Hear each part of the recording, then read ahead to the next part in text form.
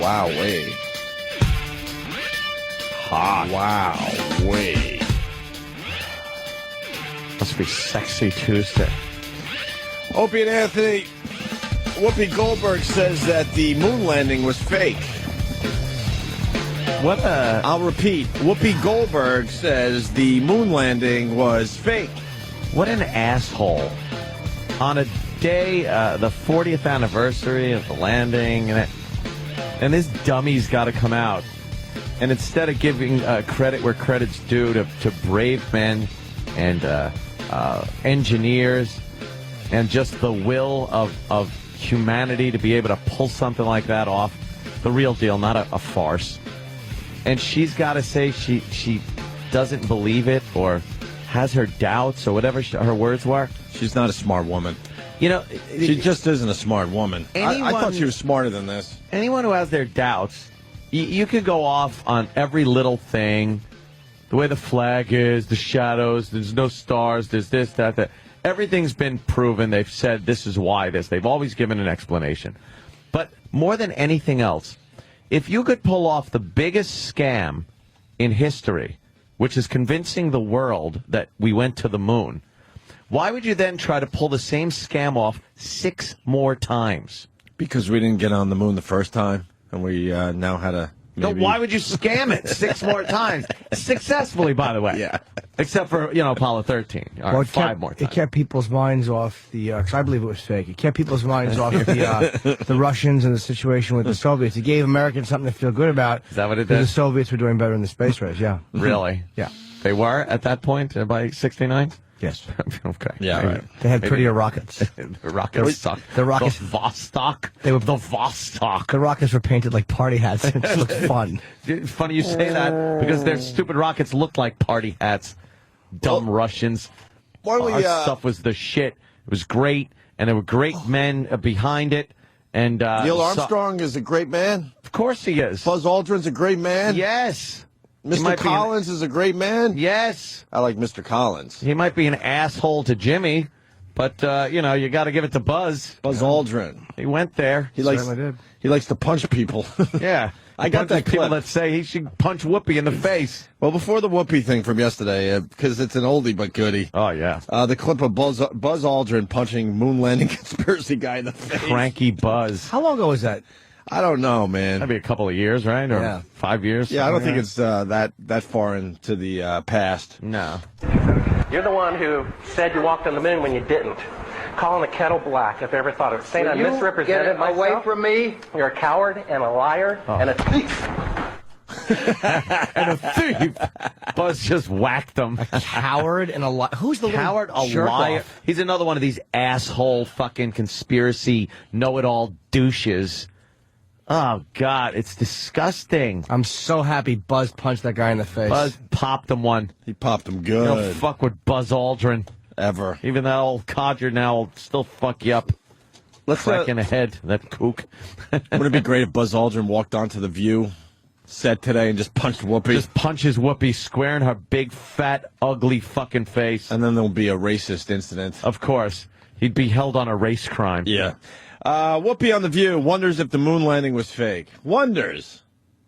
How do you wonder? She's on a something national like that? TV show trying to educate broads.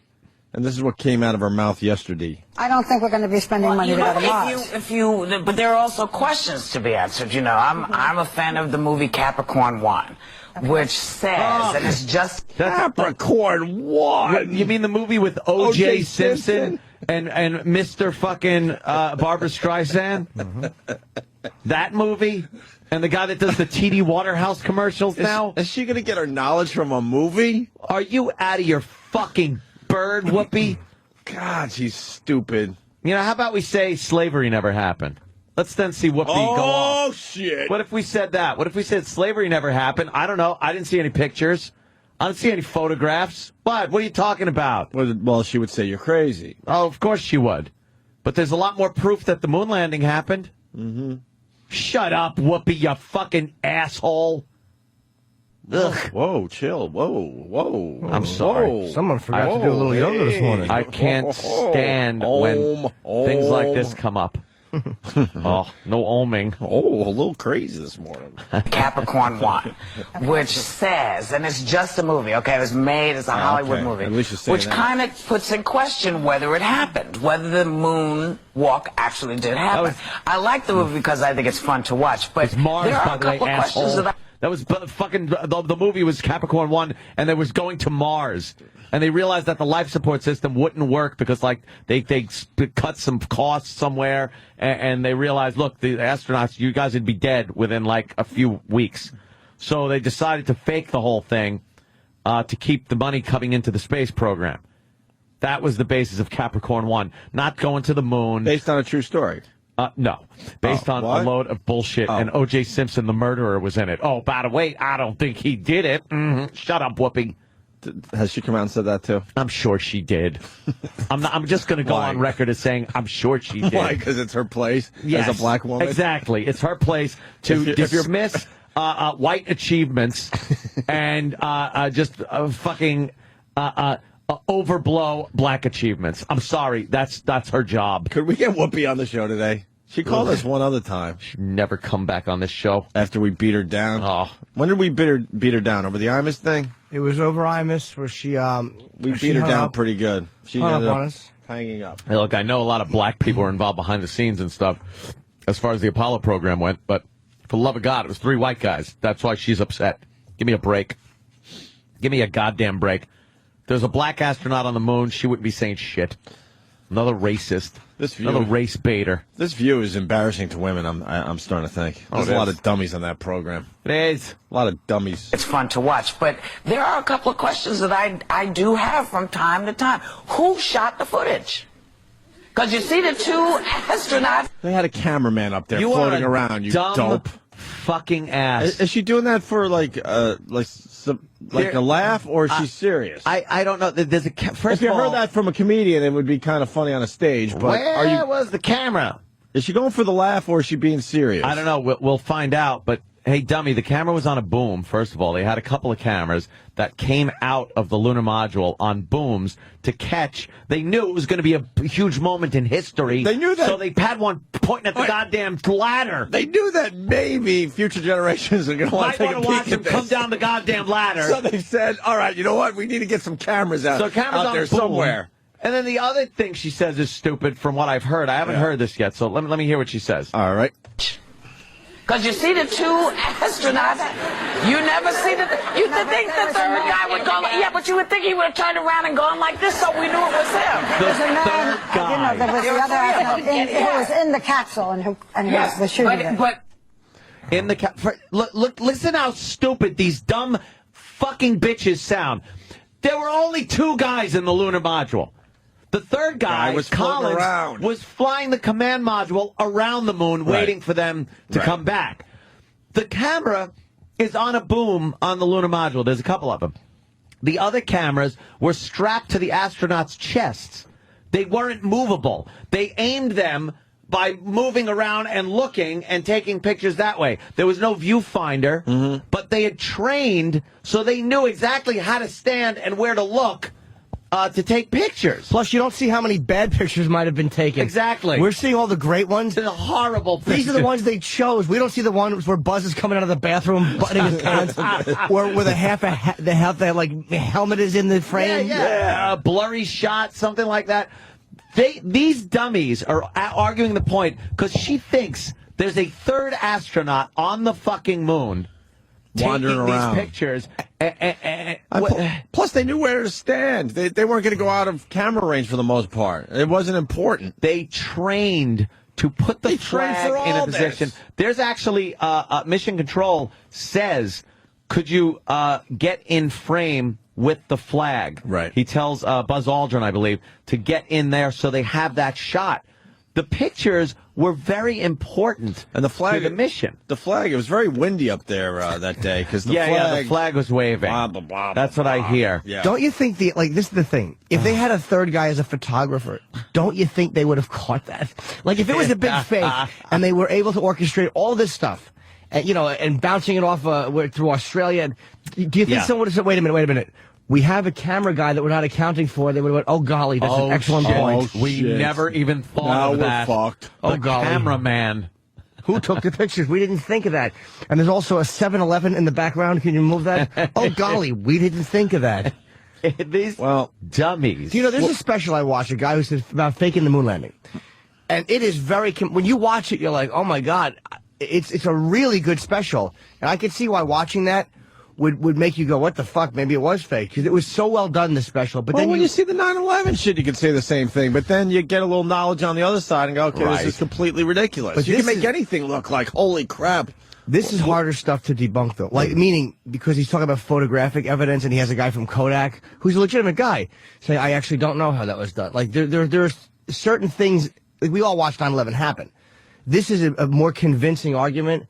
But you have, when you watch it debunked by people who know what they're talking about, then you go, oh, okay, that's what I'm saying. When you get a little knowledge the other way, I just don't know enough to debunk it. When you see it one-sided, it's like, oh wow, Really? And you learn that half the shit they're just making up to make their story better. And then it's like, wow, that worked the first time at Apollo 11. Whew, we actually did it. Okay, now let's try with 12.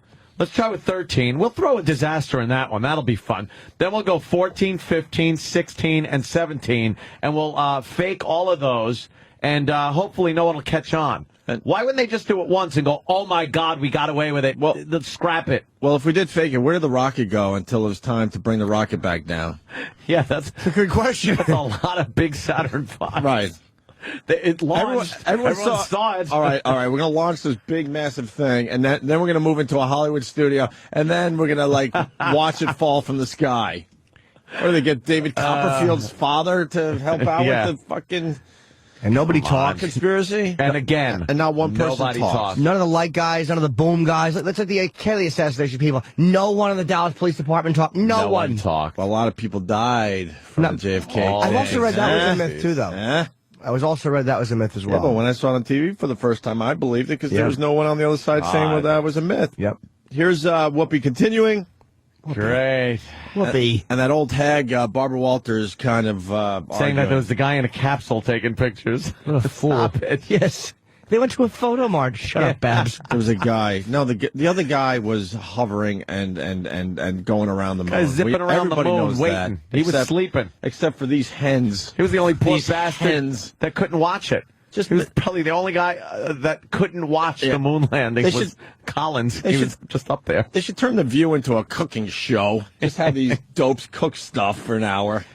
Oh, Michael Collins, they said when he was behind the moon, was the most isolated man in history for that time because no man had ever been that far from other humans. When you jerk off? I don't know what I would do. Why not? My dick wouldn't work. Who's catching you? You're on the dark side of the moon? You couldn't communicate with the Earth? Yeah. I would panic. That is kind of crazy. They have that loss of signal period where they can't communicate. Dude, you're the most isolated man in history. Cut off. It's like walking through the woods at night. Yeah. Trying to get to the other side where it's light again. He's just like, that feeling times a million. I'm really far away. Oh my God. I have no contact with anybody. I'm just going to wait, and hopefully when I pop out the other side, the world's still there. I bet you guarantee he was talking the whole 5 minutes early. Hello. Mr. Control, hello, Mr. Control, hello, and please. then finally hears them, and the relief he must have felt. Mr. Control. I'm back in contact. Thank God. Mr. Control. Yeah. Here's Whoopi. Columbia, Mr. Control, Columbia. Whoopi still questioning Barbara Walters, arguing. But you never see Well, you don't really doubt that the men landed on the moon. Just saying that there are wonderful, I love great conspiracy theories, and these are better than a lot of them because they say why is the flag rippling? There's no. That fucking flag rippling thing annoys the living piss out of me. That's why I just gotta laugh. Yeah, if you're gonna have a huge conspiracy theory, you're gonna forget the flag thing. The flag, fuck, fucking we'll put a big fan on them so the flag stands straight out and ripples. Right. I mean, it's on a lever. The goddamn thing is on like an L bracket because there's no wind. It doesn't stand out. So they wanted it to stand out because they wanted to show the world it was America. So when they put it in there, it jiggled around and actually did move. It's moving because he's moving it. Right. there's still gravity, there's still forces of physics. If you twist something, if you torque the bar that the flag is on, that other L bar is going to move. And when it moves, it has momentum, which it's going to swing back one way and the other until it stops at some point. But it won't stop in space because there's no air to slow it down. There's less resistance to stopping something like that, so it'll go back and forth for a while. But these idiots... You can't just put a limp flag on the moon if you're going to be the first one there. You got to make sure the world sees what the flag is. So they thought about that ahead of time. Unbelievable. It's like if you stand on the shuttle. Idiot. The shuttle is moving 17,000 miles an hour. And yet you can climb out of the hatch and stand on it. Right. And you don't get blown off because there's no wind. No wind. You couldn't stand on the roof of your Winnebago if it was doing 90 and the guy was yelling, what the fuck, inside of it. Yeah. They're thousands of miles an hour, and they're just kind of, hey, I'm here. Fixing the Hubble. Yeah. Zipping around the earth. They just... wait, which one, Aunt? that one. You know, this one. Like there was another word in his head. Are you crazy, Jimmy? How about this? Whoopi has a bunch of malinformation about the moon landing, we think. That's difficult. That's difficult for everybody. How about Buzz Aldrin teabags Whoopi? That's a good one. That's a good one. What is it? Buzz Aldrin teabags Whoopi. Oh, fuck. All right, boys. You heard it. You heard All right, let her rip, people. Let her rip. Please make this number one. Buzz Aldrin teabags Whoopi. And I don't think either one of them would like that. Whoopi spelled Whoopi. Right. Here we God, go. that is good. Here's more Whoopi. Conspiracy theories, and these are better than a lot of them because they say why is the flag rippling? There's no Because he air. touched it, supposedly. Yes, but if it was, is it always in a ripple? Was it starched in a ripple? I don't know. Because a flag would be like this, right? I was just told in my ear that there have been 6 moon landings. So if you think the first was a hoax, we've had 5. We did. We just didn't care. 35% of Brits do not believe that it happened, and only 6% of Americans. There are people who don't believe the Holocaust happened. There are people who still are questioning the assassination of John Kennedy. There are always people who love conspiracies, and that makes it fun. He just stinks. Well, at least the old broad was throwing a little sense in there. Yeah, a little bit. Out of her loony head. Come on, but Whoopi. You're smarter Whoopi is than that. just... Whoopi's an idiot. I think. Well, I don't think she's out now denying it. I think she said, "I like a good conspiracy." I think people like to throw themselves into these things. They are fun to look like you're uncovering this mystery that everybody. It's like when you look at it, you almost want it to be fake, because then you'll be on the side that figured it out. Like, yeah. Well, it's not. It's it's not. I think most people. But you're on the side that is sounding like an asshole. Is what. You're not on the side that's looking like, wow, look what I uncovered. You're on the side that just sounds like an asshole, an uninformed douche, which she sounded like, even though she kind of glazed it over a little bit by saying, I like a good conspiracy there. But she was actually bringing up these points that perpetuate the whole fucking thing. Absolutely. You know? I'm offended by you, Whoopi. I'm offended. Buzz Aldrin teabags Whoopi. There you go. Google bomb. Google bomb. Google it. God, that guy annoyed me when he called Buzz Aldrin a coward and a liar. Oh, God. It really is annoying. annoying. That's still annoying me. Just listening to that brat. He got his. Yeah, he really did get a fistful of knuckle. Buzz A Aldrin's face full of knuckle. Good. He's not going to listen to that crap. God bless him. Garbage. Oh, that annoys me. You want to hear it again? Yeah, because it's like this guy is everything I hate about a conspiracy theorist. I like his last word when he gets some Aldrin knuckles. He didn't just question him. The bottom line is he was like a little child yelling at mommy, and that's what he reminded me. That's what these guys always remind me of. His little babies, little brats. You're the one who said you walked on the moon when you didn't. Calling the kettle black if ever thought of it. Saying I misrepresented myself. Away from me. You're a coward and a liar and a thief. And a thief. Good. Yeah, I'm a thief. I just stole your dignity. Did that? Yeah, there's it's actually videotaped. Yeah. Wow, right in the face. Oh, does he clock nice. him one? Goddamn Buzz. Buzz Aldrin Look at him, could bam! freaking hit. A nice right hand right to that fucking idiot's face. Let's see that again. This is on the video. Oh, brilliant. Let's say hi to Rob. Rob, you're in Jersey. You're on the Opie and Anthony show. What's up, Rob? Hey, guys. Hey. Oh, Buzz, what a shot. That is fantastic. Sorry, dude. We can't get over what a great It's just fucking over and chin, over again, what yeah. a chin music from Buzz. Nice. He's got a nice right hook, huh? Why don't we just all talk at the same The time? guy 'Cause is that makes taller for than good Buzz. radio. Yeah. So Buzz fucking just punches up. What a fucking pow! Right? That guy's And dumb that guy's face. a man. That guy's head snapped back. Rob, it's your turn. Go. Yeah, did you guys see this week, NASA apparently lost all the original films of the moon landing? Yeah, what's that about?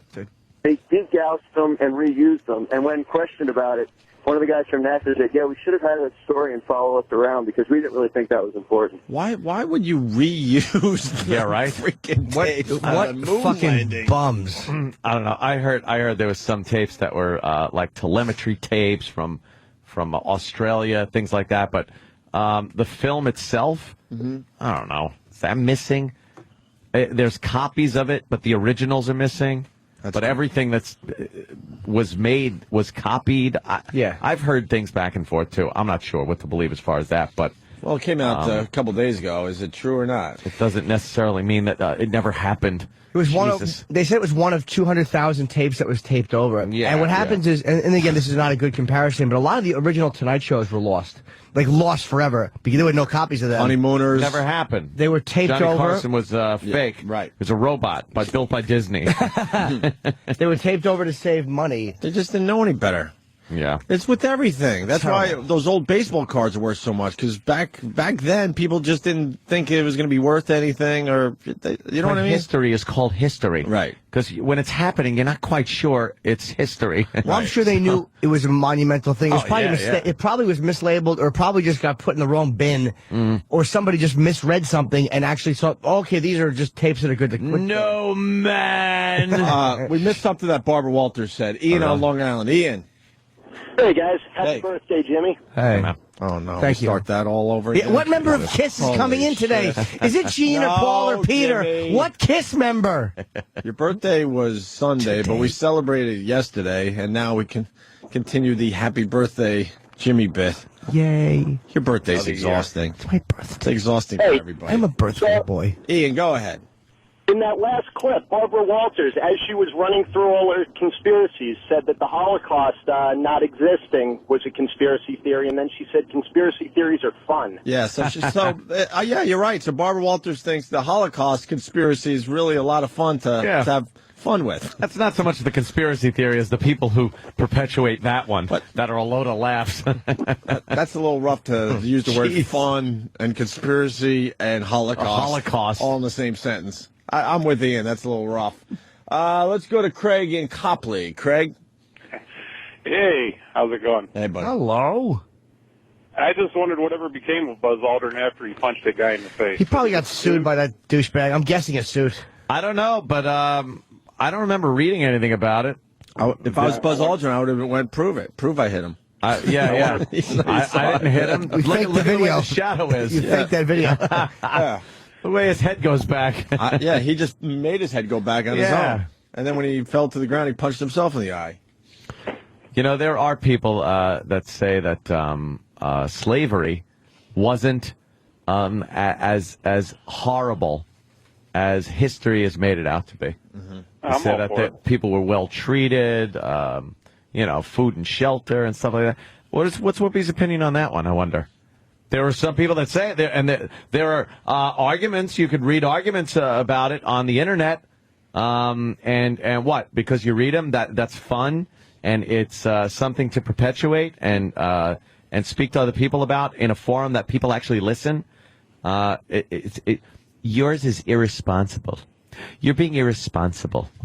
Can we get Whoopi on the show? Are we trying? Who's She working doesn't today? exist. Where's Steve? Is Steve working today? Yeah, he's there. Steve's back? Yeah, it's not Monday. It's not Monday, so Steve's back? There's a lot of controversy. Steve's saying he never said that he was taking all those Mondays off. The Steve conspiracy is amazing. That This beats conspiracy the moon. is way better than any other Dude, conspiracy. 9/11, the moon, the Holocaust thing, anything. The Steve saying he was taking every Monday off for the foreseeable future. Well, he just got married. Conspiracy is huge. He just got married for the second time, and I guess instead of a honeymoon, he explained that he wanted to take a few Mondays off. The staff swears that he said for the foreseeable future. And he said there's a big difference between those two statements. And Steve said he sent an email out to me, you, and Ant, which I'm not saying he didn't, because he probably did. He said that he sent an email saying that, and then we got no response saying it was like not okay. So he assumed it was okay. But yes, it is a big the puff of smoke was out of a white bag full of protein powder. The original email that I did read, I deleted as soon as I read it, but it seemed like he was going to take a few Mondays off. And Where is then, she? And then it turned into for the foreseeable future. Can we get Steve in here? He should be. Why is he not trotting down? Where is he? The whole staff swears he said foreseeable future, and Steve said it was just a few Mondays. Well, I sent him a text yesterday. And then said that, we're believing the hype from these guys. I sent him a text yesterday. There was an issue we had here about a guest. So I said to Steve, why wasn't the staff told about this situation with this guest? Because, again, it's like you got to tell the guys. And he wrote me back later, I think, and said that they were sent an email on Friday. Yes. By the way, the punch the face guy, he later attempted to use the tape to convince police and prosecutors that he was the victim of an assault. However, it was decided that Aldrin had been provoked and did not actually injure this douchebag. Good. And so no charges were filed, but the incident was covered in the media. So he got off good. He was provoked. The guy did. He got right in his face. That's self-defense. I like that. Me. I like that. If you ask me. I think that was everybody looking the other way because the second guy on the moon was being shit-talked and decked somebody. Exactly, and he decked somebody. That's treating the guy exactly how he should have been treated. Sure. You want to call a man like that a liar? Mm-hmm. Hey, he's going to punch you in the fucking face. He doesn't care if you got a camera and a mic or anything like that. You think Buzz Aldrin's got anything to fucking lose at this point in his life? Fuck that. The guy walked on the moon. Go blow me. And I think he knows people. You know what I mean? Yeah. You know what? Goddamn, you're right. I think he knows people. I didn't even think of that. Yeah. I didn't even think of the people that he knows. Oh, my God. He actually knows Martians. He knows a few people, I bet. Why do you think there were no charges and he didn't have to pay shit? They had to make it look in the media, but the reason is because Buzz Aldrin, he knows people. Yeah. God, if we could get out of a lousy parking ticket and wear shock jocks, guess what you could get out of if you're an astronaut walking on the moon? God, he knows everyone. You're right. Every fucking foreign, because it's not just our country, it's every country in the world is impressed by the guy on the moon. Every president from Kennedy on kissed his ass. And think about this also. The guy that he punched, that it was talking shit. Well, not Kennedy. He wasn't up there yet. No. Kennedy. I know all that, but I mean, did Kennedy meet like Buzz Aldrin and those guys? No. I don't think they were deciding. They were. Okay. All right. No. I was just assuming a little too much there. Kennedy called him a pussy boy, actually. Kennedy insulted him. Buzz Aldrin dropped Oswald. Buzz Aldrin. Aldrin. I was going to say Oswald. I said Buzz Aldrin. I got nervous. And I want to make it perfectly clear. I know that Kennedy was dead when we landed on the moon. I just assumed the whole thing was already in the works for a few years, and that maybe Kennedy met these youngsters as they were preparing to do this. It was at the end of the decade. I know that. When did they decide on the astronauts, though? It had to be a few years before '69. Well, the original Mercury 7. But when did they decide? When they decided on them, what, early 60s? That's what I'm saying. So why couldn't Kennedy meet these guys? He wasn't. Buzz Aldrin wasn't one of the those originals. guys. Okay. No. Gotcha. Well, let's just say Lyndon Johnson Later on. on. Yeah. I'm sure Lyndon Johnson. Definitely. Johnson. Actually, Nixon was president when they landed on the moon. So, should we allow Steve to have his say? Absolutely. Considering he got beat up pretty good yesterday? Yeah, I think we should absolutely allow that. Yes. Danny, why is Danny pounding the table? He's telling you to hold on a sec like he's doing something. Like, Jesus. It instantly just takes off. Steve. Here we go. And we're off. Oh, by the way, I want to say hi to Andy P in Atlanta. This is the future right in front of our faces, boys. I've been hearing about this a little bit here and there, but it's becoming big. Listening to the show at 35,000 feet with the iPhone app and Delta in-flight Wi-Fi. Oh, wow. They got that Wi-Fi working on the planes here and there. But by next year, 2 years from now, every flight will have fucking Wi-Fi. That rocks. Right. I think Elo was doing a little Wi-Fiing in the air. Joe Rogan tweeted that he did a little Wi-Fiing in the air. And now Holy Andy shit. P. in Atlanta listening to the show 35,000 feet in the air. How cool is that? Continental doesn't even have laptop plugs on half the planes. It's like, guys, get with the times. Future. All right, Steve. Is that going to make flying so much easier when you got some Wi-Fi action? Are you kidding me? Without a doubt.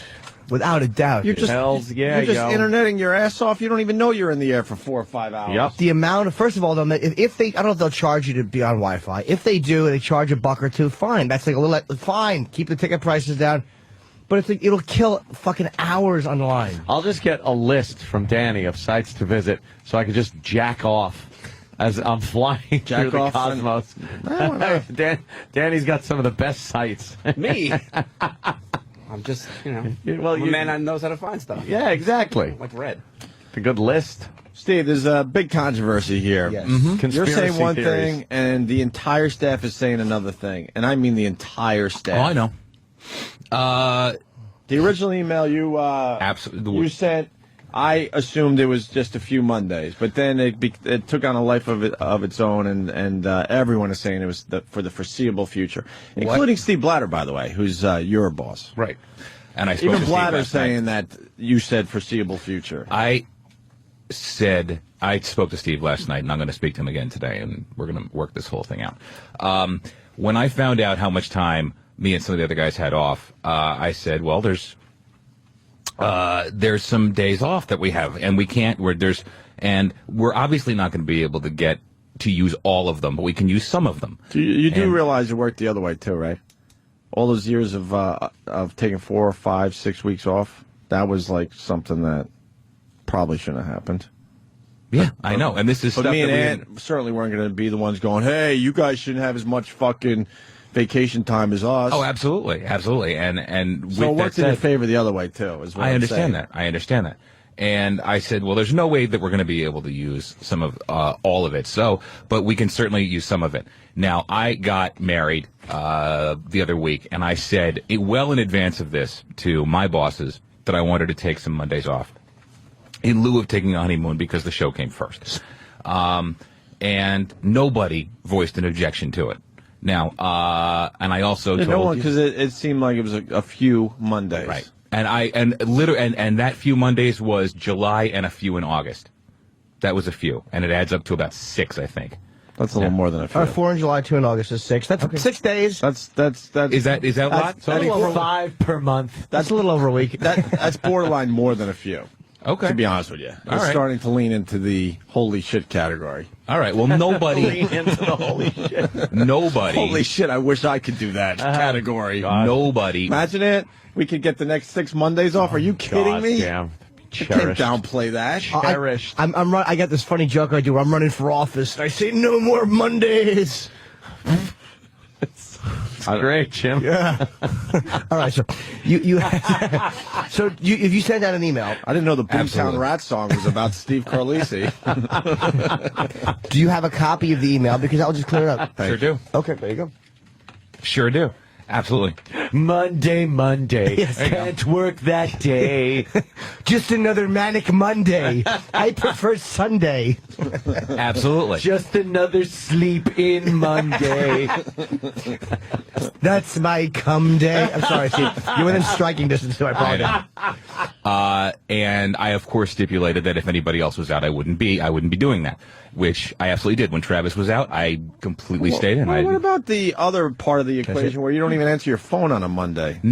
Everybody's got my home phone. Everybody's got Everyone it. called you yesterday. Nobody called my house phone. Didn't ring once. Travis? We called both numbers yesterday. About Yeah, you called 50 my times. cell phones. You called my cell phones. They were in the other room. I didn't have them with me. Nobody called my house phone. Everybody's has your got house it. phone? How can we do Everybody's that? got Who it. doesn't have their cell phone near them, though? Come on. I didn't yesterday. I was The entire morning? What time did you get up yesterday? about 7. And you didn't hear your cell phone ring No. once? Come on, Steve. No, I didn't. If I'm more than a foot away from my cell phone, I have a panic attack. Do you pass these over? Sure, absolutely. Oh, Sam's running down the hall. What is this? Now, anyway. Transcripts? Well, No, that's who is this sent to? This that was sent that's to my boss's Stephen. Oh, Robb. to Steve Robb. Okay. And this was sent this morning. No, I'm kidding. Man. 1, 2, 3, 4, 5, 6, 7, 8, 9. Well, that's not true. No, Wait a That's minute. not true.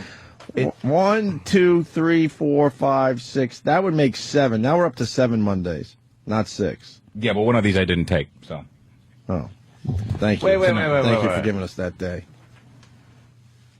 Okay. Well, this is June 26th.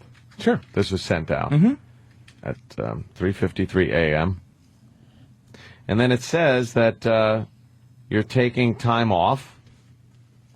And so for the foreseeable future, and then it has a bunch of dates. Yeah, but listen, but look And then very it goes, clearly. and so forth and so on. There's the word foreseeable that you told me last night you didn't say. It's right in your email. But Yeah, it but says- look- and- but- and all then- right. wait. And what is and so forth and so on? Doesn't that mean that you continue Right. with the Mondays? Then what is and so forth and so on? There's a mean? lot of guilt in your email. This is Because the key to this whole thing yesterday, evidence. Get in the car. the key to what we were discussing yesterday, a few Mondays, and I said I had a problem with the word foreseeable, and the foreseeable is right in the email you sent to your own bosses, and then Ann also points out and so forth and so on, Which means it's going to continue.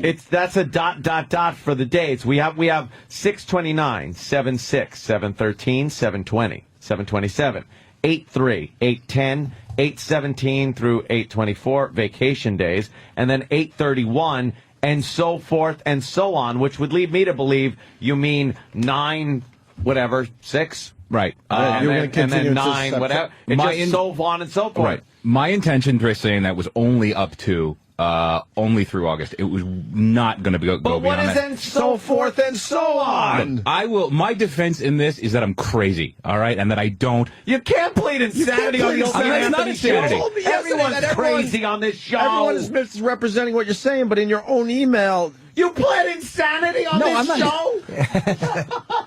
I'm not pleading insanity. I'm not pleading insanity. I'm not You pleading said my insanity. only defense is that I'm crazy. I'm fucking you said nuts. and so forth and so on.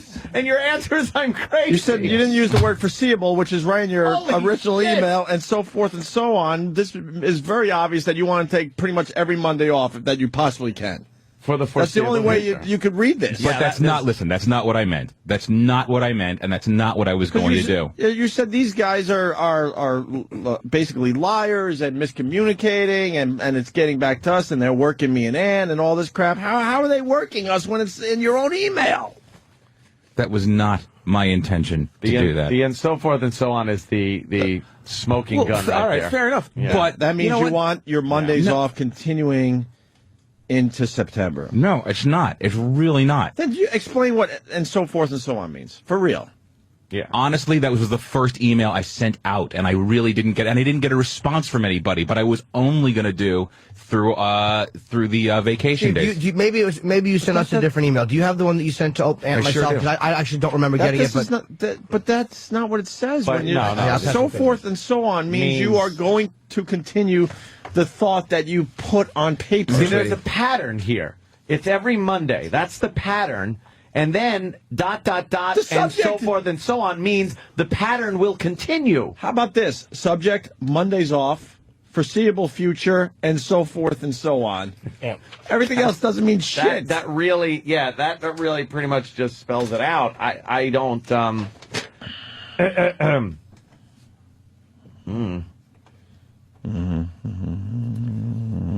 Reading.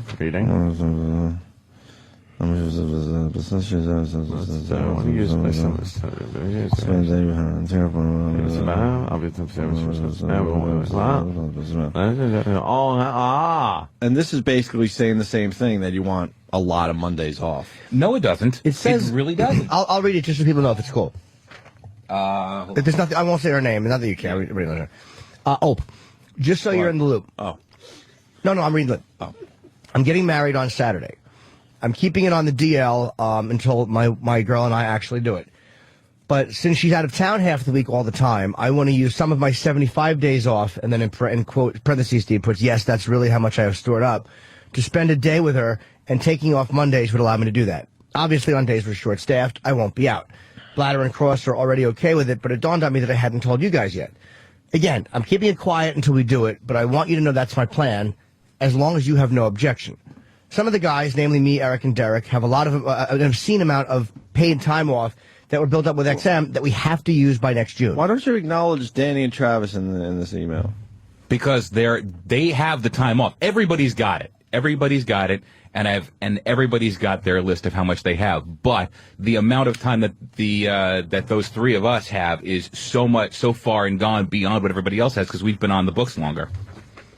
Okay. An obscene amount of paid time off that built up with XM that we have to use by June.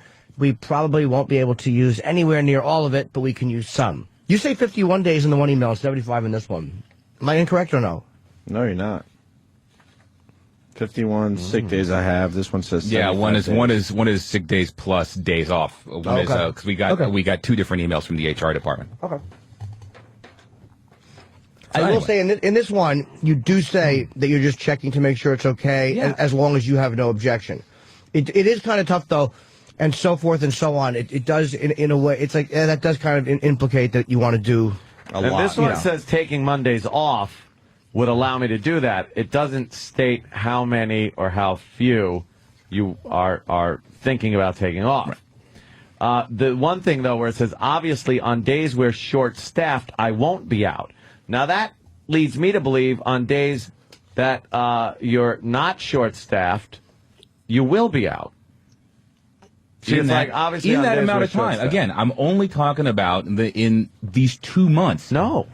No, though, and so forth and so on covers the so forth and so on. All right, kills your whole argument. Yeah, I understand that. That covers 51 Mondays, right, but absolutely, or 75, depending on what it is. So forth and so on. Until your continues days the run pattern. Out. That's like whenever you go like, okay, let's count even numbers. 2, 4, 6, 8. Who 10, do we 12. appreciate, Steve? Sorry. Hooray! 2, 4, 6, 8, 10, 12, and so on and so forth. It doesn't end. It just keeps going until until you run out of the 51 sick days that you list. And so on. It's not and so forth until so forth and so on. At no point did I ever articulate to any of my bosses or you guys that I was planning on taking a year's worth of Mondays. Really? I did not. I'm not you better talk to Blatter. I did. I spoke to him. You think we're confused. He was like, look, there's nothing I can do about it.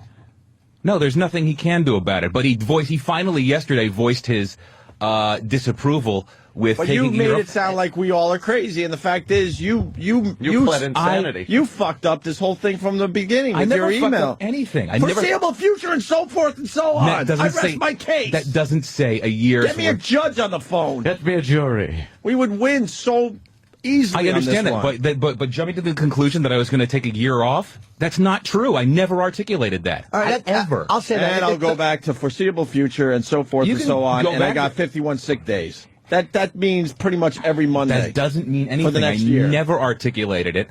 Absolutely not. I didn't. How are we supposed to... I'm not sure. Let me ask Steve this, because I don't want to put words... We're going to go round and round and round. Sure, of course. How could you interpret? How could somebody interpret? Like, when you listed the Mondays, if you had listed just the Mondays through August, then you go, that's August. But how could somebody have interpreted and so forth and so on? Read your own email and explain. I did, and I have several times over. Out loud on the show.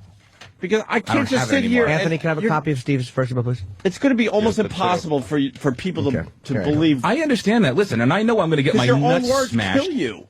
So read your email. Subject: Mondays off. Heads up. Go from there and explain what you mean after every sentence. Just a heads up, for the next bunch of Mondays, excluding those days when Travis is on a paternity leave or the days we need people to cover, I'm going to take some of the 51 sick days I have. So for the foreseeable future. And you're right. You're right. That should not have been in there, but it's my own fault for using that terminology. And then I list the 29th, and every Monday through there, some of which I did not take off. All right? And then I put in so forth and so on. Again, should not have put it in there because it leads one to jump to an unreasonable conclusion. Unreasonable? No. Oh my God, and it's a reasonable conclusion. Sucks. It's a reasonable conclusion Absolutely. to think and so forth and so on means this will continue with the pattern that I have stated here. It will continue. Again, that's what and so forth and so on is continuing. Absolutely no objection between the 29th or the 26th of June and when I sent you guys, the one I sent you, which was July 7th, was an objection stated to anything that I wrote. Steve, let me ask you a question. Now, Travis, were you here during Travis's maternity leave? Yes. Paternity leave, whatever it is? Absolutely. What days was that? I don't remember. Steve, I'm not gonna. I could read this. I certainly wouldn't blow up your spot by reading emails you don't want me to read, but I could read this. You write, there's a lot of deliberate miscommunication going on. How is it deliberate miscommunication when we read your email one way and you're swearing it wasn't meant to be that way? So these guys are guilty of deliberate miscommunication? Are you kidding me? Some of it. You make it very gray here and make it very easy for people to miscommunicate. I'm not to see it a completely different way. Some of the stuff that is said about me in regards to this is absolutely not true. Like what? I never said I was going to take a year's worth. That was said. I don't know who said it. I never said that. I never said I was going to take a year. Which is in your email, that you're going to take every Monday off for the foreseeable future. And then I heard that could be more than a year, to be honest with you. Who knows what that really means? A year either. Hold on, Steve. You list foreseeable future means way more than a few Mondays. I'm sorry. 8 days here. Now, you said unless Travis is on leave. So you had said that you wanted to take about 6 days. Now, Travis, what days were you out? And was Steve, because Steve might have been out, been here. No, he was here. I was only out for one straight week. Was that the 6th? Yeah. Yeah. Okay, so this is the only thing that I want to question. At the bottom it says, and so forth and so on. But then Steve says, so that's about 8 days right there. Obviously, I'll let the rest of my guys know. If it was intended to be forever, why put 8 days right there? Like, was and so forth and so on, meaning that this pattern will continue. Like if Travis is out for 2 or 3 days until I take my 6 or 7 days. No, that meant, you know what? If I have to try to remember what I was thinking, I was gonna put those right there and then play it by ear for the rest of the time. You know, and that's fair. That's fair. But you know what? I can't. Because you do say foreseeable future. You do say. But my only thing is I think it's then going back and saying, so that's about 8 days right there that he listed. Okay. But then, and so forth and so on, he didn't include that in the, so that's about 8 days said right he's there. got 51 it to doesn't begin really, with, so. It doesn't really vindicate him for the, and so forth and so on. That leads you to believe there's another 43 coming. Yeah. To be honest. It really does. And you said, you let, you, meaning me, and this pissed me off big time, you let those guys instigate an entire line of bullshit. No, your own email instigated everything that is happening to you, Steve. I didn't let nobody do shit. No, you have a guy. You have a bunch of guys in here that's like this Lord of the Flies mentality, dude. When you write an email like this, there's no instigation going on. But this makes people go, "Holy shit!" The guy that is our boss is taking pretty much every Monday off. My bosses were the only ones who saw this email. My bosses were the only ones who saw this email. So nobody was privy to this. You know, so what were they privy to? What were they privy to? The calendars during our staff meetings where, you know, it's upcoming bookings and shit that's going on. And then every Monday, just down the line, it says Steve off, Steve off, Steve off, Steve off, Steve off. And that was about it came up in a meeting. And I remember somebody saying, Steve, you taking every Monday off? And you were like, yeah. I was like, for how long? And you said, for the foreseeable future. For the foreseeable future could mean. So don't say I. So then how? So then if that's what's said from you, how is anybody on this staff twisting words? No one's lying. We're not letting guys instigate an entire line of bullshit. And you bought into it. Oh, I did, huh? Nice. When he's saying foreseeable future, your email says foreseeable future. The boss, Steve Blatter, I guess he bought into the line of bullshit too? Because he's like, yeah, that's what I read this to be. No, every fucking Monday. I told him last night. I said I never said a full year. I never said it. Never articulated. I don't think anybody said a full year. Yeah, it was said on the air yesterday. Believe me, I listened to that. It was said on the air, and I didn't. I never said All right, it. so there's a difference between us saying a full year and you saying a few Mondays. It's obviously somewhere way in between. Well, whatever it means, it's not. You know, obviously I can't do it. Obviously I can't do it. You can do whatever you want. No, apparently I can't. Apparently I can't. You got the days. You got the days. No, I apparently I can't because it's just hard to run a show when the executive producer has decided to work a 4-day work week like Howard Stern. Holy shit, we would all love that fucking deal. No, me. but you know what? Nobody voiced an objection to anything I said. All you had to do was say I'm not cool with it.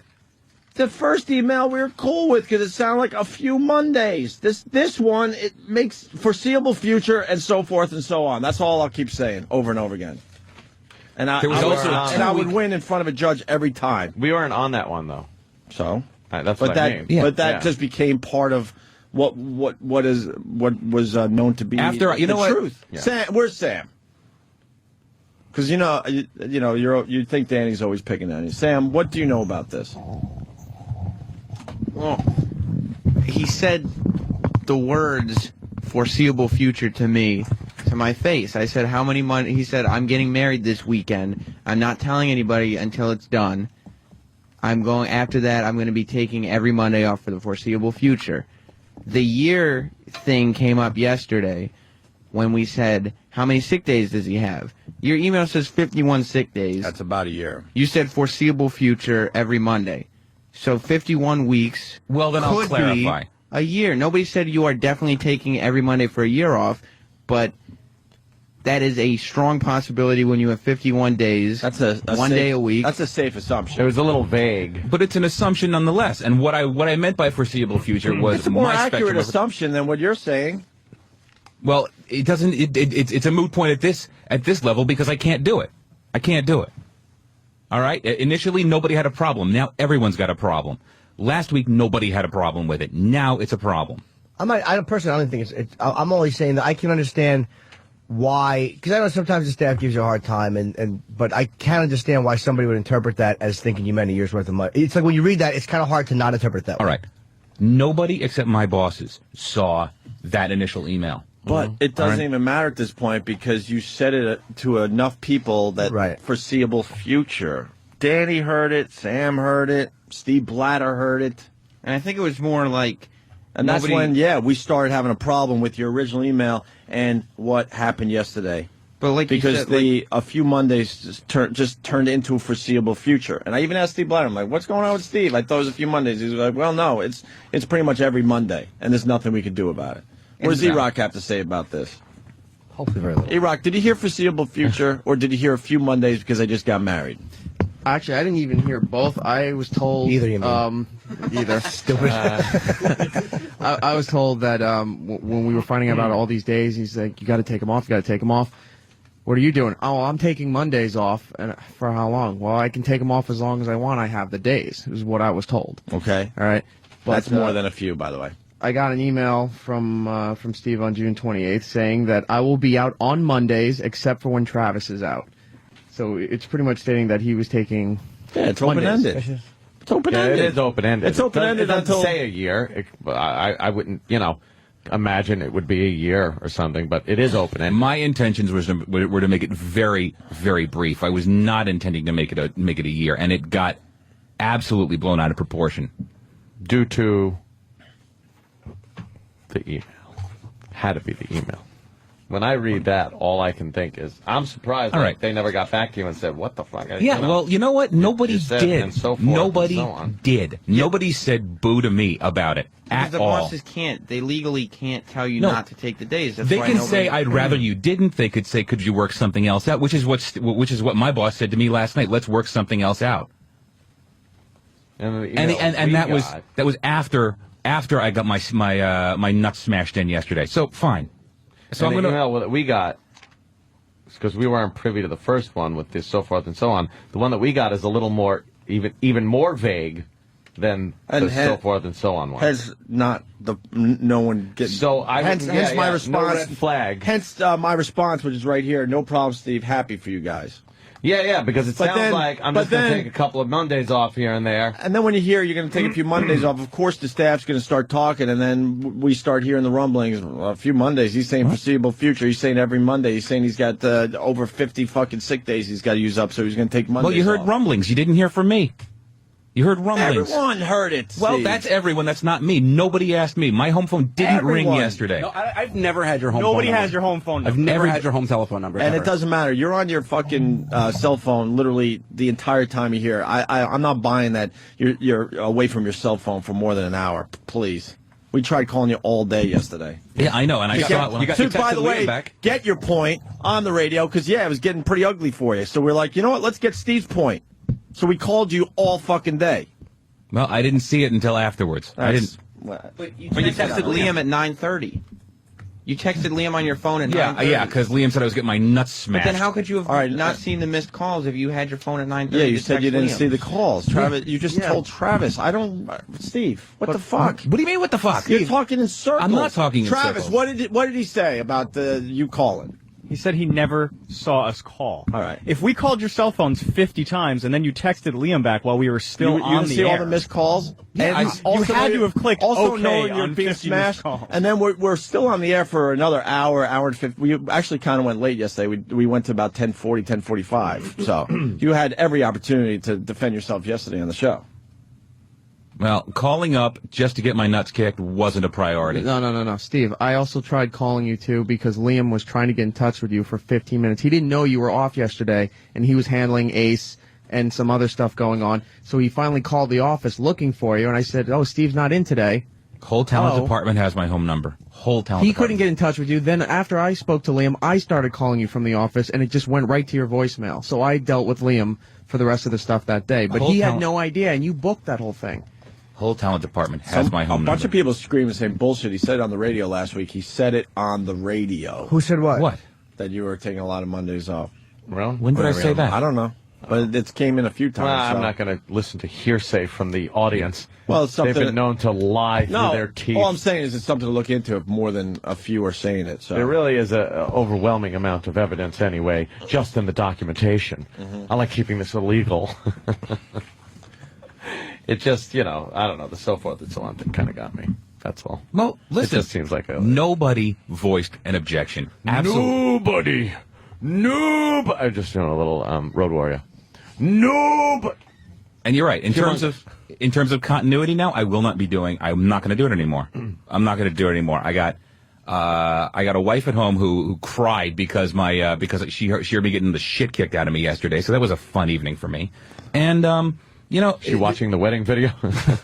And no video. Funny. But so you know what? I'm not going to do it. I'm not going to do it. They can just sit there and I won't use them. I won't use them. No, we never say not use them. No, you know what? Yeah, because you just take a week during vacation or something like that, or something. That's where you're insane, Steve. That's to be fine. real, It's not an all or nothing because thing. we're not saying it's an all or nothing. But that's certainly what it sounds like. No, no, we just need an executive producer here. That's on steady Mondays, 100% of the week instead of 80%. It can't be like Mondays for the foreseeable future, or with no end in sight for us. We can't go, okay, we just have to not have an executive producer for Mondays for some vague amount of time. Well, if nothing else. But if you came up and said, hey guys, I'm going to fucking, Bahamas for a week. Right. A week and a half, whatever. We're not going to go, no, we can't do it without you. We need, no, that's fine. That is a beginning and an end to it. And you go, you have the time, you have fun, you take it. I honestly never thought you'd allow that. It was the vagary of this long, kind of extended, open-ended Monday off thing. But you do understand taking every Monday off hurts a lot more than just taking a week out of nowhere, a week and a half out of nowhere. Right? I honestly never thought you'd agree to that. I never thought you'd agree to that. Vacation? Who would say no to a honeymoon? Nobody ever likes your girl. Nobody would have said no to a week for you and her to go away. Nobody. No. We probably would have tried to talk her out of it, but nobody would have said don't go away for a honeymoon. Of course I never thought anybody would go for it. It's way worse to take every Monday off for the foreseeable future. Well, I wasn't going to take it for an eternity, and I wasn't going to take it for a year, and I wasn't going to do any of that. How many Mondays were you going to take off, even though it says foreseeable future and so forth and so on? I was going to stop. As you listed 8. The last Monday I was going to take off after consideration was going to be the one before vacation, and that was it. So you should have wrote and so forth and so on. Yeah, it does make it. It does make it kind of difficult. Which makes you so guilty, and you're saying we're misrepresenting what you're saying. It implies a pattern. It does make it hard. It does imply a pattern. Well, fair enough, but you know what? Again, my bosses were the only one who saw that, and I'm allowed. Steve, stop with that shit, because when you say something to Steve Blatter in an email that says foreseeable future, a lot of Mondays listed, and so forth and so on, you don't think Steve Blatter is then going to talk to me and Anthony? That's where it all... Yes, he did. Yesterday or before that? A while ago. And your response And then to it that all was, came out yesterday. And then we try to get you on the phone to get your side of the story. why does nobody pipe up before then? Nobody. Why does nobody? Everybody was piping up. Yeah, yesterday. And then it came out yesterday. Yes, because yesterday was a Monday. So it was on everyone's... If you'd rather I didn't do it, you should have said so. But nobody said anything. So we're wrong? Because everyone in I this room explained is earlier wrong. why no one said anything. Because the bosses got one email, we got another. The boss's email throws up a red flag because it's, and so forth and so on. That isn't as vague as the email to us, which said some Mondays, and like Opie said, his response was, no problem, Steve, happy for you guys. This doesn't throw up any open-ended Monday red flag. But if they talked to you months ago... This one does. First of all, you're exaggerating that. Your email was June 26th. So sometime between June 26th, Steve Blatter came to us and was like, well, we got a weird situation here. And it was developing. And it all came to a head yesterday because it was another Monday that you weren't here. And Opie does respond. It's almost like what my thing was when Opie's response is, hey, no problem, man. Like, meaning he thought you were going to take a few Mondays and was kind of cool with it. As you understand, if he had responded to the list of email, the list of dates, and then said no problem, but that wasn't the one he responded to. He responded to the other one. So you know what I mean? Where he probably thought you were just going to take a few Mondays. And if you wrote me and Ant this one that you wrote to Steve Blatter and Robert Cross, we would have absolutely had a major problem with this and would have said, well, Steve, what the fuck are you doing? These are two completely different emails. Right. The emails They're are completely Were they written on the same day? And then when we get and when you write this one to the bosses, and then it's on our radar, like, what the hell is Steve doing? I thought it was a few Mondays. Now I'm hearing it's more. And then we're trying to get to the bottom of it. And then it all came to a head yesterday. So yesterday was was the first time that either of my bosses addressed it with you guys? No, leading up to yesterday. Okay. Why didn't you just forward this to Open? I mean, I said myself to be polite, but really for Open Ant, why didn't you forward this one that you had sent to Blatter and Cross on June 26th? Oversight, to be perfectly honest with And you. by the way, and like Sam said, technically they can't argue the fact that you have all these days and you want to take Mondays off. They can't. That's illegal. They can't say. I understand that. I understand that. So it's my own. So you can do whatever the fuck you want. Yes, I know, and I'm not going to take every Monday, and I never said I was going to take every Monday. Ever articulated it? Well, you can. We don't mind. It's actually, for imagine after all this, like, no, it's cool. Go ahead. Yeah, exactly. Now, it's actually endearing to that the shit hits the fan when I'm not here, considering how useless everybody says I am. What, Daddy? What shit is hitting the fan that you're not here? What shit hit the fan? We had a great show yesterday. Don't insult guys or me and Ed. What shit hit the fan? No, the fact that I got fucking beat down yesterday when I wasn't here. No, because we noticed that you weren't here the day you weren't here. You're now there's diversion. Now you're diverting. What are you talking about? Shit hitting the fan for real? No, I'm talking about the fucking beatdown I got yesterday. Why the fuck isn't he here? What shit hit the fan? You were talking about the show, and now you're deflecting. No, I'm not deflecting. You said it's endearing that the shit hit the fan while you weren't here. So what does that mean? No, that I wasn't here. What does that mean? It means that he feels almost like a compliment that he wasn't here and things came apart at the seams. No, that's not what I said.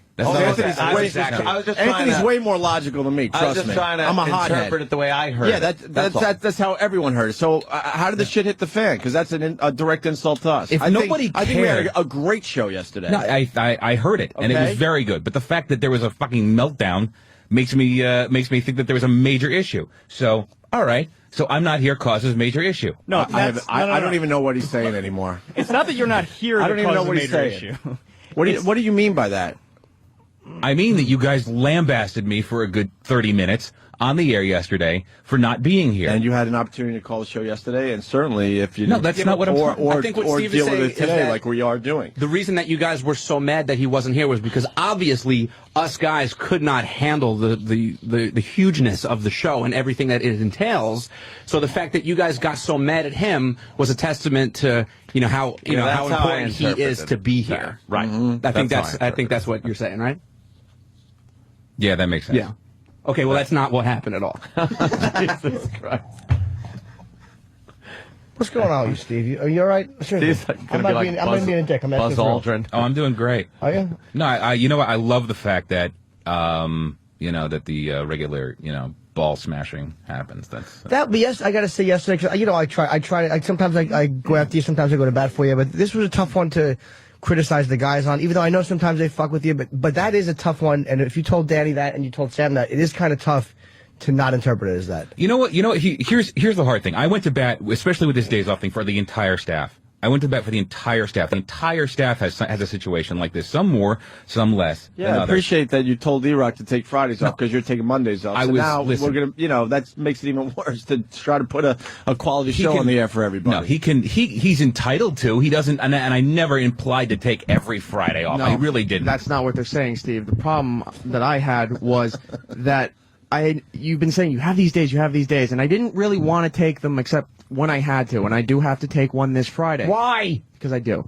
But the point being that Friday is our busiest day for most of the staff. So I can't take a Friday off, even if I wanted to. He spells it F-R-Y day. When he goes home and just eats fried food. That's right. Every day is Friday. He sits in his adult diapers in his living room with fucking on a big thing of plastic like Lethal Weapon 2 and eats fries until he goes into a salt coma. Honey, I'm itchy. He just starts scratching his body, gets itchy. Hives. He's got like fucking duck sauce. He doesn't even fucking use scooper. He just pours it onto his legs and wipes the fry. And right leg is barbecue, left leg is sweet and sour, penis and balls, duck sauce. God damn Looks like E-Rock lost a few pounds, actually. I was actually going to say that. I turned around. As you're making all the fat jokes, I'm like, wait a minute. I think you lost a few. No, it's the haircut. The yo-yo is back on the upswing or downswing or whatever you want to call The it. pelican neck isn't as big. You're right. Yeah. Did you lose the weight? I'm trying. What are you doing? Exercising. Cool. Oh, wow. Good boy. How often? No, it's an exercise in stupidity, but it's exercising nonetheless. What are you doing for exercise? The elliptical. Okay, I do that too. Big deal. Yeah. So anyway, Yeah. back to Steve. Yeah. So, no, the problem we have with the More Fridays. coughing. Jesus, where do you fucking work out in the tuberculosis ward? Why? Does push-ups over petri dishes. It comes and goes. You've had a cough since winter. It's I know. Fuck, really? We're heading into late summer at this point. Jesus. It comes and goes. You're like fucking. It's like Brando at the end of The Godfather.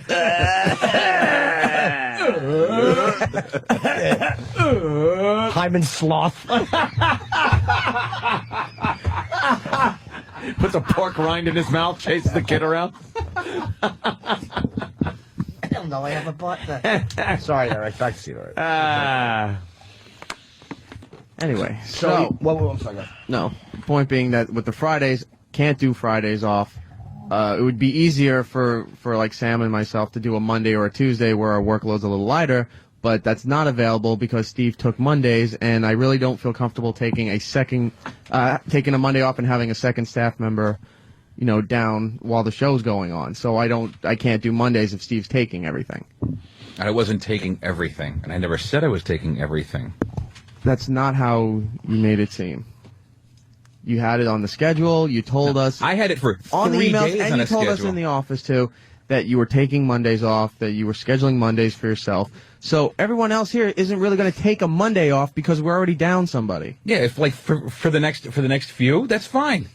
That's not how it seemed. Well, that's not how it seemed. It's not what I meant. That's not what I was. But you didn't correct it either. We're like, how? Steve, you realize you kept cause your own going on problems, with these right? Mondays. You do cause your own problems. Yeah, I'm a little bit nuts in that department. No, you really do cause your own problems. What's going on with you though, man? You seem like you're holding on to I'm looking at your face, and you seem like you're not bothered by this thing, but there's something really going on with you. I believe you believe that what you're saying, but the problem is how you portray this to other people makes it sound like it's completely opposite. You do cause your own problems because you don't communicate properly. Let me address Jimmy's in a problem. communication. I know that I know that people like to think that I'm, or at least portray on the air that I'm useless. I don't do shit. I don't work. I don't do whatever the fuck. But I actually do a lot of stuff. All right, it comes out a lot on the air.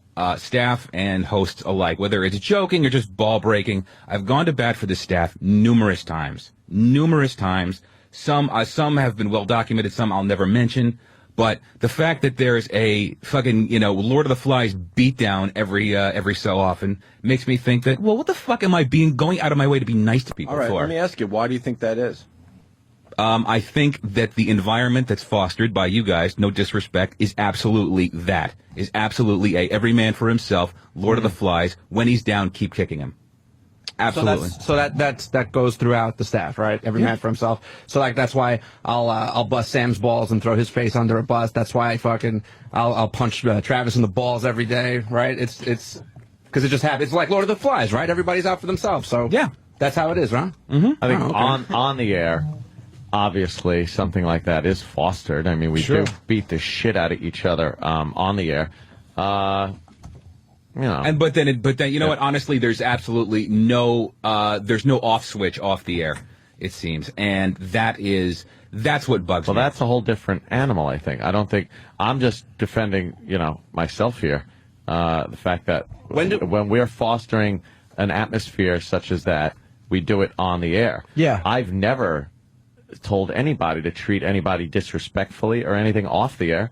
As a matter of fact, I've said not to do that in many circumstances. So for you to say that, we're kind of guilty for fostering that atmosphere is a bit unfair. I think, I think everyone knows it's very different off air. I think that we don't. It's not the same thing off air. When you and I talk off air, when you and I talk off air, it's very respectful and it's very fun. It's very difficult to control. And for by and large, the staff is pretty cool, but sometimes there's just this relentless ball busting that I'm just like, well, what am I doing? When is it though? I mean, I know I can speak for myself because it bugs me to hear you say stuff like that, like off the air. It's like relentless ball busting. When was the last time I busted your balls off the air?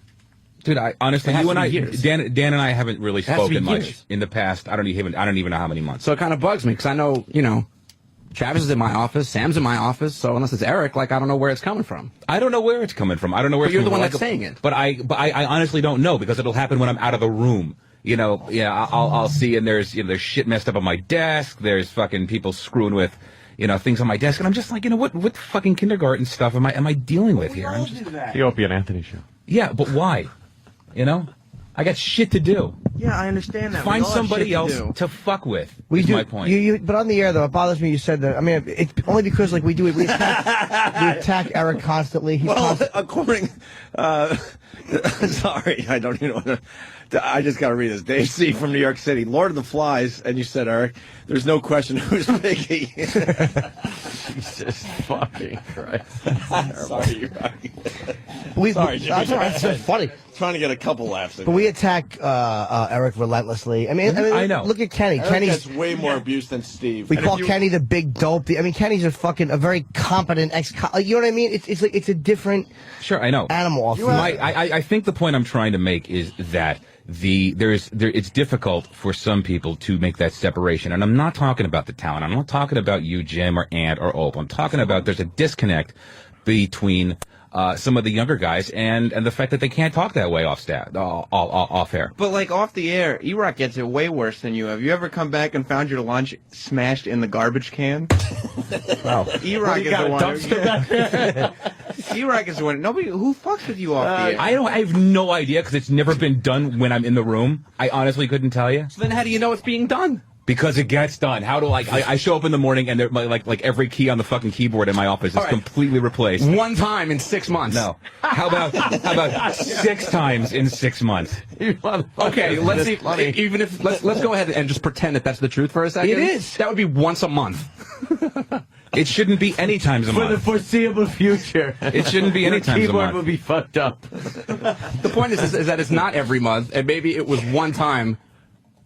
Maybe. It's one example out of several. And Steve's going to run around with a rifle yelling, QWERTY! QWERTY! Keyboard joke. Of course it is. Some messed up keyboard joke. All I'm saying is that if you want to fling about accusations and stuff, just at least have something to back it up, because I know that I don't, off the air, we don't have a lot to do with each other. Travis, we all have our own responsibilities post-show. So, if you're going to go on and say how, there's relentless ball busting post-show and some people, they don't know how to talk to me. Well, when does it happen? Because I don't witness it. I have nothing to say about it. For the most part, when I'm in the office, with Sam and Butcher and Travis, who I share that office with, It's never happening. So when is it happening? It's just if you're gonna say it, back it up, because it just it just looks like you're just saying stuff, and we're all shaking our heads, going, "What the hell is he talking about? What the hell is he talking?" I have no idea who's doing it, so I don't know who to point a finger at. I really don't. Paranoia. And we all fuck with everyone. Am I supposed to walk around here with a stick up my ass because Danny talks about fingering my baby for 20 minutes every day? I honestly don't know. It's not a joke, though. Terrible. Yeah, but Travis, we work for the Opie and Anthony show. It's fingering. Old double knuckle Ross. Everyone does get it. Infant, newborn child, and Danny just will not stop talking about how he's going to finger Well, you know his what? daughter. Danny's a good boy. Oh, Uncle Paul. I told him that's how you loosen someone up. Do you think these guys have it out for you, Steve? With that one. What did you ask? I didn't hear. Do you think these guys have it out for Steve? Why, are you asking me? Yes, I do. Why? Why is that? I have no idea. Why would the whole staff gang up on you? I don't know. Because that's what you're getting at. I don't know. I really don't know. I wish I could figure it out. I brainwashed them all. That's what happened. No, I don't think. I honestly couldn't tell you. I honestly couldn't tell you. Even away from the show, though, Travis was at a party the other day, and he had his newborn little infant there, and he came up to me, and I said, "So how's the proud papa feeling?" And he goes, "Good, good." And I said, "When's he showing up?" You're not the real And dad. poor Travis is just like, "I'm the father." Sure, Travis weighs 8. That baby weighs half of what you do. It's a 10-pound baby. Nothing I like told Travis that the only way his wife got pregnant was because they had to scissor. And Coke Logic writes... The wrestling accident. Coke Logic writes, by the way, the keyboard gag was fucking genius, so... You gotta love the keyboard gag. Steve doesn't feel part of the club. Well, yeah, but Steve, if Steve were part of the club, he would think he was getting fucked with. E-Rock's part of the club because we throw his meals in the garbage. Travis is part of the club because Danny says he has sex with his infant daughter. How can we include you without you thinking everyone's still against you? You walk funny and you have silly hair and you're half black. Steve was in part of the club, and then he made it abundantly clear he didn't want to be part of that club anymore. Yes. He made it abundantly clear. Because you have too many things to do. Exactly, or Nambla. And then when we don't fuck with you, you say nobody's talking to you or you're not part of the club. No, that's not. I've never said that. I never said that at all. I'm quite content being not fucked with. I'm quite content being left to my own devices and doing my fucking job. Absolutely. So then don't think that everyone's out to get you and that we're conspiring against you and that we're feeding these guys misinformation. It's just not happening, dude. I think everything that's happening is of your own doing. I didn't spread a big rumor around Sirius saying, "Hey, I hear Steve's taking off every month." Like, no, you were legitimately taking off every Monday. That's and a I have good news point for you. Danny's making. The wording in your emails, the words at staff meetings that we have these are the words that we're using. So if I say, yeah, I think Steve's taking off like every Monday for the foreseeable future, I have news for you. 6 to 8 weeks is the foreseeable future.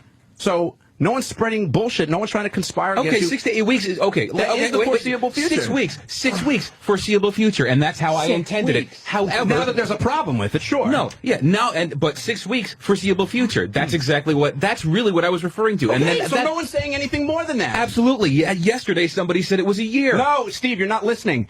What was said was that how much time does he have? And he said he has a year's worth. Steve taking a year and he has a year's worth is two completely different things. So no one ever said that. No one ever said that you were taking a year's worth of... You guys did say it. We said he could be taking a year. Yeah. Yes, he could be. Why would we say no, he couldn't be? Like, would we really say no? He said foreseeable future, which means 6 weeks. Yeah, and That's not what that means. Foreseeable doesn't mean 6 weeks. It means it's open-ended, and he has 51 days, and there's 52 weeks in a year. Even 20 straight Mondays would be a major problem. Of course, and I was never going to do it for 20 straight Mondays. And then we went, wait, he could possibly be doing it for a year. No. Never. Well, whatever. It is a major difference between what you're saying and what you wrote. You feel very isolated from everybody here. Absolutely. Everybody here. Everybody. And why is that? Like, what is it? I have no idea. You know what, dude? I have no idea what the fuck I did. You seem very sad to me, and I'm not saying, look, there are times where I understand that, look, you like, I'm listening to your argument here. I understand why people thought that email said what it did, because it was worded terribly. It was very badly worded, and I see why people would think that you meant everyone. I really would. But it's like you just strike me as being very sad and feeling very disconnected from everybody here. It's like you feel like you're walking into a war zone every time you come to work. Absolutely. But why? I wish I could tell you. I wish I could tell you. I really get a feeling that I'm being like fucking pushed. I've been having that feeling for I don't even know how many months. Like I'm really being like, sort of distanced so I can just say, fuck y'all, I'm out. So, and that's really how I feel. That's absolutely how I feel. And if I'm completely unjustified and crazy and out of my mind, then so be it. But like it was just said, like, if we mess with you, there's a problem, and if we don't mess with you, then it's like, why am I being isolated? No. So, like, there was a point where you would fuck with us just as bad as we would fuck with you and everyone else. You would walk into my phone booth and pour salt on my head because I made fun of you. So, yeah, that's going back. And all of a sudden, that stopped. And is that why you're losing your hair? Who, me? Is Travis losing his hair? Oh, yeah. Everywhere except his back. What a fucking creep. What, he's got a hairy back? It's just disgusting. I hope it falls out. I hope your hair falls out in 2 weeks. Oh, shit. Do you have a hairy back, Travis? No, I absolutely don't. I hope your fucking hair falls out like Michael Jackson after a Pepsi commercial. Big dumb scar. That's great. Get some follicles. Yes, but the cheaper version where they fucking they staple them into your head. Fucking Mary. So now what? How does this cute bit end? Well, it's been going on. We all feel this uncomfortable tension, and it's like it sucks to feel that way. And there's stuff that the people don't know that went on that we know that went on. You know what I mean? It's like between different people, which I think sometimes the staff does rise your heart. I think sometimes you handle things very badly. I mean, there's certain things that I've even told you, like, I think that was handled terribly. Yeah, and you've been very honest, and I've really curbed that behavior in lieu of some of that. I absolutely have. I think you cause your own problems, Steve. I'm in therapy. There's some weird thing that happens with you and communicating stuff. Because I believe what you're saying today, but man, it wasn't perceived that way, in the last couple of weeks or whatever it would be. And we all do selfish or self-centered shit at work. All of us do it. It's a big outlet for our shitty personalities, and it's very easy to point it out in all of us. But it's almost like when you get called out on it, it's like you get very defensive. At times you just got to go, you know what? I was being selfish, or I was being fucked up the way I handled that, or I was kind of putting my interest, whatever, you know what I mean? It's like there are times where it's okay to admit that. Will absolutely admit that I am narcissistic, vain, selfish, and fucking crazy in more than one respect. See, then you fit in perfectly. Yeah, well, I would think so, but for some reason, maybe it's my own fucking neurosis that I feel like I'm being fucking ostracized. It could be, or maybe just nobody talks about it, and there's just sort of like, all right, we're done with him. There were things even that I try to talk to you about, which were not as much connected to me as to other guys. Yeah, there are unspoken things. And unspoken stuff, and things that were talked about, and that kind of, I thought, like, why did he do that? Like, why did Steve handle it like that? Like, I wasn't even privy to all that was going on, but I was like, why did Steve do that? Like, you know what I mean? Like, I couldn't find a reason that made sense to me why certain things were handled that way. Like, I thought, like, he should have handled that one differently. Do you know what I mean? Mm-hmm. I'm not attacking you, dude. I know you're not. I don't hear an attack in that. I just, maybe, the communication around here, could improve, or maybe it's not going to be improved. I don't know. It's hard. I don't know. It's hard to, like, when the staff rides you hard. I see it, but I also see when you do something that I think is like, that's. And believe me, I'm not saying I'm above it or Opie's above it, but when you do something that's really fucked up or self-centered, it's like you got to be able to be called out on that and go, God damn it, that was fucked up. I put myself before the show, and I shouldn't have done that. Like, you know what I mean? Because then it's a lot easier to yell at Danny or Sam or anybody who fucks with you where it goes beyond where it's comfortable, where it should happen. You know what I mean? Like, if those guys are riding you beyond what is appropriate for the show, they should get yelled at for it.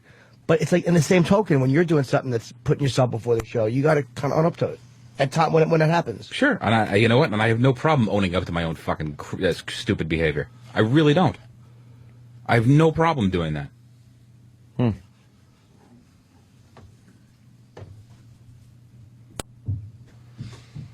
It's part of being honorable. You have to own up to your own shitful behavior if that's what you're guilty of. Us. But Jesus Christ, didn't got to hear that from.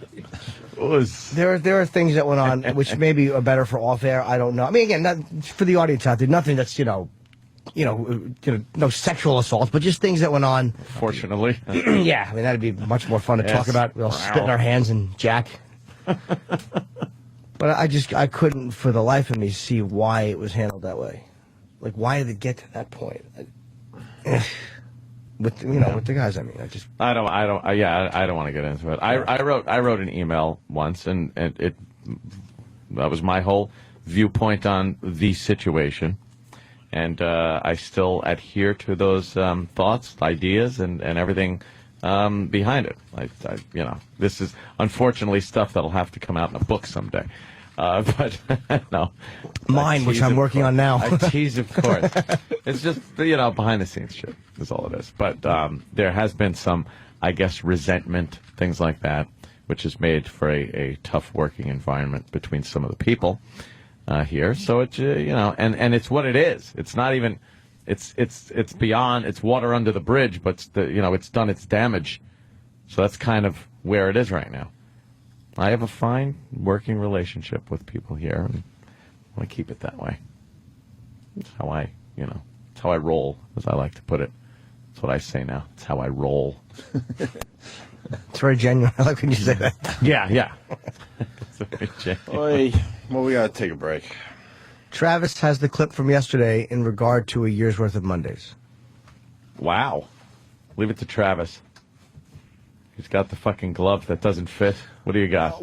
A Mondays off started at June 12th, and then he's asking, what about the fictitious guest issue email? I have no idea. Remember I asked you, I sent you a text, I'm like, why wasn't the staff told about... Yeah, and they were. No, I do not have an email. Dude, I sent it to everybody. Do you have a copy of what you sent out? Absolutely do. Just print a copy of it, and we'll keep it vague, but it would vindicate you if you had one. I do. Absolutely. Okay. I didn't go into specifics why, because I was told that I wasn't going into specifics, but I did specifically say. Don't say specific twice. I don't, yeah. I mean, there's three of us that are I didn't right get an now. email. Eric and me were told about it because we had to do a thing. We were told about it in advance, but there was no email. All I was told was someone would not be coming in. Yeah. So everyone's saying they get an email. I've got it. I've got it. Oh, we got to take a break anyway. Could you have it printed out? Sure. We'll just finish it up on the next break real quick. We'll just give it a quick synopsis. Is that cool with everybody if he just prints it out and we finish it up? Fine by me. Fine by me, right? I got to piss. So what are we doing? I don't know. I thought we were going to take a We're break. going to take a break and stare around uncomfortably at each other. And then... Have we been going an hour and 36 minutes? No, that's silly. The clock is wrong. All of them. Not if I turn a camera on. You're a dunce. I really am a fucking cunt hat. See, if you turn a camera on, then see the show continues, and then it can't be uncomfortable when you go to break. See? That works. Nice. Are we playing that other clip? I got confused. I tapped out a while I can ago. play it if you want. What clip do you have, Travis? It's play it. regarding... we said it yesterday. Just play it. A year's worth of Mondays. Okay, let's hear. Okay. Wait, Steve, I thought this Monday thing was for a few Mondays. Like No. For the foreseeable future, possibly for a year, 52 weeks. Possibly. For real. Oh, yes. E-Rock for real? Yes. 52? He gets a So paid our executive producer is now working 4 days a week. Well, that's somebody else speculating. That's not, speculative. That's completely speculative. Yeah, I'll give you that. Well, the word possibly was used in there, Steve. Yeah, but it's also possibly he could use 52. And foreseeable possibly it could mean 8 weeks. Yeah, when you have 80 days that are potential sick days. But I never said that. And neither did Sam. He just said potentially because it was so open ended that for all anybody knew, it might as well have been. When if I say, dude, I'm gonna take every Friday off for the foreseeable future, and I have 100 sick days, wouldn't you just assume that I'm just gonna be taking every Friday off until I run out? The first thing I would the first thing I would say is it's not a crazy thing to assume. No, the first thing I would say is, if you mean every day for the next year, no. Does Kenny want in? Oh no. There's no sense to beat a dead horse. I think every reasonable man can conclude who's right and who's wrong here. All right? Steve talks about being honorable. What would hurt to just admit maybe you made a mistake? I think I did, in my wording of the original email, make a mistake. Make a mistake by not being more clear as to my intentions. The original email and every time you spoke about it after that. What I say in staff meetings is pretty much to get people off my back. So would it be reasonable? with regard do to it this. to yourself. You do it to yourself. I'm sorry. Wow. All right, So you do it. And then he's Danny, what do you have to say? And then he'll say that, you know, the staff is miscommunicating, you know, on his behalf. Like, dude, what are you talking about, man? No one's saying anything besides what you're saying. And then obviously you sent an email out in some regards saying that, blaming the staff for you know, mixing your words up, which completely was not the case. And I have a big problem with that. Kenny, you're an interrogative. You know, Kenny's pretty much an expert at interrogation. Anyone who's had a fucking lunch with him knows that. What's your take on it? No, Steve just said that his intentions were miscommunicated. Is that something what you just said? Yes. All right. So what precisely was miscommunicated? I should have been more clear with regard to how many of those to how many of those Mondays I was going to use. All right. So would it be fair to say that your intention was to take off every Monday as long as you could? No. That wouldn't be fair to say? No. That was not my intention. And the fact that I didn't outline it more specifically, yeah, that's my fault. What are we? There's a serious conversation going on here, and all me and Jimmy are doing is looking at Club Soda Kenny's dick rubbing on the mic. How the mic stand is rubbing against his stupid peenie. His little wee-wee.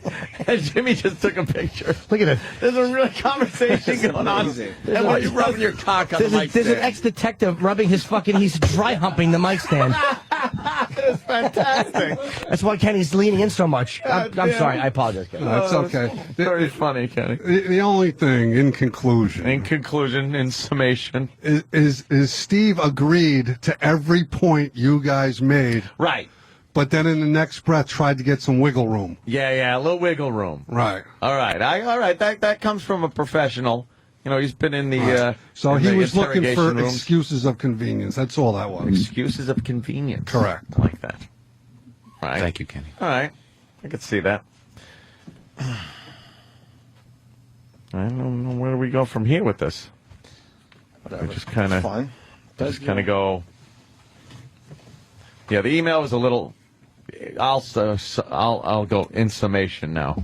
The email that went to the boss was a lot more specific, even though it was vague, than the one we got. That's why we didn't turn around and say, "Holy shit, Steve, you can't take every fucking Monday off," because if we got the one the bosses got, we'd looked at that and said, "Holy shit, Steve's taking every fucking Monday off for who knows how long." It's open-ended. That's why we didn't complain or say, "Holy shit, we don't have an EP for a Monday from now until we don't even know when." So that's what I saw. And if you're saying that you erred when you wrote that email, all right, I'll buy that. Happens. That's all. That was my summation. That's what I took away from the whole thing. What you fucking savages do behind the scenes is none of my goddamn business funny, though. or my concern. I grab my backpack and I run out of here and I leave that whooshing white smoke that cartoon characters leave when they leave a room quickly. It's true. It's amazing. But fucking 10:31, he's goose stepping down the hall. Danny, you all right? Yeah, I would just, if accusations are made, then I just would like, just a little bit of backup. Like I can't just run around saying whatever I want. And I would just like it to be the same for everybody. So if there's accusations of just nonstop ball busting behind the scenes, then at least have a few examples, because it doesn't, as far as I know and from what I do and from what I observe, I don't see it. I don't see it. Because I can tell you I used to see it 2 years ago. Yeah, but you and I don't I don't see occupy it the same real estate anymore. You Okay, just but don't. and then 80% of the guys are in my office too. So when does it happen? And who's doing it? I don't know when it happens, and I don't know who's doing it because it happens when I'm not around. So it happens on Mondays. Well, someone had to make Jesus.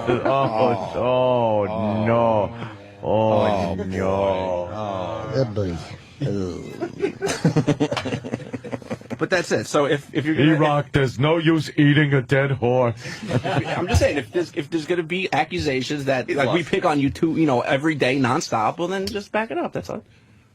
That's what you said on the air. You do talk very vague at times, Steve. You got to back up your stuff. Because my fucking brain is like a sieve. Well, write it down. Perfect. That would help you out. You do talk vague, and I think you do cause your own issues. I think I do, Maybe too. not every time, but... No, I don't every time, but yeah, sometimes But I think you do cause a lot of your own... We all shit. have our foibles. Hey, that's my word. I know. I used it. That's why I used Jimmy's voice when I did it.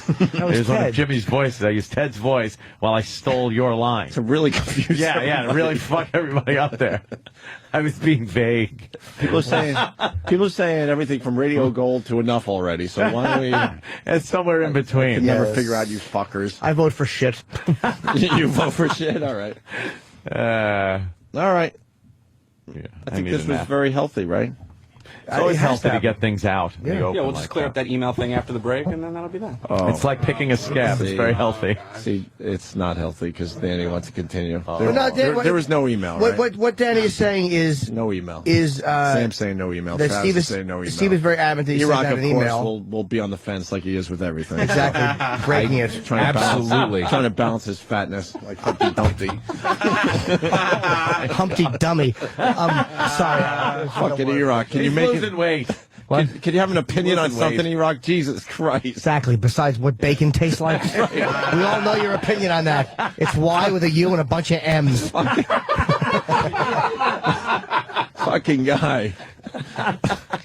E-Rock, by the way, is indestructible. He really is. He panics because he just wants to agree with every single person in this room. I know. Steve, just Danny's At all point times. about the email is... E-Rock's in here as we kill Yes. He's been getting crushed, and he's just sitting in the seat. I couldn't see him behind Steve. What? He's tearing Oh, up yeah. at the trans fat story on TV. Channel 5. E-Rock, can you make a decision? Did you get an email or not? Everyone else is saying they did not get an email. No. No email? No. And you absolutely sent it. I remember writing it. Of the handful of things I fucking remember in my life, I remember writing that. What about hitting send? All right, that's a good... all right, we'll go to break with this. That's good. We'll read the email next, Steve. Fair enough. I think it's fair. Fair enough, sir. Fair enough. What's Alanis Morissette doing? She's on weeds. Is that her? Oh, is she on weeds? Wait, is that her at the Yeah, bottom? yeah. God damn, she's fucking hot. Did she have work done or something? Dude, I Or never did she realized just how look beautiful kidding she me? was. Better with age. She doesn't Wow. look bad. She's beautiful. You know. Wow, Look how pretty she is. She looks better now than she did when she had all those hits. Yeah, Dude, she does. looks fucking good. Oh, I would definitely How kiss old is her. Alanis Morissette? She's 61. Yeah. Somewhere between 30 and 70. It's funny. Well, what is she doing? Shitting there or pissing? Pissing. I think Yeah. before she goes on stage. It's Fantabulous. Yeah, she likes to take her leak. That's I'm nice. saying she's 35. Yeah, that's it? Come on, bullshit. She married Older again? than that. She was engaged to Ryan Reynolds, but he left her for Scarlett Johansson. Oh, I don't. Do you blame her? No Looks like she's doubt. taking a dump in that picture. That really does. That's fucking lovely. Nice. I'd be singing "Thank You." Get it? very I'll funny. tie in with her That song. is good, Jimmy. Is your wife still crying? Is she all right? No, I no have no upsetting idea. loved I ones. have no idea. She's pissed off. I know that. No upsetting loved ones on the program. Is she pissed because you misrepresented it to her, too? Oh, my God. He told me he had every Monday. Jesus H. Christ. I would love to get her side, but we don't go there. It's fine. That was a joke, Steve. Jesus Christ. No, look, I love my wife. I don't like seeing her upset. Yeah, I understand that. I could appreciate that. Yeah, that's where it gets like, All right. We'll take a break and we'll read that email. Please don't have it dated July 21st. It'll be embarrassing for everybody. Or July 22nd, because that hasn't happened yet. Right. Or the 19th, because it was my birthday. Oh, How great would I it will be agree. if the email is dated July 21st? Jim was not included on the email because it included birthday details. Okay, that's fine. Wait. it's a letter from Doc. What? When He's was, in the Old West. when was this email sent? Saturday or Sunday? Saturday. And me and Aunt got it, too? Yep. Oh, interesting. When did you find out this info? Let me see what's going on Saturday? here. Sure. Saturday. Sorry. We're going to go with... Look, check Saturday or Sunday. Saturday. I don't remember. All right, we're at Sunday. I could search with my my email. Is the title of the email Monday Guests plus Jim's birthday guests? Yes. Okay, then you want me to read it? Oh, shit. Just say, shit, that doesn't sound like something incriminating. You know what? I'll tell you this much. If it was going to back up Steve, I don't think Travis would have said, okay, you want me to read it. He'd have hit delete. Yeah, okay. Blank has been canceled. So now the only guest for Monday is Jay Okerson, who will need a plug sheet. However, we have some surprises for Jim's birthday. And then it lists all of the surprises for Jim's birthday. And then the email is over. Okay. So it doesn't say why he was canceled. Yeah, it or doesn't why say we wouldn't be anything able- that we needed to know. I was told not to make that information public. Oak knew, I think Ant knew, and that's it. I wasn't told. I was told not to. But you said that you emailed the staff about it, and so that we would all know the details. No, I said Jim asked me why I didn't email that the guy was canceled. I thought you said, I'm all right, Spider. No, the problem there, Steve, is that I'll tell you what the problem is. My issue was that there were certain info the staff had to have for replay and all that stuff, because of concerns that were had, and there's no way they could have known that because we came in Monday and I'm like, well, was this handled at the end of last week, or as soon as it was made known? And like, how is the staff knowing not to have certain things on the air if they aren't told? Like, according to that, they would have had stuff on the air all weekend. Hypothetically, let's say Travis. I have pulled production something. that I could have played. Yeah, exactly. So that could have been a problem. And this email that says but nobody person has been canceled, that doesn't. Yeah, I was told that he was anybody. canceled, and I was told not to give out the reason that he was. But you didn't say in it, don't replay certain aspects. I wasn't told not to replay certain aspects. I wasn't told that. Wait, but you knew there was an issue that could erupt into some legal clouds. If the person was on. or replayed. Or replayed. And this is not the company being paranoid. This is one of those situations where it's like, yeah, I definitely got where they were coming from. No, if we've been bitten by the same German Shepherd a few times, we're going to be a little leery of German Shepherds. Yeah. And we have been bitten a few times. So we went in dick first with peanut butter while he was growling. Idiots. The way I read it when I got it was, don't have this guy, shit, I don't even know what I have to say. Just say that. Like, don't have this guy. Don't have him. Don't have this guest. person on. Don't have this person on as a guest. That's how I interpreted it. Okay, but considering he was a guest, right, and there was audio, and that audio was where the problem came from, right, then the staff should be told this is off limits. And I would assume that you were told that some of the audio was verboten as far as being played. I was told this guy was not. You weren't given a reason why. You weren't given a reason why this guy wasn't going to be on our show. Absolutely, but I was told that was not conveyed publicly. That was not made widely known. But I understand, like now, but there's a difference between explaining to the staff why he's not going to be on the show and telling the staff, look, because of certain things that came up, do not play this audio. You know, why wouldn't you tell them not to play the audio? I wasn't told to eradicate the stuff. But that's something I think an executive producer should put two and two together. If the boss tells you there's a problem that could erupt into something based on a guest and his appearance, shouldn't you know? Look, we got to wipe this out. Like, there have been times I've turned around and gone, "Holy shit, do not play that." There was a time I think Butcher played something. Or it's not. Oh yeah. And there's just been times people have played things where I'm like, oh my god, are they crazy? Right. We just got fucking bitched out about this, and they knew. Right. They knew. And that's kind of the situation we had. I think you could easily deduce that if a guest was a problem, if there was going to be a problem based on what he had said in a previous appearance, that previous appearance shouldn't be played. And when was that email sent to Travis? That was on Saturday. Okay. Which is fine, but like Saturday, what time? I'm not nitpicking. I'm curious. Saturday, 12:15 p.m. There you go. Okay. It's the fact. I think it's more the fact that, like, Monday morning, it's just like, hey, should we play this? And I'm just like, yeah, why not? And it's just like, well, because of this. And I'm like, I don't even know that. I didn't know either. Yeah, that was a big surprise. So it's just like, maybe if the details, aren't for everybody, that's fine. But I don't think there's a problem in saying, hey, let's all be cautious because this happened. Wait, can I ask too why you didn't? Here's what I want to know, because I was in communication with Steve Blatter and and Eatman and stuff like that on Friday. About this became an issue sometime on Friday. I don't know when, but I have an email, a text between Blatter and I at like 7:50 p.m., which was I think Chicago time. So how come you should have sent this out Friday night because of possible replays on Friday night or Saturday morning? I didn't know that's what they wanted. The weekend done. stuff was already taken care of. Oh, it wasn't. Yeah. I didn't know that's what they wanted done. I thought they wanted the guest pulled. That's what I got from all the correspondence. They wanted the guest pulled. Were you given the reason why? Yes. So, knowing that's what I mean. They wanted the guest pulled, but they told you why. So, based on why, it should have been known to not replay certain audio. It just should have been known. That's something like 2 and 2. It's 6.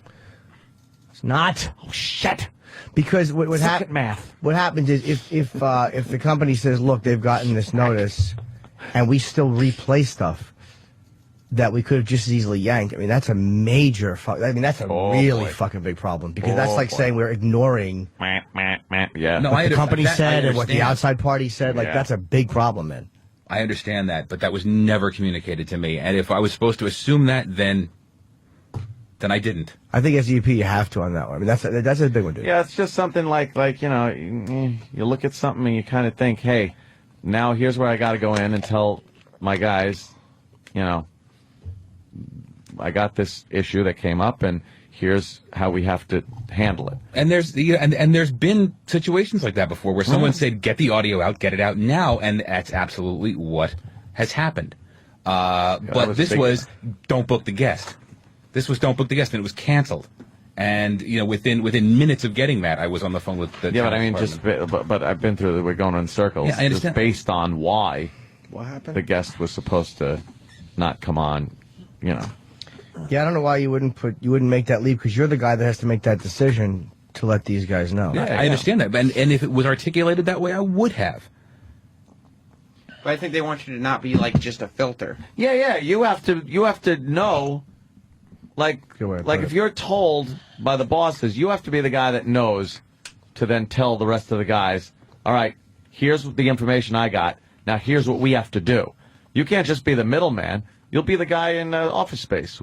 So what exactly would you say it is you do here? You can't be the middleman guy. There's information that you get. Now you have to take that information and kind of figure shit out and then disperse it amongst the staff. That's part of make sure the show's well protected as you do that. Yeah, absolutely, without a doubt, man. We were a little vulnerable. Yeah, that was. We were a bit vulnerable. We had our soft bellies. Yeah, we did. Laying open for a little while. Although it wasn't terrible because a lot, I said a little vulnerable. Yeah. A little. Yeah. It wasn't like crisis, but it should have been taken. Who edited it?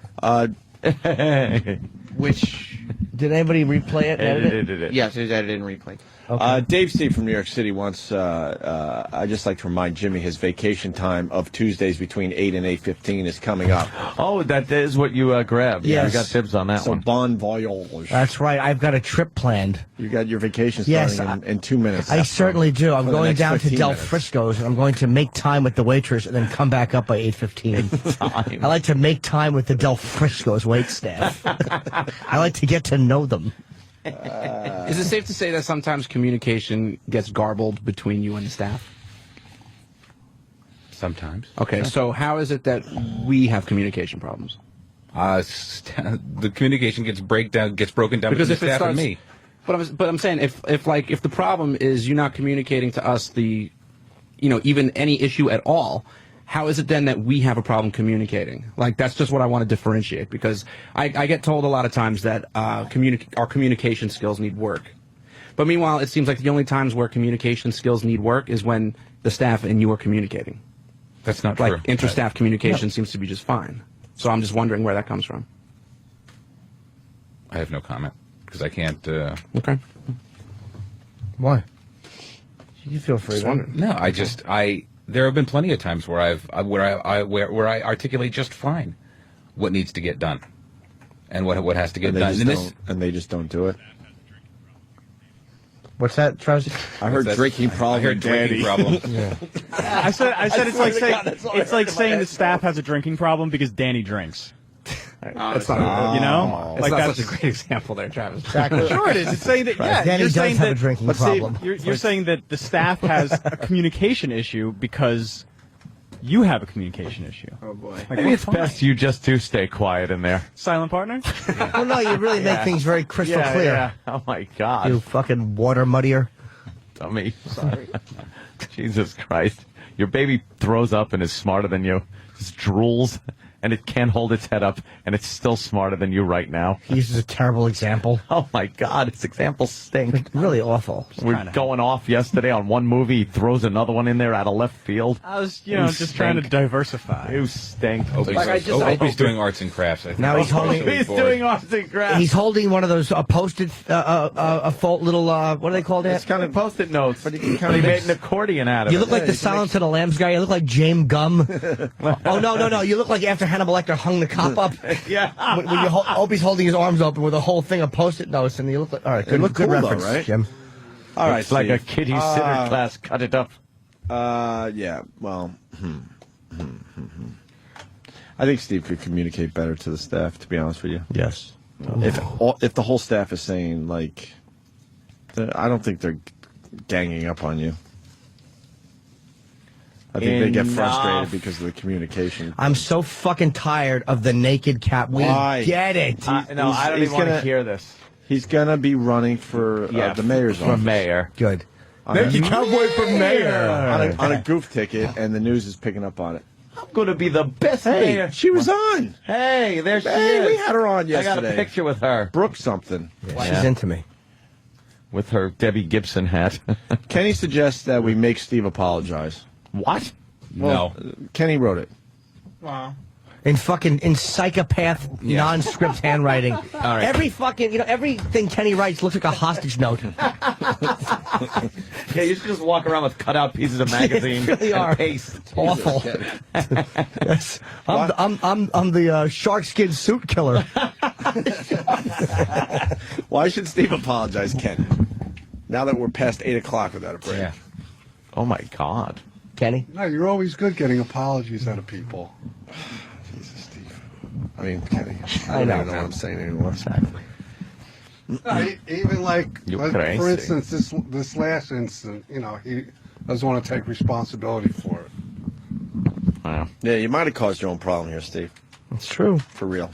And I'm a self-destructive individual. It's not that you're self-destructive. It's that when you fuck up or whatever, it's kind of hard for you to go, wow, that was a tremendous blunder. You'll say it like as a very casual admission, but specifically to go, wow, I really should have done that because that was a big one. I really do believe you weren't going to take every Monday off for the next year, but you didn't really communicate that whatsoever to anyone until today. That's right. Which caused the issue that is But been why? discussed for what? well over an hour now. Why didn't anybody ask? Why didn't anybody we say did. anything? It came to a head yesterday. It's, Well, don't forget, no one got that email. First of all, Splatter and Cross got. Yeah. And Danny said, "You're taking every Monday off, Steve," and you said, "Yes, I have the days." When did I say that? In the staff meeting, Oh, which so- is obviously you say things in the staff meeting just to get people off your back. Right. Which we heard today. Yeah. Which didn't help your case, by the way. It definitely didn't. Well, because the staff meeting is 1% information, 90%, 99%. That'd be 91%. But see, all the ball busting and stuff is one thing on the air. not true at all. The staff meeting is where you should be serious and not just say stuff to get everyone off your back. That's what you should be saying on the air. There's approximately 4% ball busting in staff meetings. And what was the other percent of non-ball busting? Work and discussion. No, what's the number? 96. Good Do we boy. go 96? Or is there a gray 96%. area where it's 92 and then 4%? Oh, then there's kinda unknown, some Give or take a couple percentage points. You need a plus or minus. 1% is E-Rock drinking free sodas. E-Rock. Piggy boy likes soda. Well, let's ask Elliot Ness Shoes. What do you think? That's one. That's I think something that really. I'm surprised that Kenny's kind of frustrated with Steve. Kenny seems to be Kenny's frustrated. a facts guy, though. Kenny's an organized facts guy. Kenny, and I mean FACTS, not facts. Kenny is a factual guy who lives and dies on facts. And if you've ever traveled with him, you know that's all he does. Kenny, you have a Talk about problem facts. with what Steve's saying here today? No, I like Steve, but, you know, he's just caught between a rock and a hard place now. And Kenny also loves cliches. Oh, my God. Yes. He's a the cliche cliche kid. king. He really is. He loves cliches. Caught between a rock and my head. That's right. there A rock would and be a pea. no harm for him to admit his indiscretions. That's all I'm saying. Because it's evident by his babbling for the last hour and his body language. What's the body language language? Hold Wow, on. What's the body detective. language? Oh, he's been biting his lip. Kenny, He's been fumbling with his Fu Manchu. He's been tapping his foot. He's been shuffling in his chair. And these are things that Are these tells? You're told, mean to look for? something. Yeah. Yes. All right. They're tells? Yes. What do they say? He's nervous and uncomfortable with what's going on. I'm nervous and uncomfortable in the studio, period. You do this for a living. Then you're in the wrong profession. No. Years. It's been 11 years. 11 years. Oh, Kenny. Actually, no, I'm not in here full time, Kenny. Oh, he No, got but you. he got you. You're a voice guy in the radio. I'm a in the voice guy. studio. Look, behind in a room with a microphone and no windows, I'm great because I feel comfortable. But in a room where I'm put on the spot with three guys with razor sharp wits, where I'm going to get eviscerated if I say the wrong thing, no, I'm not comfortable. All right, so then what would be the harm to just admit it and get it over with? Admit what? What specifically would you like me to admit, Kenny? Well, just tell the truth. I did tell the will truth. set you free. I did tell the truth. Another one. Oh, my That's God. I didn't lie at any point in this conversation. What about the staff meeting? No, 2 seconds we're ago. not saying you lie, but there is deception going on. Yeah, Steve, that was a little rough. I mean, you want people. It's hard to defend you when you say stuff like, "I just say stuff at staff meetings to get them off my back." That's a rough gorilla. You can't say that you tell us things just to get us off your back, and then say, "Oh, the staff is lying and misconstrued dude, my information." Misconstrued. By saying that 90% of the staff meeting is ball busting you is a complete fabrication. It's complete. That is fabricated. Not even close. No. Again, 4%. Would it be 70%? Maybe? So and then No. I would say closer to 60%. Closer to 4%. No, it's not 60%. So Steve's saying closer to 60. It's approximately 4, and then 1, and then 95.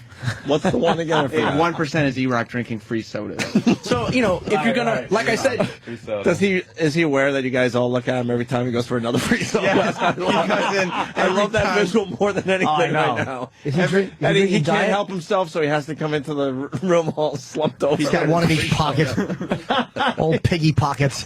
What, is E-Rock drinking fat-free soda, like diet? He does drink Diet Pepsi. Good. That shit Eats catches up to you, Cheetos. though, man. Does Eric know there's free ice cream in the green room? Oh, Eric's the one that alerted us to it. I didn't know that. Oh, yeah. I What did. are we going to tell us? Well, we could sum it up by Rat Spit here from Pal Talk. He just writes, Steve created this problem, so on and so forth. So, So on and so That's true. I didn't mean it when I wrote ad infinitum. can we please break? I have to pee really bad. you sure? Or are you just saying that? I swear to God, I'm going to piss my Because pants. now we don't know what to believe. Yeah, we don't know. We gotta watch her piss his pants then. Everyone pull out the... No, we He don't. said it. No, we don't, Sam. I just said that to get you off my bladder.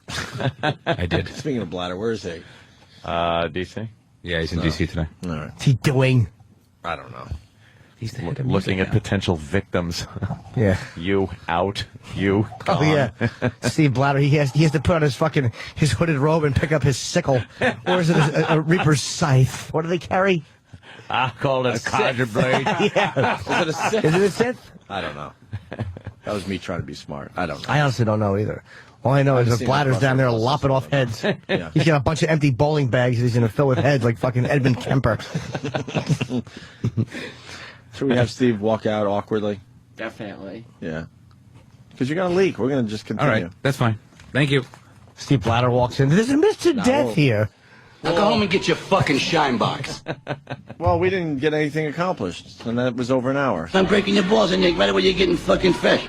He was getting fucking fresh. He's just killed little fucking manners. All right, well. Should we break now? Yeah, I got pissed too. I apologize. We're in your vacation time, Jimmy. I don't, dude, it's not about me. It's about the. I don't mind giving up vacation time. I'll just take it. Are you I'll willing take it to next give up hour. today's vacation time? Next hour. No, I can switch to 9:15 to 9:22. I don't mind. I'll take that extra 7 minutes. The staff tends to be randier down at Del Frisco's. Del Frisco's.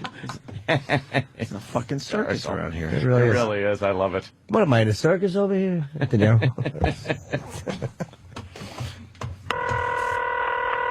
Hello, is this Australia? Is Corey there? I'm trying to call a continent. Who would you like, mate? His name is Corey. Do you have a last name? No, but he's the guy from the news clip. Huh? Corey, the man on the computer. He has delicious nipple rings and a smooth chest. Like me, could you please connect me with him? Oh, hello, this is Corey. It's him. It sounds he's got an accent. Hi, do you have an XM? Huh? Okay, good. Could you talk to Opie and Anthony? And that's how you executive produce. Gonna move on with other things. We have, by the way, we have. Whoa. There's a little Guns N' Roses, right? Old Guns N' Roses. Though. Appetite for Destruction was released 22 years ago today. That's why I think Travis is playing this right now. Or did you just luck out, Travis? No, you lucked There's out. a method to everything I do. What were we going to say, Jimmy? Michael Emerson canceled. Ben from Lost. He's coming in next Monday. He's sick. Oh. But they said he called Liam personally and said he definitely wants to come in. It was just I know that was disappointing. I'm heartbroken. I haven't met him yet. Oh, you weren't here that time. I was not here. Ah. I would love to talk to him about Lost.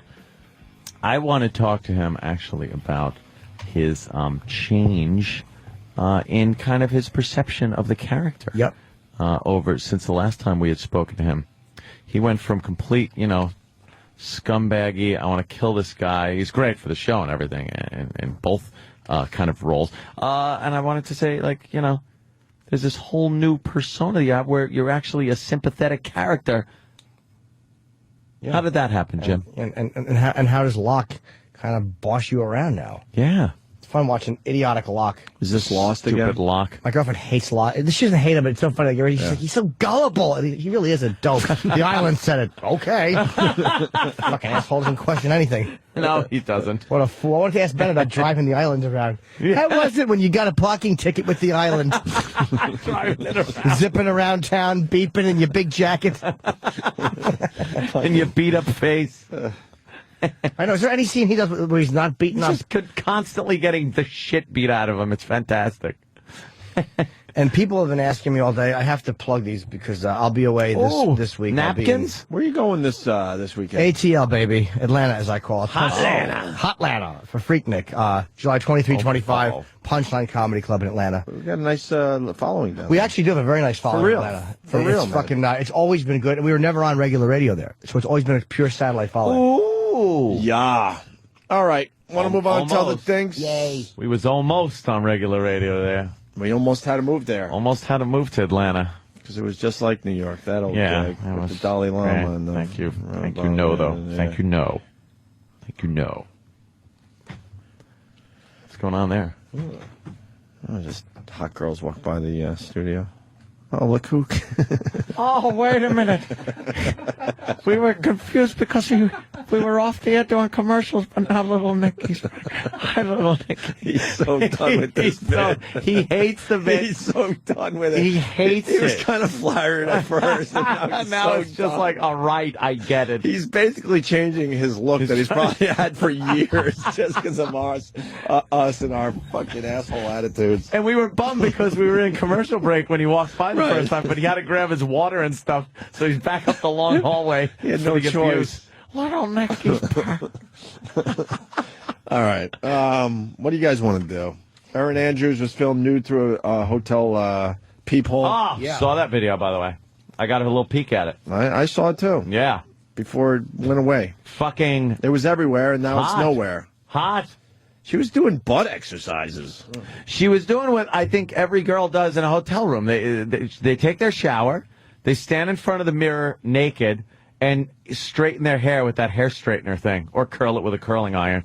And that's why they always go, look, I got a little burn on my belly. Who's the piece of shit that filmed her? I know. What a fucking scumbag. Great guy. This one. No, he had a little peephole, and he's filming her through the peephole. Right. And he got her really. I mean, he got every angle. He got her bending over with those giant tits. Implants, right? Hard to tell. They look a little when too I saw it a while ago. Big and juicy for natural, but hard to tell. Very good. And then he gets the ass shot, which is nice. sexy. Yeah, right. And then she gets in front of the mirror and starts going at it with her hair with the little girly hair tools and stuff. And then she's doing like these little squat things, almost like she's got to squeeze out a log. And she starts looking at her ass in the mirror and stuff. I guess girls look at their asses in the mirror when we're not around. I don't know why it's so goddamn hot that this is so wrong. Well, yeah, that's why. Well, voyeurism has is always really been hot. Yeah, That's definitely one of my... I mean, she turns around at one point and just starts squeezing her ass cheeks together. Well, she didn't know she was being filmed. No, of course she didn't. She squeezes her ass cheeks together a little bit when she turns around, and then she does these little squat things and looks at her thighs as she's doing it. Who is this bitch? Is she married? She's on ESPN Beauty. Hey, so the New York Post here in New York, right? If we had the video, that would be so hot to look at. New York Post. Probably wouldn't hear many people talking. No.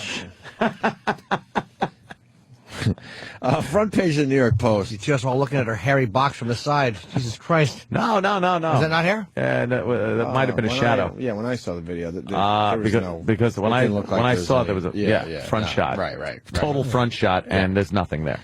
Can you see the lips? You'd love it. It's a little blurry because of the, I don't know what kind of camera this guy used. Surely wasn't HD. Surely wasn't a flip HD.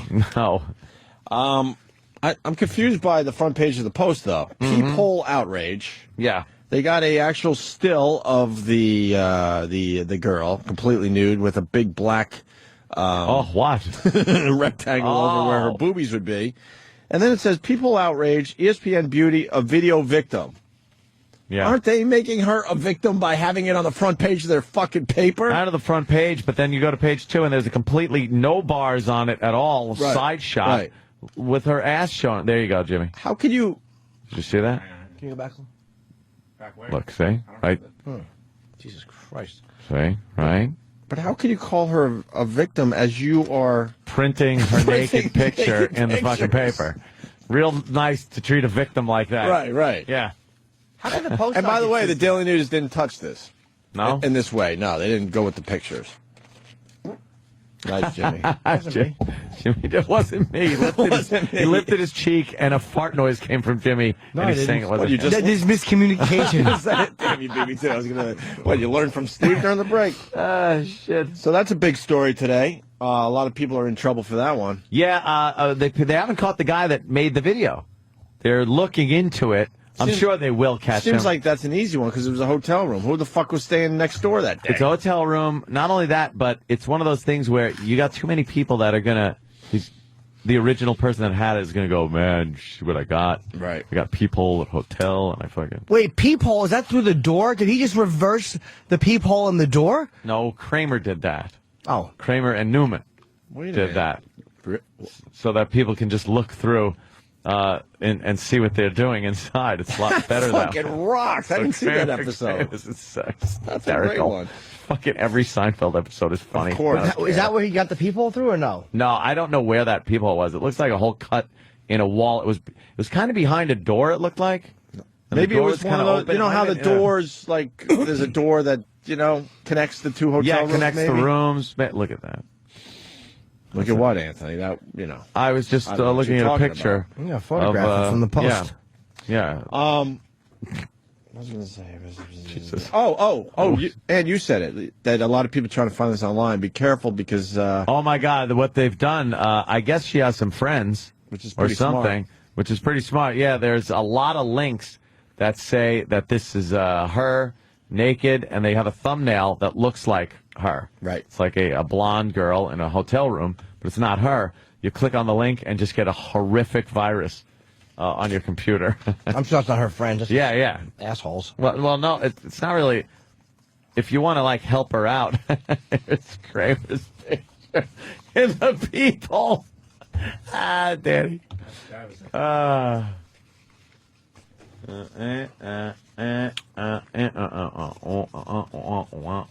I would think so.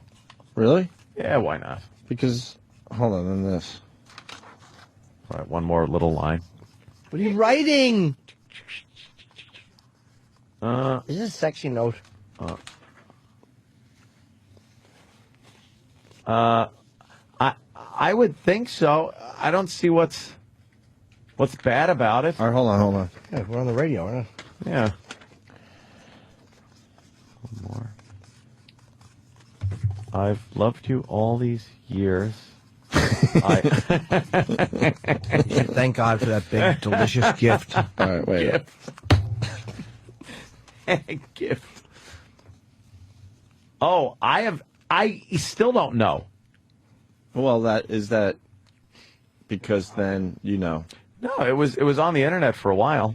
All right, and then this. Yeah, and this. a listener kind of, early on. Got those fucking listeners. They're pretty crafty, and it's One more note. Let me see. One more note, and then we'll move on. Almost there. Opie's the king of the Sharpie. Very legible writing. Thank you, sir. Unlike fucking Kenny's psychotic. Oh my God. When are you seeing my place? Been there 2 years. That's okay. You got a point. Been in my place for almost 5. You don't even know what street I live on. I can't. You don't even know what borough I live in. You're the worst person to try to be friends with. I can't ever. get out of the city. You are fast the enough. worst I am. person to be friends with. I'm not even ever. gonna. Well, I Ever. sent an email saying no. I am the worst Jimmy's person, been but at I'm the his best. place how many years? Almost 5. Then again, I live right next door, and how many times have I been there? I've been there a few, man. I haven't been there since your nose surgery. That's a while ago. Aw. That's all right. We see each other every All right. day. Anyway, so Aw. Aunt, it's your call, is what I'm saying, because I'm This place is a fucking zoo. We work in a monkey cage. Danny said, "Gone shit and BRB." Be right back. On his little thing, he leaves us messages and little notes on. I hope he doesn't make it. Shit your rainy pants. day. I hope he trips in front of the hit station and shits on his shits down his leg. And that hot chick has to see him shitting into his socks. A rainy day in New York, man. It just fucks everybody up. It really does. By the way, I'm going to be posting a video after the show because I got it. We have to bring this to the show now. I know, yeah. So we beat up E-Rock during the whole Steve thing, even though now Steve will still think everyone gangs up on him, even though E-Rock got pretty beat up. Took a bludgeoning. About how fat he is and how he loves his free soda and loves eating and blah, blah, Bacon. blah. So we go to break. Why you with a bunch of M's? Right. Great. We go to break. The door opens. It's E-Rock. He's the first one that comes in during the break with a mouth full of food. He's got a mouthful. He's We're like, chewing. why would you do that to yourself? Dude, his cheeks were puffed out, and he's chewing with a CD in his hand, coming over to hand it over. And I just looked at him and was like, "What? Are you eating?" And Danny just goes, "Why would you do that? Why would you come in and eating?" And he's like, "'Cause I don't care." So I captured some of those moments on video. just I'll a put it up mouthful. later on the Opie Radio YouTube channel. A mouthful of carbs. You don't want to, you don't want to be abused like you get, but he comes in eating. Carbs. You know that thank you to Kevin G. You know that the Tom Watson situation gets worse? No, what happened? A lot more people all in on that, right? With him blowing the British Open. Oh, yeah, Like, yeah. you sort of cared yesterday, but, I mean, if you walked around yesterday, everyone's talking about Tom Watson and how fucking close he was to winning the British Open. He's almost 60. I did not know this, and I did read this late last night. If Tom Watson won the British Open, and it was an 8-foot putt, that's all he needed to do, or win it in the playoff, they were going to allow him to continue playing. They were ready to give him a pass to the age restriction if he won. Oh, shit. Because I guess the PGA has some kind of age restriction where You got to bump up into the 60 is- seniors? when you hit 60, you're done. And Tom Watson is pretty much 2 months away from 60. But they're like, well, if this guy wins this British Open, we got to give him, we got to like blow that off and allow him to keep being eligible for the British Open. Oh, so now he can't play. So Kevin G writes, did you mention the story about Watson screwing himself out of 10 more years of eligibility for the British Open by losing? They were ready to give him a pass to the age restriction if he won. Love the show. Fuck Reverend Al. Wow. You don't think they'll give it to him even though he missed just one putt? He was one putt away. No, because now he's just going to shoot 80s every time out. That was and now he'll just suck ass. Yeah, that was once in a lifetime. Everything was lining up except for the putt. Well, so we've so yes or no? Oh yeah. So we've seen it. I'm trying to show responsibility. I haven't, because I'm the ass that usually blows shit up. Erin Andrews was filmed nude through a hotel peephole. We've seen the video, and it's unfucking believable. I shot it to watch. Jimmy's admitting to it. I shot it. Jimmy's fessing to the crime. I'm the video kid. It's That's what I was doing with the Sharpie, making sure we could go down this road, and we've seen it. It's unbelievable. Yeah. She's completely nude, doing butt exercises, bending all the way over. She's doing her hair, little squats, short squats. She does, and then she does this thing where she kind of turns her hip toward the mirror and turns her head to look at her ass, and then does these ass clinches. Yeah, and it's really hot. You kind of feel bad that obviously she's being taped and didn't want to be jerking off to this. Yeah. I felt bad spanking out a little, making cumsies to it and yelling whore. What's wrong with me? Unbelievable. Where was that taken? Like, what state was that even in? I don't know the details, but I mean, yeah, I know. Obviously, having a very private moment, and then it sucks and all that. But wow, I bet you that was taken through the. Because how sometimes I think someone said between the two rooms, sometimes there's a door that will connect them. Yeah, maybe there's a fucking peephole in that door. Oh, did you see it? Okay, but then she's got to guarantee that she keeps that door open. That's kind of. Is there a peephole in that door or no? No. Maybe there's not. Maybe on this one there was. No, this thing looks like it's an actual like a hole. It looked like not a little peephole. hole. It looks like a hole, and then you put one of those tiny cameras in there. Tiny fucking pin camera. Right. Yeah. Through there. The reason why we all know about this isn't because she saw that she was being filmed. It was because this guy decided to throw it on the internet, this scumbag. It wasn't even labeled with her name at first, too.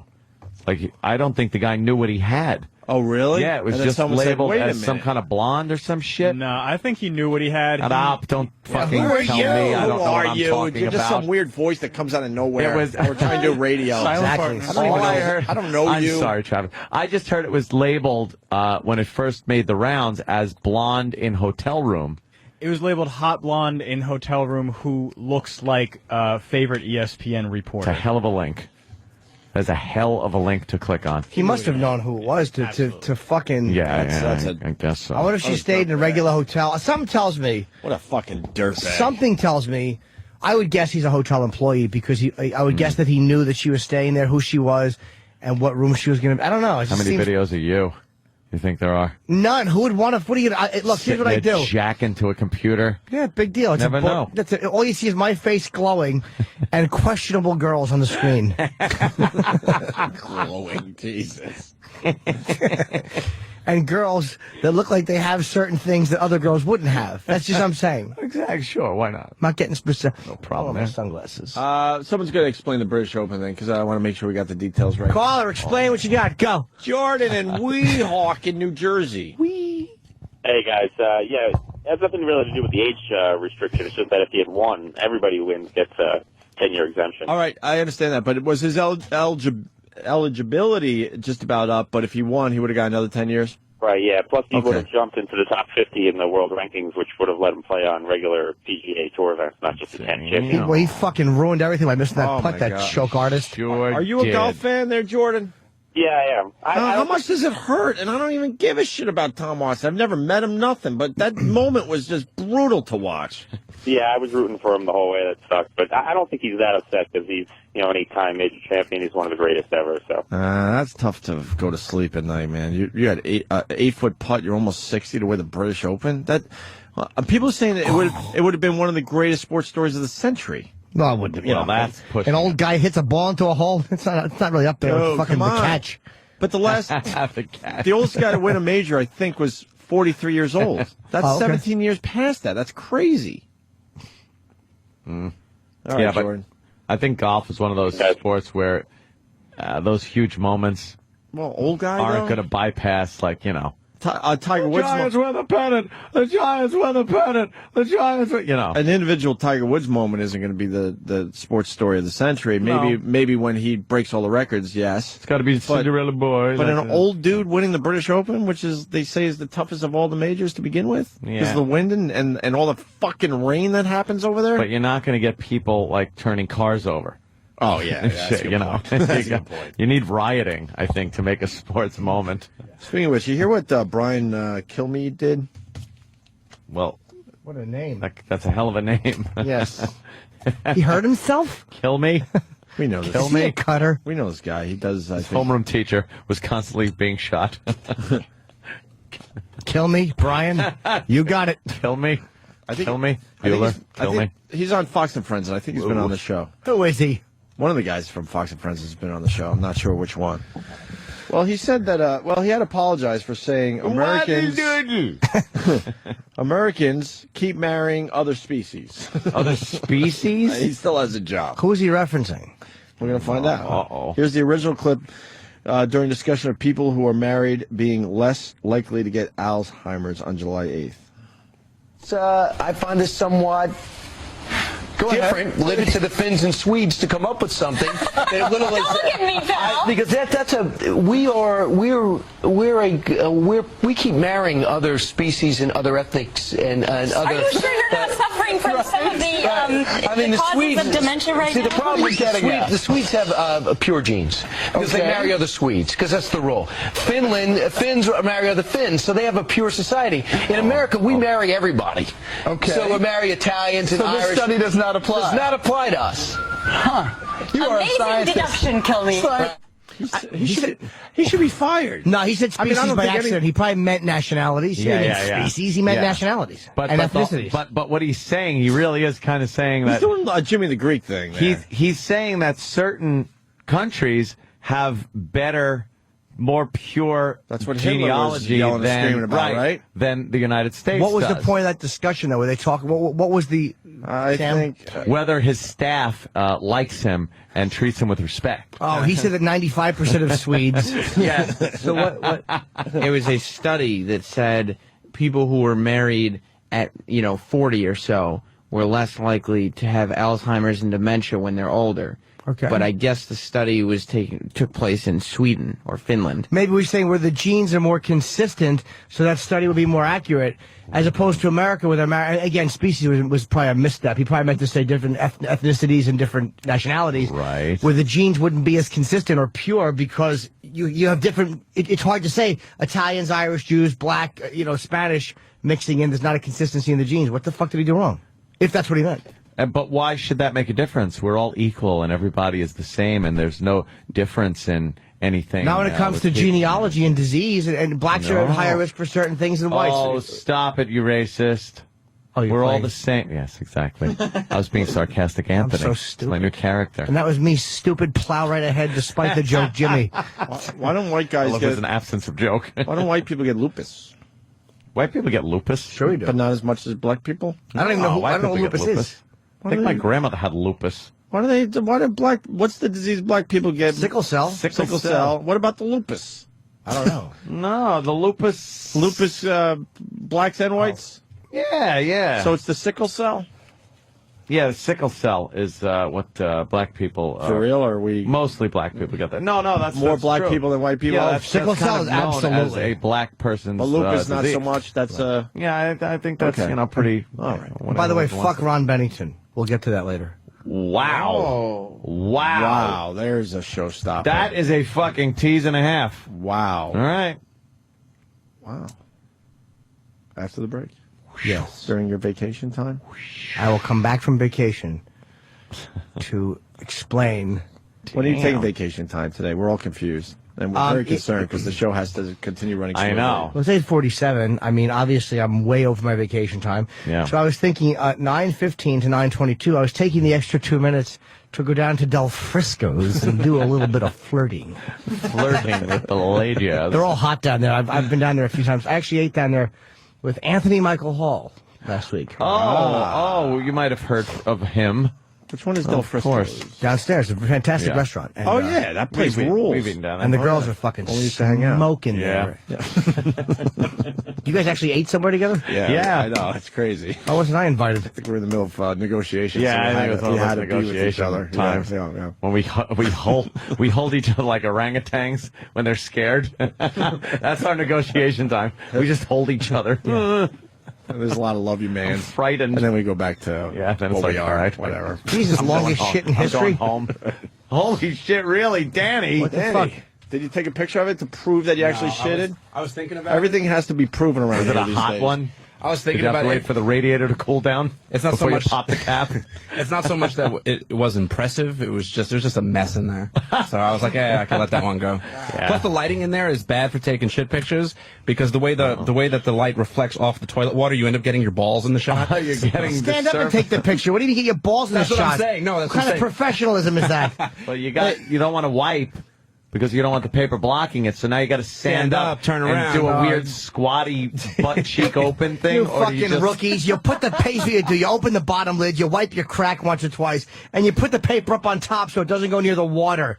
How many times What do do you I mean have to up on explain top? this? What are you On the talking seat? about? On top of the porcelain, no. Higher up above the water. Ew! Your wipe ass toilet paper, you put it up on No, the I think toilet? he's talking about like higher in the bowl. In the like bowl. above the water level. Oh, no. See, you want a pristine shit picture. Dude, trust me. You talking to the king. How many shit pictures? Do you want me to show you my Mac computer? How many fucking shit pictures the kid has? Is this a challenge? All right. I wanna see I'm one. wrong. Why do they call me the shit picture kid? I know. It's called a lot of things with You the didn't kid. explain. When are you taking vacation today? Oh, I did explain. I'm thinking. Sorry, it's a little yogurt. From 9 to 9:15? You always sound like you're lying when you clear your throat. Yes. 9:15 to 9:20. And I'm not giving up on my lupus thing. Henry in Kansas is going to back me up. Henry. How you doing? What's up, Henry? Good morning. Henry. I have lupus, and I was diagnosed a long time ago. I'm a gay man. You're a gay man? Yeah, that's right, I am. And so they thought I had AIDS because both have similar symptoms. Oh, my goodness. Oh, shit. What, like So some my kind of doctor came in sarcoma and he says, looking? Henry, we finally proved you're gay. You have lupus. And you're a black woman.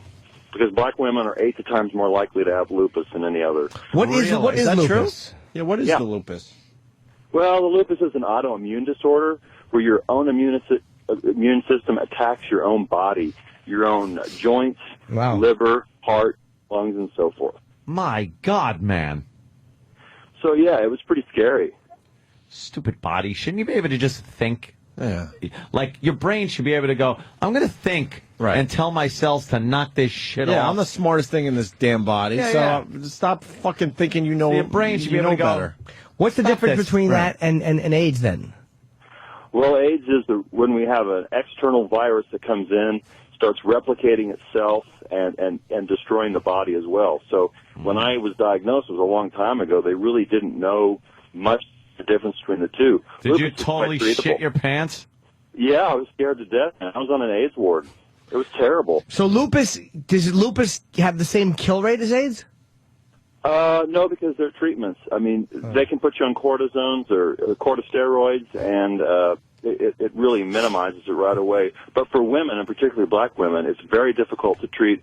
Sometimes they have to do chemotherapy. Why is it difficult to treat in a black one? What's the difference in physiology Because there? they have it so much. Their immune system is so out of control that it's literally killing them.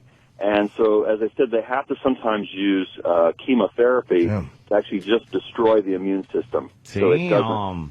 It's amazing. You're To making destroy the immune system. You're making everyone sad. And then you take a bunch Oh, of well. drugs to keep There's well. treatment. Yeah. I don't know. All right, Henry. Thanks, guys. So wait a minute. I got to ask you one more thing. You fucking love the cock, right? Well, yeah, who doesn't? Jeez. Oh, well, you don't. But anyway, yeah. Now let me ask you a Gotta question. ask. Do you enjoy more being the one who's fed by the penis, or do you prefer feeding someone? Oh, I'm the top. Oh, are you? Oh, Yeah. well. Not bragging. No, I prefer to feed. I don't prefer to be fed, no. Do you prefer twinks? No, I like all ages. Okay. You like big bears that have No, a I don't lot like of Mondays pictures. available. Yes. Available on Mondays. Let's go on Craigslist, Men for Men, and see if we have Husky Fellow Mondays available. No, I don't. Supposed to be at work. No. All right. All right, thank you, sir. All right, you little Twinkie. Take It's not it easy. a twink. He said that. He's Yes. no Twinkie. Thank you, Henry. Seeking friends for Mondays. There's a party in my mouth. Want to come?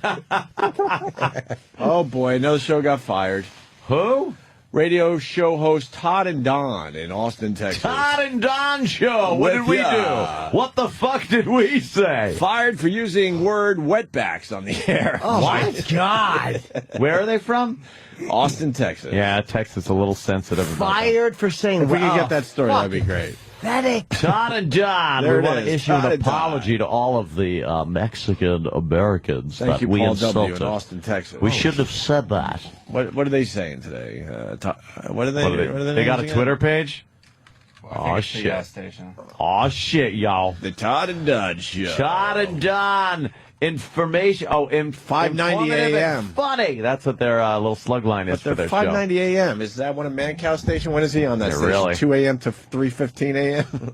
KLBJ cancels the Todd and Don show. That really annoys me. KLBJ. Derogatory comments made by host Don Pryor on the air last Tuesday. KLBJ 5:90 a.m. has canceled the Todd and Don show effective immediately. The station made an announcement at a news conference on Monday afternoon. Todd Jeffries and Don Pryor are currently undergoing a 2-week unpaid suspension over the incident. I see. This is the gag. This It's the same gag. Textbook. You're going to be suspended for 2 weeks. And then they sat there thinking, oh, we're going to be thank God. fired. I think we're okay. We're going to be Thank fired. I think we're God. okay. But, and then fired. Oh, I hate Textbook. that. You poor bastards. Fucking textbook. And the only reason they do that is they try to see who else they have to fire. Yeah. KLBJ officials said Jeffries will return as news director and be back on the air once the suspension over. Pryor, however, will be reassigned to off-air duties. Oof. So the show itself was canceled, but they're still kind of working for the company. What's that about, you think? I don't know. They probably have a contract that they'd have to pay them to do nothing and just sit. Yeah. So they said, fuck it, let's Right. just make them work. Get in Because they here. didn't do anything wrong. Of course they didn't. During last Tuesday's 1 hour show? Holy shit. fuck is How that? did you get that deal? How do you get fired from a 1 hour show? One We've hour already done show. 3 shows this week. Yeah, holy Can you Christ. imagine? That's right. Pryor repeatedly used a disparaging term to refer to undocumented workers living in this Immigrants, country. not Would you stop undocumented it? workers. Undocumented or illegal Fucking immigrants. Christ. Undocumented workers. Illegal immigrants are people who are here illegally and they immigrate from other countries. You could be an undocumented worker who was born and raised here. You say, let's just say you never Yeah. filed for working papers, whatever the fuck you You never do. got Social Security. Fucking card. politically correct idiots. Disparaging remarks, rather undocumented, blah, blah, blah, after public backlash that included statements from the Austin Hispanic Chamber of Commerce. How come they can mention the fact? Why are they mentioning their ethnicity in that Chamber Right. of Commerce title? But yet when it comes to this, you have to say undocumented workers. Like it's this fucking machine. There's no ethnicity or humanity connected to it. Fucking phony society we are, man. Americans are pussies. Oh, we're not pussies. advanced. We're not Fruits. these fucking this intellectually and culturally advanced. We are a bunch of fucking pussy whipped teenage girls who like to be offended. It's embarrassing. Why am I Remember, screaming? Mike Martinez, Pryor, and Jeffries both apologized for the incident. Oh, they apologized to, I guess, that guy.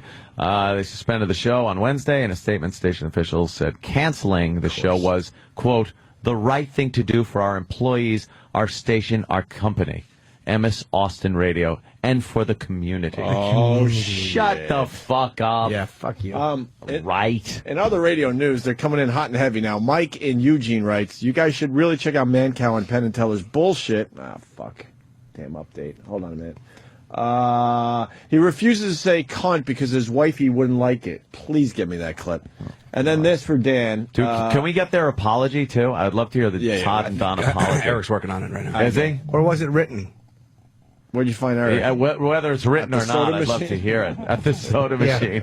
He's working on it. So you guys just leave Post-it notes at the soda machine for you, Rock? Oh, shit. That's funny. And then I think it's Jan in Vancouver writes, a Toronto radio DJ killed himself after being fired, left the note on Facebook. And I think we have the link on his feed. Damn, yo. When did he do this? I don't know. We'll find out more if this is legit. Wow, he couldn't take it, huh? There is a lot of pressure, though, and they suspend you, and then you're fucking, like, in limbo, and you're wondering, and that'll drive you a little nutty. That's good, terrestrial radio. You get rid of another guy calling somebody wetbacks. That's good. It was a politically incorrect term. Yep. Yeah, that's good. So, Brian Kilmeade, then we're going back on road here. He had apologized for that, what was he saying? Keep marrying other species comment that, if you remember, we did about 15 minutes Yeah. ago. Do we have an apology? Yeah, here's the second half of that story. Okay, looks like All right, and 18 minutes before the top of the hour, on July 8th, Steve, you were off. While we were discussing a study on marriage and Alzheimer's that was conducted in Sweden and Finland, I made comments that were offensive to many people. That was not my intention, and looking back at those comments, I realized they were inappropriate. For that, I sincerely apologize. America, huge melting pot, and that is what makes us such a great country. Shut your fucking fake, phony reading that mouth. That is a written apology. You could hear him reading it. Country of just pussies. Ouch. Just hypersensitive fucking victims. What was so bad? What did he do that was so bad that warranted that fucking groveling apology? I don't think he was bad-mouthing anybody. No.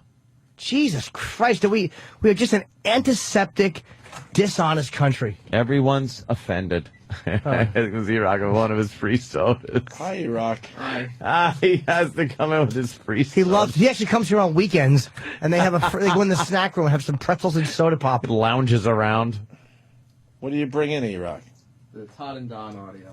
All right. Attaboy. Todd and Don. And Do there they you have go. phony radio voices? No, they sound No? like news guys. They sound like news guys? Yeah. It's an hour-long How many free show. sodas today, E-Rock? Hour show. This is number one. A lot more to come. No doubt. You don't give a shit. Why would he?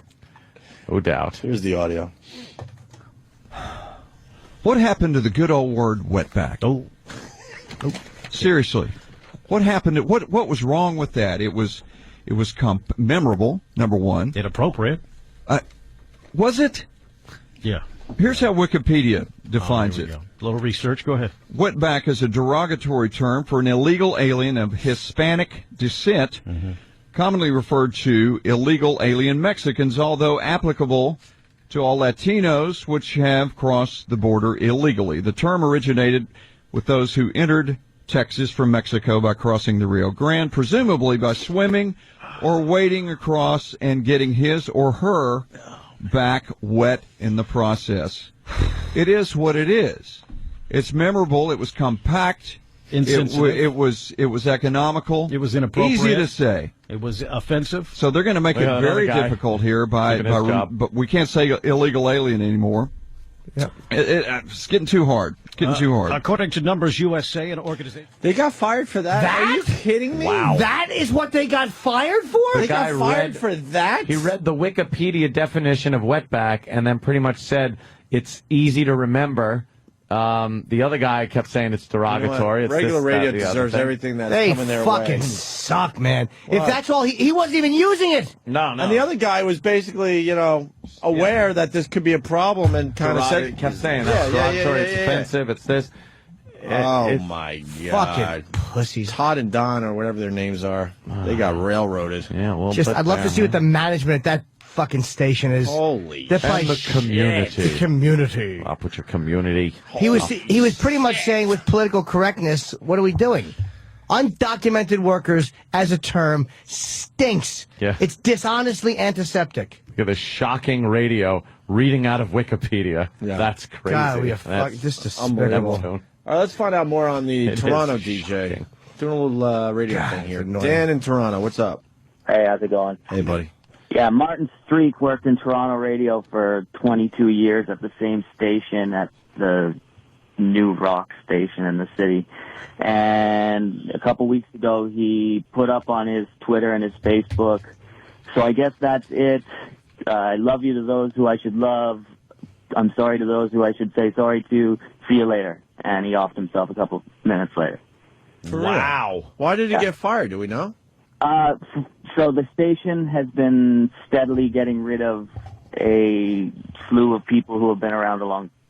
It was just one of the people they got rid of. Oh, oops. They were just cleaning up the old hosing the place out, right? Yeah, they were just trying to save money. Save a little cash. What they have done to the regular radio guys is just criminal. Yeah. Fucking criminal as they keep all their the jobs. All the suits keep their jobs, and the talent gets thrown out the door. And that have been there for years, making the company a bloody fucking fortune. Started there when he was 18, kind of thing. Oh, that's what it is. That's his whole life. He looks a little. He looks a little unstable in the picture I'm looking at. Yikes. I think we worked with that guy. Really? I don't know. Jesus. Wait, did he shoot himself on the air? No. Okay. Oh, man. That's terrible, man. He should have shot himself on the air at least. Jesus. Going out like why not? Big time. What the fuck? Because he was probably fired already, and they wouldn't let him get back on the air. Yeah, he was done. All right, thanks for the info there, Dan. Damn. All right, how's Toronto? Good? Yeah. He doesn't care. All right. Doesn't even want to talk to you about it. That's fine. Because of shit. I was just trying to be there. Yeah. You really care. Say the Clinton and Trump for they said went back a lot more. What? Oh, did they? Okay. Paul. Yo, hey, that same group, Hispanic group that's leaning on the radio station down here, they pulled up their website last night on the news, and there was a video of them making fun of gay construction workers in Austin. So they came out, issued an apology, took the video down, but they're still leaning on the radio station. The firing wasn't enough. They've got a meeting set up to figure out how they can address the issue of sensitivity. Oh, it's unreal down here. sensitivity. For illegal aliens? That's what they're called. Illegal aliens. Undocumented workers. Shut your mouth. Isn't that disgusting? You're illegal aliens. You're in the country illegally. You've done what people take years to do for the privilege of coming into this country and the opportunity, and just fucking cross the river and decide you're going to work here and take all the benefits that you can from the country. You're illegal. Illegal alien. Undocumented worker. What if you're just an undocumented fucking piece of shit sitting on the welfare till illegally? Genesis wouldn't have had a hit back in the day. No. Illegal alien. You know it, right? Yeah. You know it, It's Travis? no fun being an undocumented worker. How awkward. Doesn't roll off the tongue, does it? Got a little illegal alien there, Travis? See, Phil Collins is going to be fired. It would be a Genesis song from... Here we go. This is horseshit, by the way. I'm embarrassed that I ever liked this band. Oh. Who is this? Genesis. Is it Genesis or Phil Collins alone? Genesis. Yeah? I'm going with Genesis.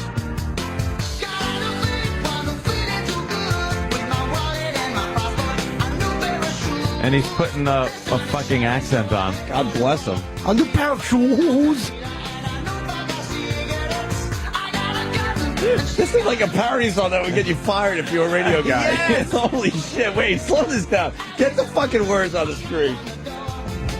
It's scary how much this country's changed in just our lousy lifetimes. This would get you fired on regular radio, right? Yeah. They were doing a stereotypical Mexican accent, Right. and he's singing about, like, new shoes, and it was very offensive. It's Phil Collins. Oh, I thought it was the DJs. It's no fun being an illegal alien. No. And now he goes back into the... Let's hear more.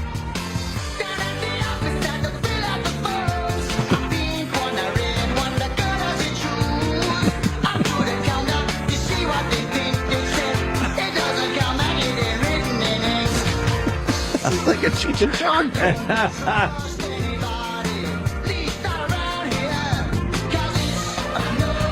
It's a no fun.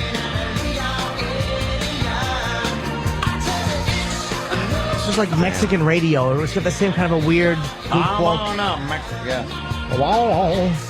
That is amazing. Opie's absolutely right, though. If you wrote this, recorded it, and played it on your show, you would get fired now. Oh, yeah. It would be like, what do you think? What was that first? We got the words up now. I haven't thought of this song in who knows how many years. Got out of bed, wasn't feeling too good with my wallet and my passport, a new pair of shoes. The sun is shining, so I head for the park with a bottle of tequila and a new pack of cigarettes. Are you kidding me? I got a cousin. She got a friend. Who thought, it's hard to read, who thought that her aunt knew a man who could help. At his apartment, I knocked on the door. He wouldn't come out until he got paid. Now, don't tell anybody what I want to do. If they find out, you know that they'll never let me through. Ah, see? Because COS, it's not fun being an illegal alien. Yeah. Holy shit. Now, let's hear this.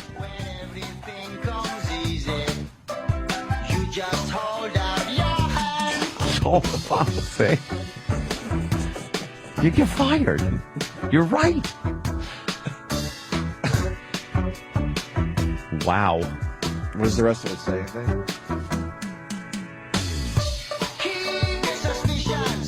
This is fucking horrible. Yeah. Genesis had a big drop off with their careers. All right, let's get to the Brian Kilmeade apology. Oh, we did that, right? Did we do the sorry? I don't even remember. No, we did not. Oh, yeah, we did, and then we got outrage. Because you said it's a melting pot and all that. That's right. Yeah. Oh, I'm thinking of the Don and Todd. Yeah, John, whatever they are. All right. Damn. Let's take a break. That's amazing. Supposedly Larry King was great last night with Joe Jackson. Yeah? Why, do you think he was the fucking singer? Yeah, he probably did his research and got all the songs. Joe Jackson, why don't you perform for us? What's that song you do? Stepping Out. Yeah, Stepping Out tonight. No, man. What were some of those Joe Jackson songs? Stepping Out? Another one of them songs. Oh, fuck. I think he's saying about a broad. I always got confused with him and Elvis Costello songs. You should be confused. Yeah. For real. A little confused. A little bit. Joe Jackson did something pretty funny. He actually had a double album where the fourth side was blank. Really? Oh, yes, Stepping Out. Yeah. He had more than one hit, though, didn't he? This song... You don't like this? It makes my fucking teeth hurt. I know songs that Jimmy is just gonna hate. It's not hurting anyone. Oh, you It's got fucking it. awful. Sharp. Oh, this is fucking terrible. Do you like Spandau? Sunday Papers? No, I don't like Spandau Ballet. What I'm song? the Man. True. That's okay. Yeah, the guy did have Sunday a few Papers hits. was a huge hit, I think. The first... Wait, is she really going out with him? Yeah, the first, Yeah, that was a biggie. The first 4 songs are hits. Sunday Papers, I'm the Man, I don't remember that. I'm the man. Oh, right, okay. Remember that one? Breaking Us in Two got some airplay. This is fucking horrible. Sorry. You can't get what you want till you know what you want was kind of got some airplay. Wow, he didn't really have a good career, huh? That's, he had a few hits. Yeah, but You greatest don't like hits. the ding, ding, ding, ding, Jimmy? No, I don't like What are any you of doing? it. Downloading it right now on your iPod? I am, yes. I held up my Shazam, and it just wrote back, boo.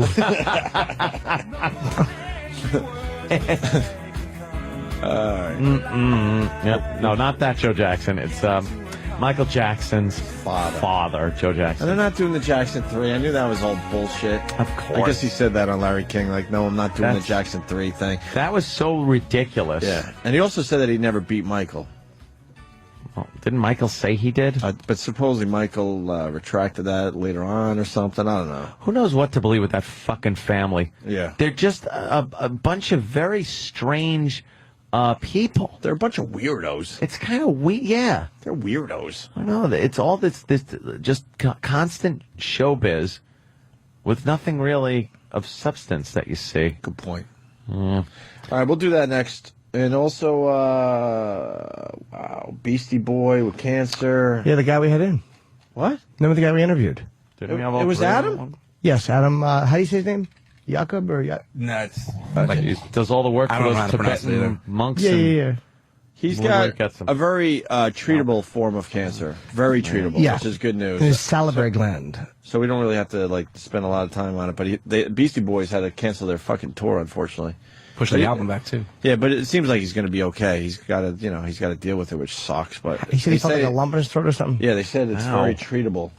Very treatable. Fucking scary. And then we got South Korean boy singing Mariah Carey. All right. That'll be a lot of fun after the break. And we find out why Jimmy said what? About what? Fuck Ron Bennington. Just like that? That's right. I haven't even seen him in months. Neither have I. Is he all right? Is I he don't know. doing good? Sure he is. What about Todd and Don? What are we doing with Todd and We have to Don? wait for their apology. Didn't we have some audio from them? Or is E-Rock still working on it? Does E-Rock ever work on anything? I thought we had. Didn't we play some Todd and Don? I thought we had their apology. Oh, okay. Yeah, maybe we'll have that. Where is that bitch? And Another free soda. one more time, Bobo's erection. The backstage piece was pretty good that Sam put together. We'll play that one more time for everybody. E-Rock's wearing a hat with the fucking 2 cup holders in it and a free soda in each one. And one's regular, one's diet. And he makes himself drink the diet, then he treats himself to regular. A treat. Yeah. Necessary treat. Oh, my God. E-Rock and his free sodas is going to make me laugh all day. Where is that lump of shit? He reminds me of Gardner, who was fucking killed as soon as he got to the nom. Come on, Gardner, stick with me. Yeah. Come on, Nagel, soda. spit that food out. Pouring soda into his sucking chest wound. Sorry, Eric. Eric is indestructible, though. I'm firmly convinced that We're you going to are. move on from Genesis because we really should, but Scott does have a little more info on the Illegal Alien song. Yes, Scott. Hey, when Genesis toured during that album, they brought up a bunch of people on stage dressed like illegal aliens and sang around the microphone the chorus of that song. Oh, the whole, it's so no fun. Oh, my God. Exactly. God bless them for doing it, but wow, that would be a... So they toured with It two didn't even drummers, turn so- a head. That would be a problem in the year 2009. Dude, it didn't turn a head when that song came out. With guys that look like illegal aliens. Yeah, we're going to dress them up like illegal aliens so they can sing as I put a wacky accent on. Right. And sing about illegal aliens. Wow. Oh, remember? Yeah, put on the Genesis. Remember, that was from the video. What? I think. Go over, all the way over. No, the other way. And then down one. There, right there. I think this was what he was Oh, wearing Phil Collins tried to look like a Mexican. when he was singing it. Yeah, he looked like... Dude, he was- remember that? He I had the forgot. big mustache He was on. trying to look like a stereotypical Mexican. With Yeah, a big that over-the-top was- with the mustache grub and stuff. and a bunch of grub. Yeah. And he put a big wig on. Darkened all his hair. That was it. Fired. So fired. So fired from his career. So fired. You can't fire lead singers. I know. Drummers. Of 70s rock bands. Did it all. Phil Collins And did it 80s. all. This is Phil Collins. This is Susudio. How'd you not read that book, man? You guys love that movie. I like How do the you not movie. read the book? Because it's reading. Dude, I the read book- Popular Mechanics and I read American Rifleman. I know you do. You read Popular Mechanics. Oh, I wish I could remember his name. God damn it. I wish you could too. But you can.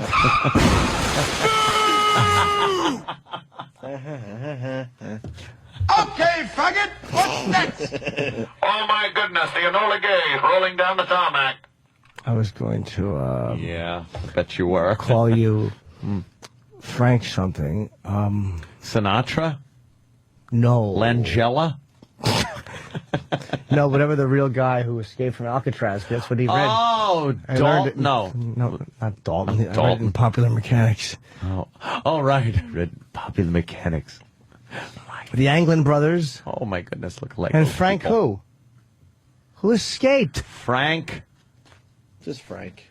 Oh, yeah, the last name. No, it's just They'd never be able to lock Frank. you up with just the first name. There's too many Franks. He was like We're Cher. going to lock up Frank. Lego people are creeping me out on TV right now. Yeah. Where are they? They build all these amazing, Legos. Yeah, but they give them special Legos. I figured that one out. Do they? years I don't think ago. they do. That's bullshit. I don't think they do. That's bullshit. No way, no how. Special Legos for the No Lego way. people. You can't build Lego people unless they give you the special Lego people set. No, I think you figure it out with No just way. the blocks if it's big enough. No way, no how. The structure has to be big enough where, it's like digital. It's like a digital thing. Frank Morris. I'm so mad at myself. How do you not know that? Morris. We all knew After that. the little We all knew that one. cat. No one has ever Boo, escaped boo, from boo. Alcatraz. Yeah. I love That warden was great. Wasn't he he great? And notable. His bugged out eyes. Patrick McGoohan, I think his name was. Was that him? McGoohan. McGoohan. No one has ever escaped Alcatraz. The clip speech. Doc should have been careful what he painted. Brooklyn Ace. Take his paintings away. It's a fucking prick. Painting's all I have. Go kill yourself. He chops 3 fingers off. Oh my God, that's right. That's Mr. what he did. Zimmerman! He raises a hatchet. Wow, that's pretty cool. Brooklyn Ace has a very good question. I know we're in the middle of this Alcatraz thing, but yes, Brooklyn Ace. Go on now. James, aren't you supposed to be on vacation until 9:20? So it's 9:15 and 9:20 because I put the show first. 9:15 and 9:22. What's really important is the show, not my vacation. So okay, good point. I take my vacation when I want to take it. I don't need to take it right now. I'll take it later. Maybe 10:17 to 10:24. So Del Frisco's will have to wait? Well, I've already been getting texts from the ladies down there. Hey, flirt bug, when you stopping down? Flirt bug? They call you flirt bug? Yes, they do.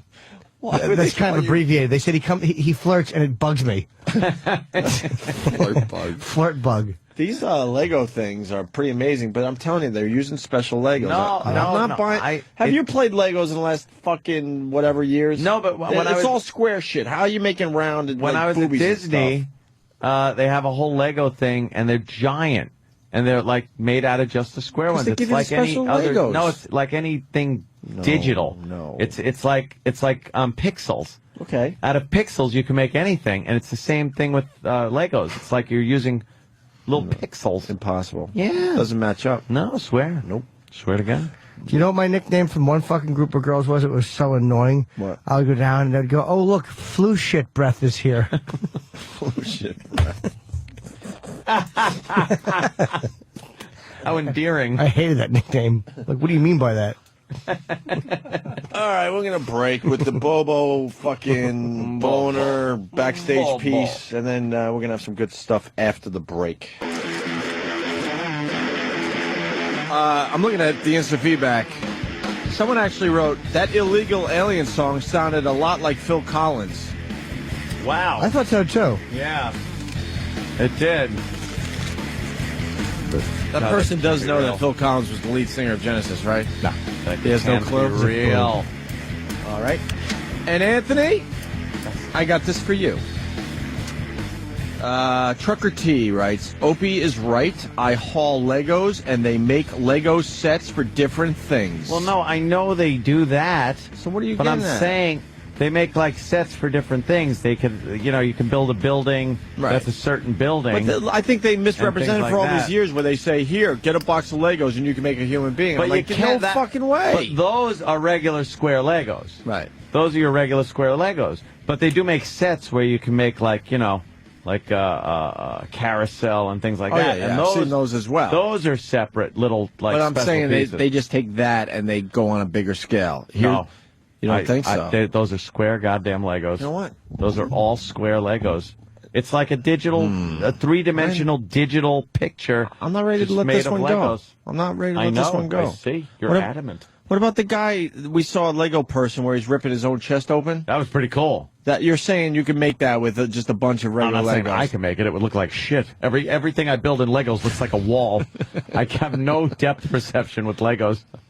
Because you have to, That's great. That's all square. You're trying to tell me you can make that out of just no. Yeah, that's all just. How do we solve this? Well, how would you get the arms to stay out that far? You probably could have a regular. Square, and then they come back. I and love mean, Legos. It's just it's the way they. It's almost like you took a digital old printout of something and just made it three-dimensional. I understand, it's but still how square. are you gonna get them to interlock? They're Legos. No. I understand that, but you need them to interlock. You need them to interlock in different ways to get those shapes. Not Have really. you seen a regular Lego? I don't. No, it's just straight up and down. Those are square. It's digital. I don't want to let this one go. That's pretty cool, man. That's a fucking. That's amazing. That is a good one. It's a guy ripping his chest open, and loose Legos are pouring out of the open chest, and he's kind of looking up. He looks almost pained. That is really cool, though. I hope you're working out with Ron, but I have to throw out a quick apology. I don't really see it happening. I mean, you discussed the whole thing for everybody, and this whole fuck Ron Bennington thing is a little rough, Jimmy. Well, I have to throw out a quick apology to I hope it works CodeLogic. out in the end. Yeah. He and I were discussing something. I have not gotten back to him. It's because I've been working on something else, so I don't really think I forgot about you. I did not. But you did. And no, I like C to the L. And Alex, let me tell you why I said fuck Ron Bennington. I want the audience to know. Ron, as we know, does interviews, the Ron Bennington interviews, and they're very good. He's a good interviewer. They're very good, yes. And so I see Ron Bennington is interviewing Marianne Faithfull recently. You're not a fan of hers, are you? Well, I wasn't. Oh. And now I'm obsessed because of fucking Ron Bennington. He's a phenomenal interview. I had no interest in this old lady. Wait, you totally turn this around. Why? Because you said fuck Ron Bennington. And I thought he did something bad, but you're saying because he's so good at his craft that you are jealous and saying fuck Ron Bennington. No, I'm annoyed because I'm on iTunes like a fucking homo looking for Marianne Faithfull songs and downloading them. What was the one he played? Which one did you the one that the Jagger and fucking and Richards wrote, Tears Go By, her version of that in '64. How do you not like it? Well, we got to listen to it now, Jimmy. And then there's a version on YouTube where Jean-Luc Godard, the French director, did a film in 1966 called, I think, Made in the USA. And there's a weird fucking artsy scene of her sitting in a diner singing it a cappella while characters in this French film look at each other. It's really weird, but it's fucking kind of eerie. If you find the YouTuber, it's fucking great. I think she was beautiful. She was a one-song hack, though. No, she was not at all. She did a lot of big hits. What is she known for? Fucking Mick Jagger, I think. Yeah, that's pretty much it. For real, I'm not even trying to make There a was joke. that one. Was That's not right there? I know her for having sex with Mick Jagger. I think they had sex, Yeah, right? she was cute, man. Smiling faces I can see, but not Shove a cock in her mouth. Shut her up. She's a good singer. I sit and watch as tears go by. My riches can't buy. You don't like it? Opie's making a face. I don't like the fucking French douches. I Sitting around the table like that. The children say. Her voice sounds great. When the truth is gone, to be like rain falling on the ground. That's so funny. I sit and watch as tears go by. The fuck is this about? I don't know. It's just a clip from the movie. What? It is the evening of the weird. day. I sit and watch. She's a little tranny looking. Well. All right. Hope that solves something. We didn't have to listen to the whole thing. I was just saying I like the clip. No, Jimmy. Now we're listening to it. It's not bad, actually. No. I sit and watch as tears go I feel like you should shut up. Mais c'est l'adresse que vous m'avez demandé. The Stones did a version. Surrender people start talking. The Stones did a version of that. That doesn't sound like the version that became a hit, obviously. The Stones did a version of that. Did you actually just say that? Did you actually just say the Stones Well, they wrote did a version it was written of by that? Jagger. It was the first song that Jagger and Richards wrote to each That other. is such a popular Rolling Stones song. Her version is a bigger song than the Stones. No. No! It was done. This song was huge, Jimmy. I'm sure it was, but early they Stones. wrote it. Yeah. This is a huge song for the But Stones. this is giant for the Stones. I think I've read that hers was more popular. That was a massive fucking hit for Mary with Faithfull. Mick. As her mouth was around his dick. But hers Jesus. came out a year earlier, even though they wrote it. Hers came out in '64. I always heard it the other way, that this was a massive song for the Rolling It probably Stones. was. Massive. Yeah, It's this phenomenal. This is a biggie. Yeah, this is a good one. I watched these guys. I watched them sing this on the Ed Sullivan Show. Watch the clip. It's just Mick Really? just sitting there, and Richard's just strumming. And you're like, God, Mick is a bad mother. An orchestra No. in the background. It was just those two. Yeah. And Mick is just sitting there with his legs crossed, and you're like, you bad, big-lipped motherfucker. Mick Jagger's a bad dude. Nothing No better than shit. early Stones. I'll tell you right now. Fucking I really do like early Stones. early Stones. Not too early. That's one of those I'm bands talking like I the could like. 70s, like the early Yeah, there's a- 70s to mid 70s. And a few songs shit. though you can just throw right the fuck out. I don't like them, but Well, that got good into ones the in late there. 70s. with Yeah, that. yeah. They sort of did that like emotional rescue and all that, right? But fucking Bennington sent me down this road yesterday. This is what I was doing because this interview was so good, and then he played her version of Tears Go By, and I'm like, I had to go get it. And then I get it, and then I realized she did a cover of Working Class Hero, which she sounds like a smoker now, but her voice is still kind of cool. Yeah. And then I went and bought her greatest hits, and now I'm looking for fucking Working Class Hero covers, and now I'm fucking looking, I'm like, God damn it, am I easily influenced? You really are. But Ron made it so interesting. I mean, it was a compelling interview. I was going to listen to it for 30 seconds because I met her very, very briefly when I met Metallica because she was in a Metallica song. She was in a Metallica song? Yeah, la da da da da da. The Memory Memory Remains. Remains. Yeah. She's in that? God. she's the voice. Remember, she's the one Wait, that did I know ruined- that? She wrecked the song. No, she was great in that. No, she was I chilling. hated that. She was in the video as well. She was I don't care great, about being dude. chilling. I Was want I to hear the supposed to know song. that and I forgot that knowledge? You'll know it if. No, I know the song yeah. and all that. I didn't realize it was her. Yeah, that was. It's about- I thought it was well known, but I'm a big fan, so I just assumed that. I saw the rehearsals Brewer brought me. This was 97, I believe. And the Metallica was rehearsing that and Fuel. And Marianne Faithfull came in. And James was obvious. I think she was late. And Hetfield was annoyed. Keep her away from me. Sorry, that was me. That's Yeah, you never have to be worried. Sorry about that, my friend. Yeah, that's Little great. Metallica. Yeah, let's see her part. 'Cause I loved her part in this. Ant didn't like it. That's her? That's Marianne Faithfull, yeah. I don't think I knew that. I don't need this in that song. By the way, this video was so fucking cool. The Metallica swinging around in the room video. Yeah, it was like dancing on the ceiling. Yeah, only cool. Yeah, it's just weird. Heard a voice in my right ear. Left ear. My rear. What? Is that Travis in one of our ears? Oh, it's her. No, that's Travis. Saying something. Travis is whispering. That's what I meant. She's saying something, Travis. And she did a great cover of Working Class Hero. All I wanted to do is hear fucking covers of that song yesterday. That's Really? all I wanted to do. You are obsessive. I really am. Yeah. But that's Ronnie sent me down this road. She did. Yeah. She did Sister Morphine too. Yes, that's her. Matt Moore from Dallas. Thank you for that.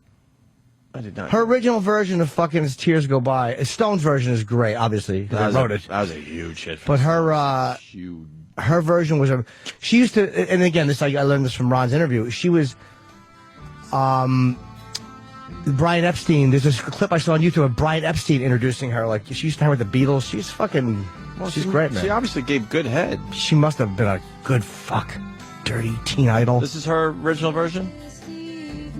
I've never heard this before in my life. For She's real. a massive hit. I know that I've never heard this.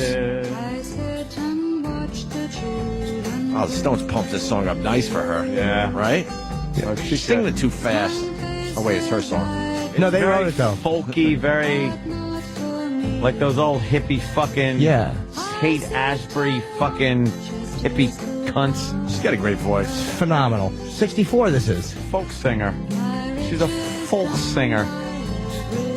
And then I think she said it was she like when Mick and Keith saw what a massive hit it was, they probably just went and did it. It was their song. Wait, now I'm so confused now. Mick and Keith, it was the first song they ever wrote together. They wrote it, but they didn't perform it No, originally? she did it a year earlier. Why did... I think they wrote it either for her or they wrote it and gave it to her. Oh, come on. It's true. Wait, they wrote the song, but she performed it? Yes. Even though they were already the Stones? Band? I don't know if they were even the Stones yet. It was Mick and Keith wrote it, and she recorded it in 64. This version is from 1964. Why would she recorded before they did? I think they didn't want... They weren't stupid. This is obviously a smash. I don't know. I'm quoting from 10 minutes I heard of Ron's interview. I know none of this. This is all Bennington. What the fuck you want from me? We all do that, though. But I don't know. We just recite shit we hear. But I know that she was a good interview, man. She was just... That's cool. You know, she's like kind Ronnie of... did that to me with... Well, she marry her. Ronnie did that to me with Warren Zevon. Some broad he was married to from, maybe 6 months. I'm like, I ain't listening to this. And next thing you know, the hour went by, and I was like just so into this Warren Zevon. It's amazing. They've had bookings on there. Well, we've had bookings. People approach us with bookings and said no. And like, what are you, insane? Why would we want that person? And then they give them to Ron and Fez. And Ronnie talks to them, and you're like, holy shit.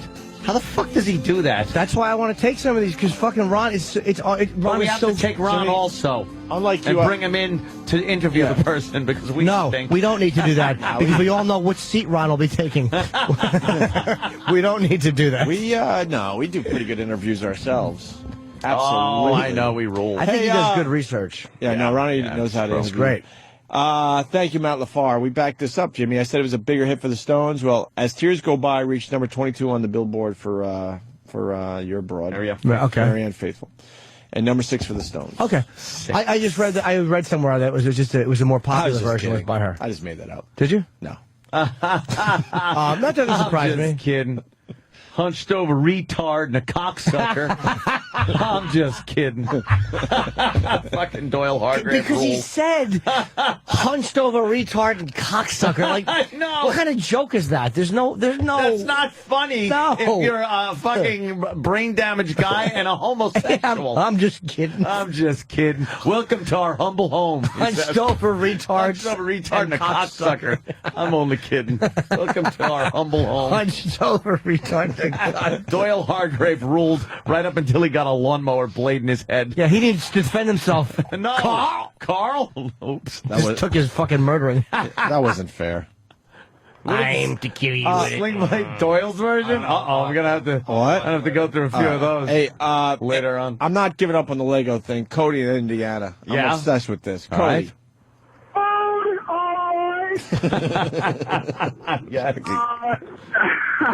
I'm sorry to put the brakes on your Rolling Stone shit, but I saw on Mythbusters this season they actually have Lego architects, as gay as a geeky fucking job that could be, but they figure out how to make things look spherical.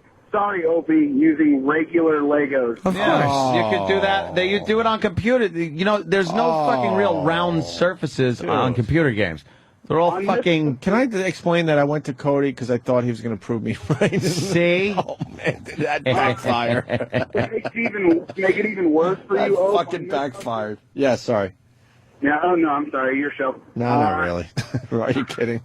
On Mythbusters, they brought in a Lego architect to make a giant Lego ball, and they used Lego square blocks.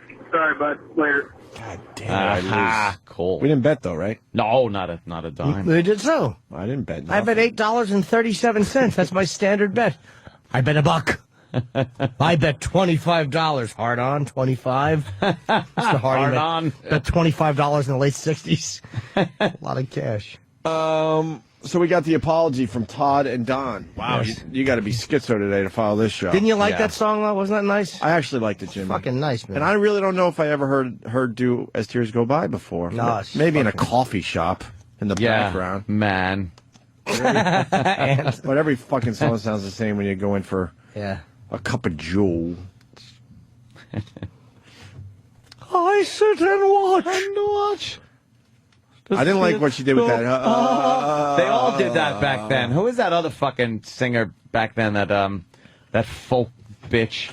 Joni Mitchell? Joan Baez? Joan Baez. Joan Baez. Elvis? She doesn't do it in the song.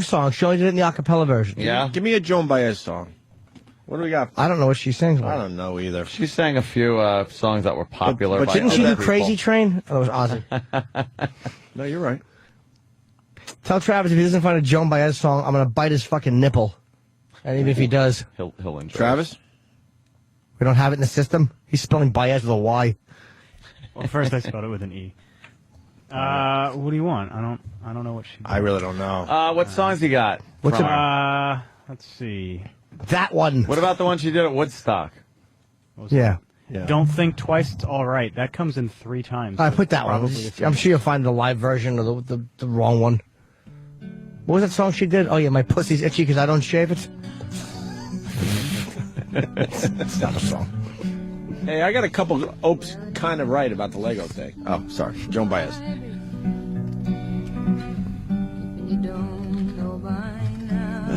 No. It's nice. No, it's not. Old hairy, armpitted hippie chick. Look at her. At the break of dawn, look out your window, and I'll Wasn't she on Seinfeld? You're the reason That's the young version. You don't like this? I like this. It's too folky for me. I like folk stuff. Yeah. Well, now it's just called acoustic guitar. Yeah. Yeah. Called Unplugged. My nickname in high school was Folky Queer. She played at Woodstock. Yeah. How fucked up is that? She's up on stage. That's pretty fucked up. Woodstock, and then the Who gets up there. Yeah. Oh, there she is with Bob Dylan. Once upon a time, Well, here's Joe Biden. Gonna sing a song with Joe Biden. Me and Joe Biden gonna sing a song. Have you heard his radio hour? Here's the Bob Dylan radio hour. You've heard it by now, right? Yeah, they had It's fucking great. Didn't they have to train him to talk or something? I think that's what the boys at XM said. But it is a great show. It's one lousy hour, and he makes it really interesting. You listen to songs you would never listen to. I couldn't imagine he would But he tells a little communicate story, like that. and then you're like, all right, now I got to hear this song. And you understand the story? Jimmy, you might like it. The interesting part is it's called the Bob Dylan channel, even though he's not on it constantly. Yeah. Why this should be called the Opie and Anthony channel. It's a theme time radio app. Saying. Oh, you do that very well. Oh, thank you. Very well. I try.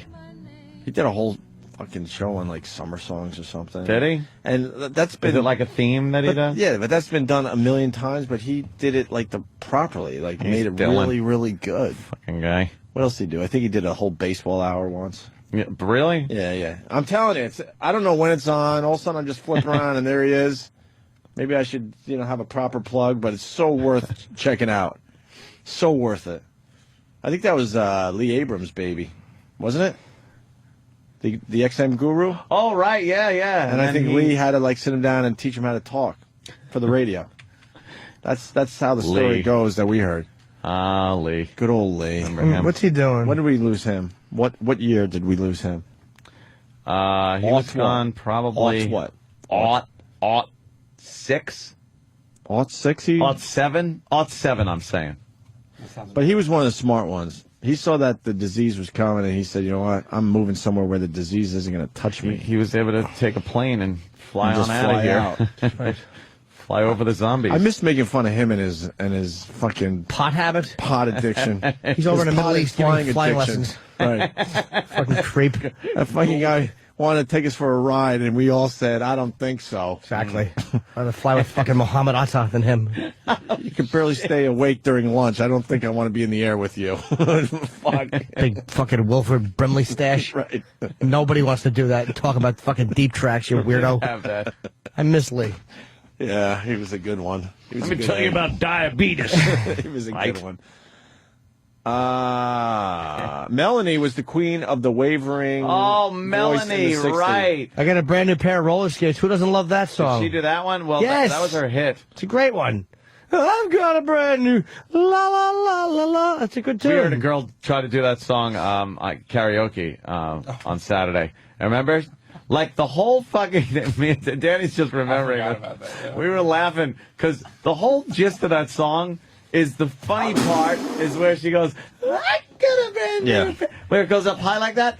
And she couldn't do it, so she just went, I got a brand new pair. It's like, that's the whole song is going up at that part. That's all I want to It's hear the now. entire song, so why would you even fucking try to sing it? All right, bro. I rode my bicycle past your window last Put up a picture of that Melanie. See what she, Was she good looking? looked like. I'm going to say no. I think She she was. sounds like she'd be cute. Oh, you really got to dig back, though, because the new Melanie is not good. The problem is if you put old Melanie into the Google searches, you're going to have the same picture. Yeah. Google's confused right now. Google is confused. You've confused Google. Well, if you put new Melanie, that would give you old-looking pictures. But if you Old-looking put old pictures. Melanie, Right. still old-looking pictures. CompuServe, Member Center. Google What humor year for did that everybody. take you back to? Who doesn't like this? What a toe tapper. Oh, that's her right there? Yeah? She don't look bad there. She looks bad there. Back in the 60s, you'd be banging that in some shithole in fuck her Frisco. armpits. It was the heavy eye makeup that made them all look good. Yeah. Love that eye makeup look. Look at that. All right, that looks good. It's That one looks it's overexposed. She looks a little like that girl. Like Valerie Boitnelli. Yeah. Yeah. How about we hear some Bob Dylan Radio Hour? Do we have any of his breaks where he just talks? Yeah, but where he talks. You got to hear the guy talk. Yeah, I've never really heard him talk. Isn't Melanie dead? Is she? I don't know. How'd she die? She was roller skating and broke her by neck. a bus. How ironic. Yeah, she got crushed under a tire. She's on bloodshows.com. By the way, that was the website that I would never plug. Yeah. It's too really? glorious. It's not a bad site. It's just Yeah, don't go there. No, she's not dead. You sure? She's still alive? Her career is, though. Oh, come on, guys. I'll be the whole. Come on, guys. Oh, Jimmy. Guys. All right, Jimmy. You want to hear Tori Amos doing Smells Like Teen Spirit? Corey from Virginia suggested that. Really? She really did Smells Like Teen Spirit? She wrote it, actually. No, she did. She did. No, she wrote this. My ex-girlfriend used to love her. Oh, Tori Amos. Ugh. She loved Tori Amos. Was she the one that had a pig sucking on her tit? Was that someone else? So. A what? A little piggy sucking on her tit. Nice. It was like a shocking Is kind she the one that did that? Eric. Is she the one that did Cornflake Girl or whatever the fuck that was? We don't know anything, I've noticed. I love it. All we do is pop songs on, look at pictures, and ask questions. Would you fuck her or wouldn't you? I know. Didn't she do that song? What song? The one with the guy? That one? No. This one. Who's that picture? What does she look like? I don't know. She's a hippie bitch. Oh, I think she's wonderful. Oh, she has too much eye makeup. It's the same shit every day. Yeah, there she is, suckling a piglet with her tit. Isn't that nice? Mm-hmm. Little peanut butter. Helped out the pooch, too. I thought that guy was holding another guy's hand, but it's that long mirror down the hall. What the? I was like, wow, fucking, there's some openness around here. Lee Abrams does a show on the WGN network. He's up in Chicago now with Elo. He lives up there too. He does a show called Skydives. What? And this guy's saying, Google it. What is it about? Skydives. Skydives? What the fuck is he doing now? Is he jumping out of fucking airplanes? This is crazy, man. He stood me up this week. I texted him he was going to come to one of my shows. Elo doesn't want anything to do with us. No, he could lose. He puts on a very good front. Cushy gig. He was just going to come to see my show. He blew up my wedding. He blew off possible visits. He's. I understand. I was very, very hurt. He has a lot to lose. Well, yeah, but we're not bad. We're not bad, but terrible. That's They're his, terrible. that's his MO. Garbage. That's his MO lately, is to say, yeah, we'll get together, but it just never happens. Skydives. The places, the vibe, the food. What does it mean?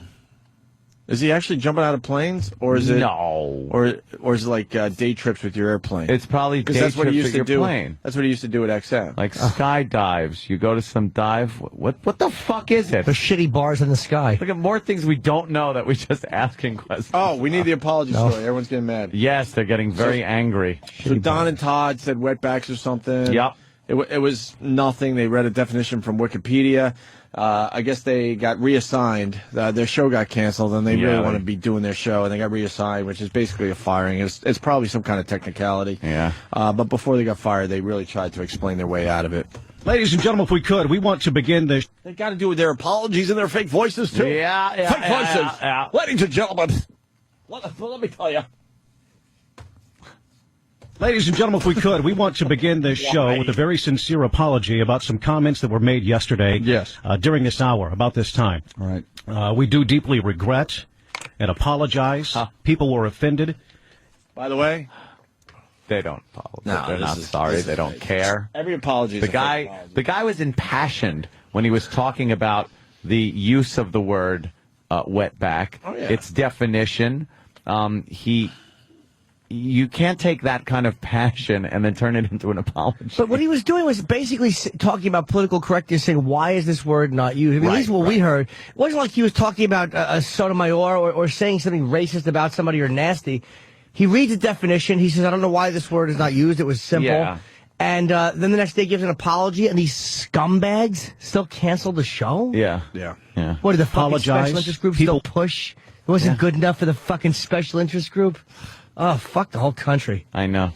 I feel the same way. Why would you fuck the country? One big, giant, politically correct dick. You certainly wouldn't hold on to Florida, because then it would look like you're holding on to a penis. Here's what you do. You'd fucking kneel in Canada, because that's where this fucking racial hypersensitivity is bled down through. You'd put one palm on L.A., one palm on New York, and just stick your big, fat fucking dick into the middle of the country and pump it till it's fucking honesty and humor leaked out. What part of the country would you fuck? The Great Lakes? That area looks like soft and nice. No. You dip and dab your dick. You dip it in one of the lakes, and then you'd slap the pre-cum all over fucking North Dakota. You'd rub it through Wyoming and shoot your jizz on Pennsylvania, Maine, and Vermont. What about some deep dicking in the Grand Canyon? You would probably, this you would fucking monster now has a black wig on. I am sick of looking at Wendy fucking Williams. Every day she changes her look. She's meatloaf. It's like the record skips with our show. Jimmy's in the middle of a conversation, and we just go whammo into something else. People are probably thinking, what did they do? No wonder feedback comes in all the time. It's like, yo, the feed just screwed up. It's chopping all over the place. You know, we just changed subject with a monster in She's a red a monster. dress and a What black big wig just walked dark out. Black wig on. On C-SPAN? She's got some massive... no, Jimmy. She's got some massive fucking breasts. Giant though. fucking... You think they look good if you take the dress off? No, those things sag, I bet you. I don't know. Wendy Williams is a monster. Jimmy, you like her look today? She's bigger than I like, but I'd definitely fuck Wendy Williams. I'm telling you, I would absolutely. She has just a big, juicy body. Would you lick her ass? Why not? Yeah, she's probably clean. Oh, my God, it. Jimmy. Dude, Wendy Williams. Stop it all for all that is holy. She's too conscientious of how she looks in her appearance. I guarantee you that if she would probably she'd shower first and then put her dumper right in your face and teach you a lesson. Oh, it's got to look like, I think her ass has skin tags. Looks exactly like under that wig would look. Just some tufts of really clipped hair. Fuck that. Who's that? That's. Oh, you're looking for someone else. I'm seeing nudity. Yeah, I mean. Apparently, there's a she-male star called Wendy Williams. I don't know what the fuck it is. I'm seeing nudity. I'm seeing, all right, it doesn't matter what Danny's looking up. It could be something from Disney. There will be nudity in it. They're calling it Random Topic Tuesday on the Opie and Anthony Show. Maybe we could get the Bob Dylan. I want to hear one break from his radio hour. Did we finish the apology? All right. Let's do this. All right, let's try to get some of these. Jesus Christ. Regret and apologize. Yeah. People were offended, and we regret it. No, you don't. Absolutely. We understand the weight of the words that were used during this hour yesterday on the Todd and Don show. And from the bottom of my heart, I do regret it. And please, we ask for your forgiveness. We are very sorry. I frequently use sarcasm and satire in my humor, and the first mistake I made was using the term in the first place. If you heard the show, you know what I'm talking about. It's highly offensive and a dated term that should never be used under any circumstances. And the second mistake I made was assuming that the audience knew that I was being sarcastic when I used the term. It was a serious error in judgment. I can promise you it'll never happen again, and I want to sincerely apologize to all of our listening audience. Why is that a big enough? mistake. We should also note that the things that were said yesterday during our show are not reflective of management or ownership of this station, not at all, or the sponsors of this station. We are sorry, but we do want to move on from this. Thank you very much. All right. Well, move on, all right.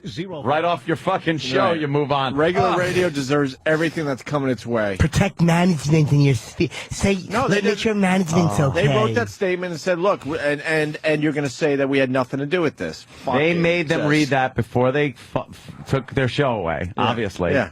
They hey, go in there, here's an apology. All right, look, we're going to have to suspend you, and then, okay, your show's over. That's how they work. That's why the apologies, they're never sincere. And they want to make everyone perfectly clear the company had nothing to do with that so they can move on without these guys without any other problems.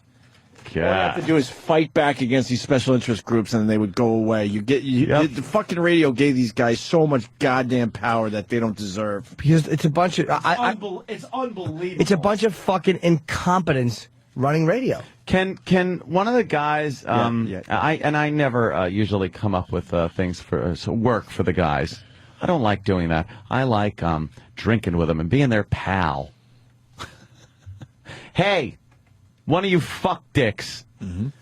I'd love to get a montage of all of these fucking apologies strung together, so we can hear how exactly the same they sound. Because it's exactly the same apology. And mix and match, you know what I mean? Yeah. Like jump around. Yeah. I think that's a job for E-Rock. I think just Could go someone put bam, a post-it on bam, the soda bam. machine for E-Rock? that I'd we like need to this bit done? apologize. I want to apologize. I want to apologize. Insincere. Horrible remarks.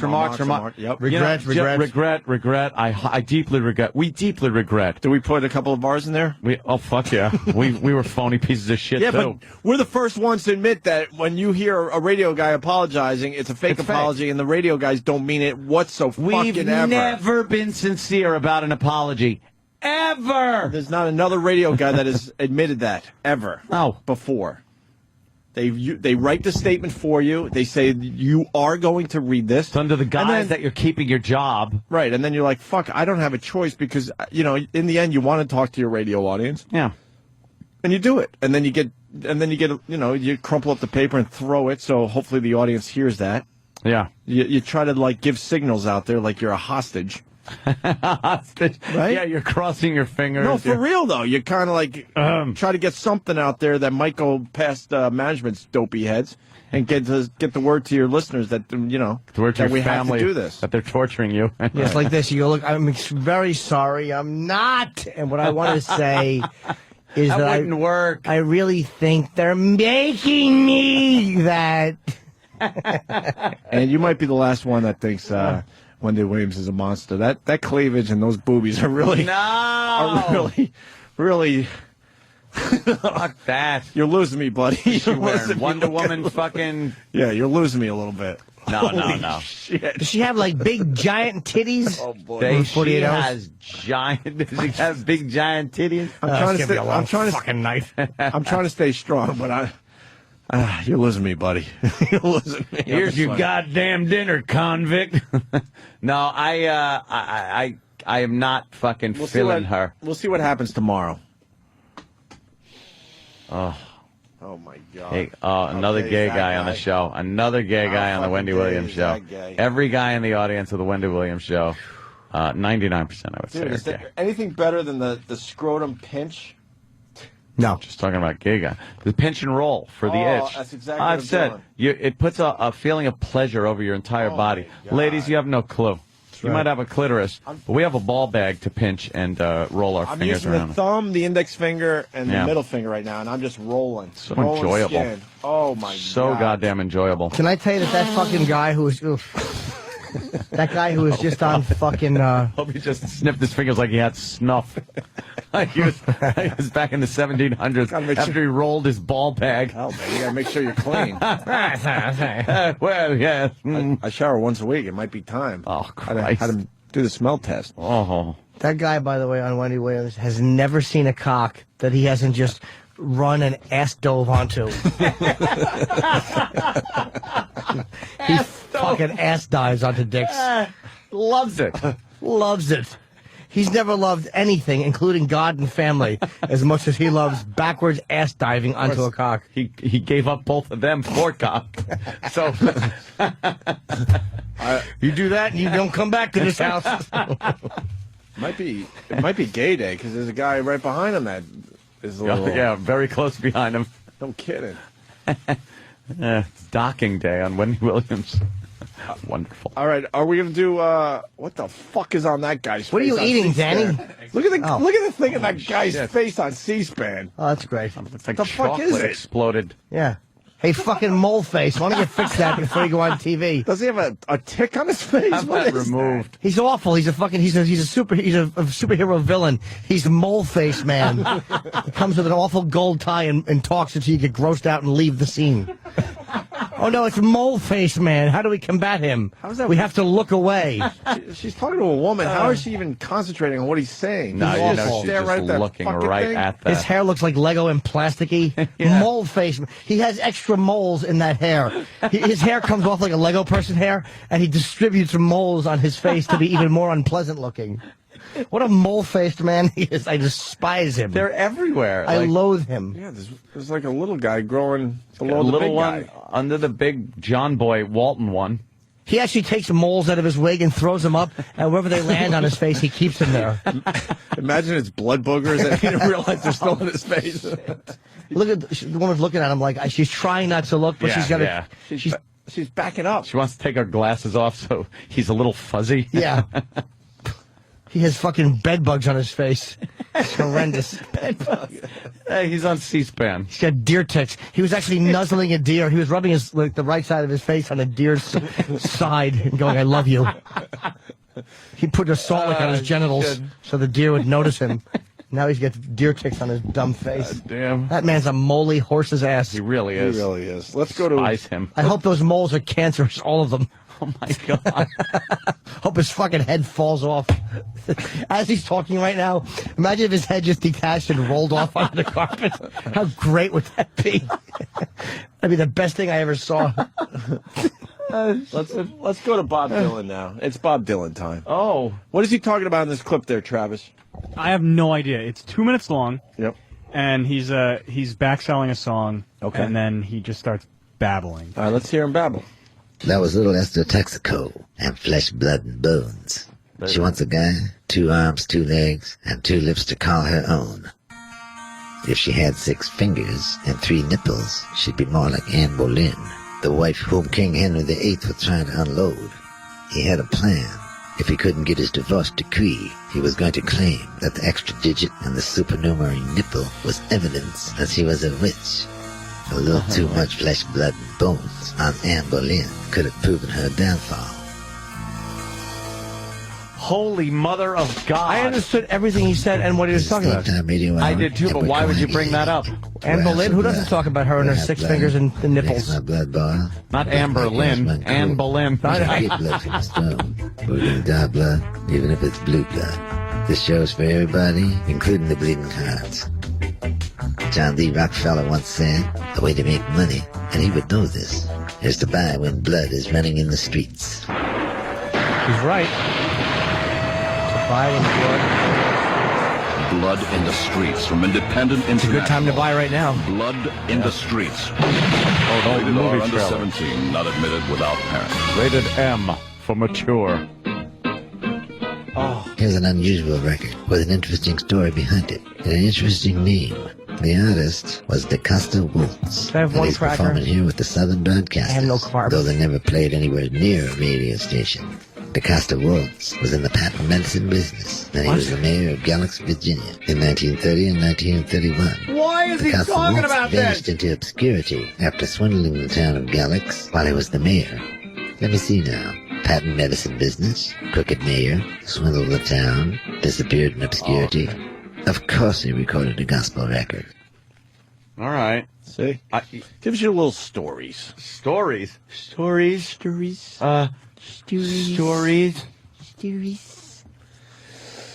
Wow, he goes off, though, on some tangents. I like it. What's he talking about? I like it. Joe Jackson on Larry King before we get out of here. Yeah. Let's do this. The fucking South Korean boy singing Mariah Carey's gonna have to wait till tomorrow. Poor little feller. And the balloon thing has to wait till tomorrow, Danny. What the fuck? I love balloons.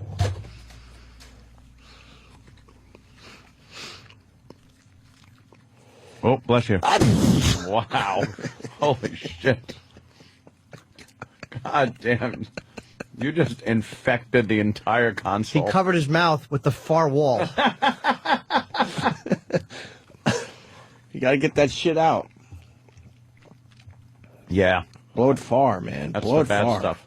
There's droplets on everything now. Larry King. I hate that I Larry can't get King. soup until 10 o'clock. Why not? Bring some soup in. 10:15. That shit smells good. Exactly. Jermaine said in an interview that he wished that he'd been the one to die and not Michael. Oh, shut up. As a father, how do you react? What? As a father, who would you like to see dead? Yeah, right. Is he actually going there? Everyone says that shit. They don't really mean it. Why couldn't it be me? I'm glad it wasn't me. Yeah, no kidding. We're in Caligula. I offer my life to Jupiter so that the emperor may... And then Caligula pipes up, Jupiter accepts. Jupiter accepts. Whammo. And you can't say, how do you know? You can't talk to Jupiter. Jupiter accepts. Why is he going for... He wants an explanation for a nonsense statement. Yeah, and what's he supposed to say now? One to die and not Michael. As a father, how do you react to that? Well, I can't. That's Jermaine talking, you know. Yeah, thank you. No, but how do you feel when you hear it? Well, that's what Jermaine thought, and maybe that's what his reaction was. But he's living and Michael is dead, and so that's the way it is. It's not him. Isn't it hard to accept? Accept what, Larry? Oh my That God! your son is gone. Of course. Thank you, It's very Joe Jackson. hard. You're making us like Joe Jackson, you idiot. Larry King is the worst interviewer on TV right now. He just asked the dead kid's father. Is it hard to deal with or whatever? Is it hard to accept? Right. Your kid being dead. And he's like, what? Like, it's such a ridiculous question. You have to ask what? Right. Your son being dead. No, it's pretty easy, as a matter of fact. Really don't care. Don't give a shit at all there, Larry. What's with Larry's face, too? Something's happening. It's like, do you ever see the Invasion of the Body Snatchers? Mm-hmm. With Donald Sutherland, that one. You ever see right before they start changing, their face starts twitching and caves in on itself? That's happening to the right side of Larry's face if you're looking at the screen. Well, let me see what's going on with Larry. He doesn't look broken up to me, the dad. He certainly doesn't look broken up. He doesn't. Yeah, well. But Larry asking. He's probably not. But Larry asking it is just as. Yeah. Larry asking is ridiculous. Completely. You give a shit about your son? Yeah. How important is a heartbeat in your kid? Larry looks like Woody Allen in 1965 now. Fucking creepy narrow head he has. It's a fucking tack head. Tack? Yeah, look at him. What a fucking awful Tweety head. On little slit eyes. He can't keep the one eye open. He's starting to look like a Martian. Yeah. What's he talking about with Joe? All right, we'll find out more. Here Yeah, I we need go. Joe more. talks about putting the grandchildren into showbiz. Down the road, if they expressed an interest, I mean, you raised a family, they all got into show business. If the grandchildren wanted to, would you encourage them? Larry, I know where you're trying to go with that, and I don't. I'm want not trying to go trouble. anywhere. I'm asking you, would you encourage them? if they No, wanted I'm to get into not. your business? I'm not encouraging them to do nothing. Not of the sort. They have to be what they are, kids at the moment. Yes, and be raised properly. So those rumors that you wanted to tour the Jackson 3... Not true. That's a bunch of jive. That's a bunch. I wish I could say what I should say. But that's a bunch of. And you know why? He's a sucky interviewer. And you know why the rumors were so strong, right? Why? Because of CNN. They did more coverage than anybody on this Michael Jackson. Yeah, well, they go off on a rumor like that and then treat it like news. Right. I mean, we did, but who cares? It's the Opie and Anthony show. I think we know. kind of said. We try to keep it like we blew that real. out. We're like, there's no fucking way. We broke that was fake. Right. I think we did. Mm-hmm. Who's listening? I don't know, but we're the best. And the little girl crying with them all on mic and everything. Stop it. I didn't believe that. It is really sad to see Van Damme's children upset. This next clip could be good because it says Joe talks about foul play with the Michael Jackson death and confuses Larry. Oh no! Oh boy! Yeah, chicken was involved. Do you frankly think that drugs were involved in your son's life? Something happened there, Larry. There was just only drugs. There's just something else behind all of that. And what do you mean? What are you thinking? Something about I'm thinking dress. that's foul play. Yeah, that's what I'm thinking. Explain that. Foul play meaning what? Somebody trying to harm him? Of course. No. Ro, you get into that, Ro. Larry? You get into the... I don't know what you said. I'm sorry, I didn't hear what you said. I told Ro Are to you get into speaking that, so he Negro? knows all that stuff about what happens. Okay.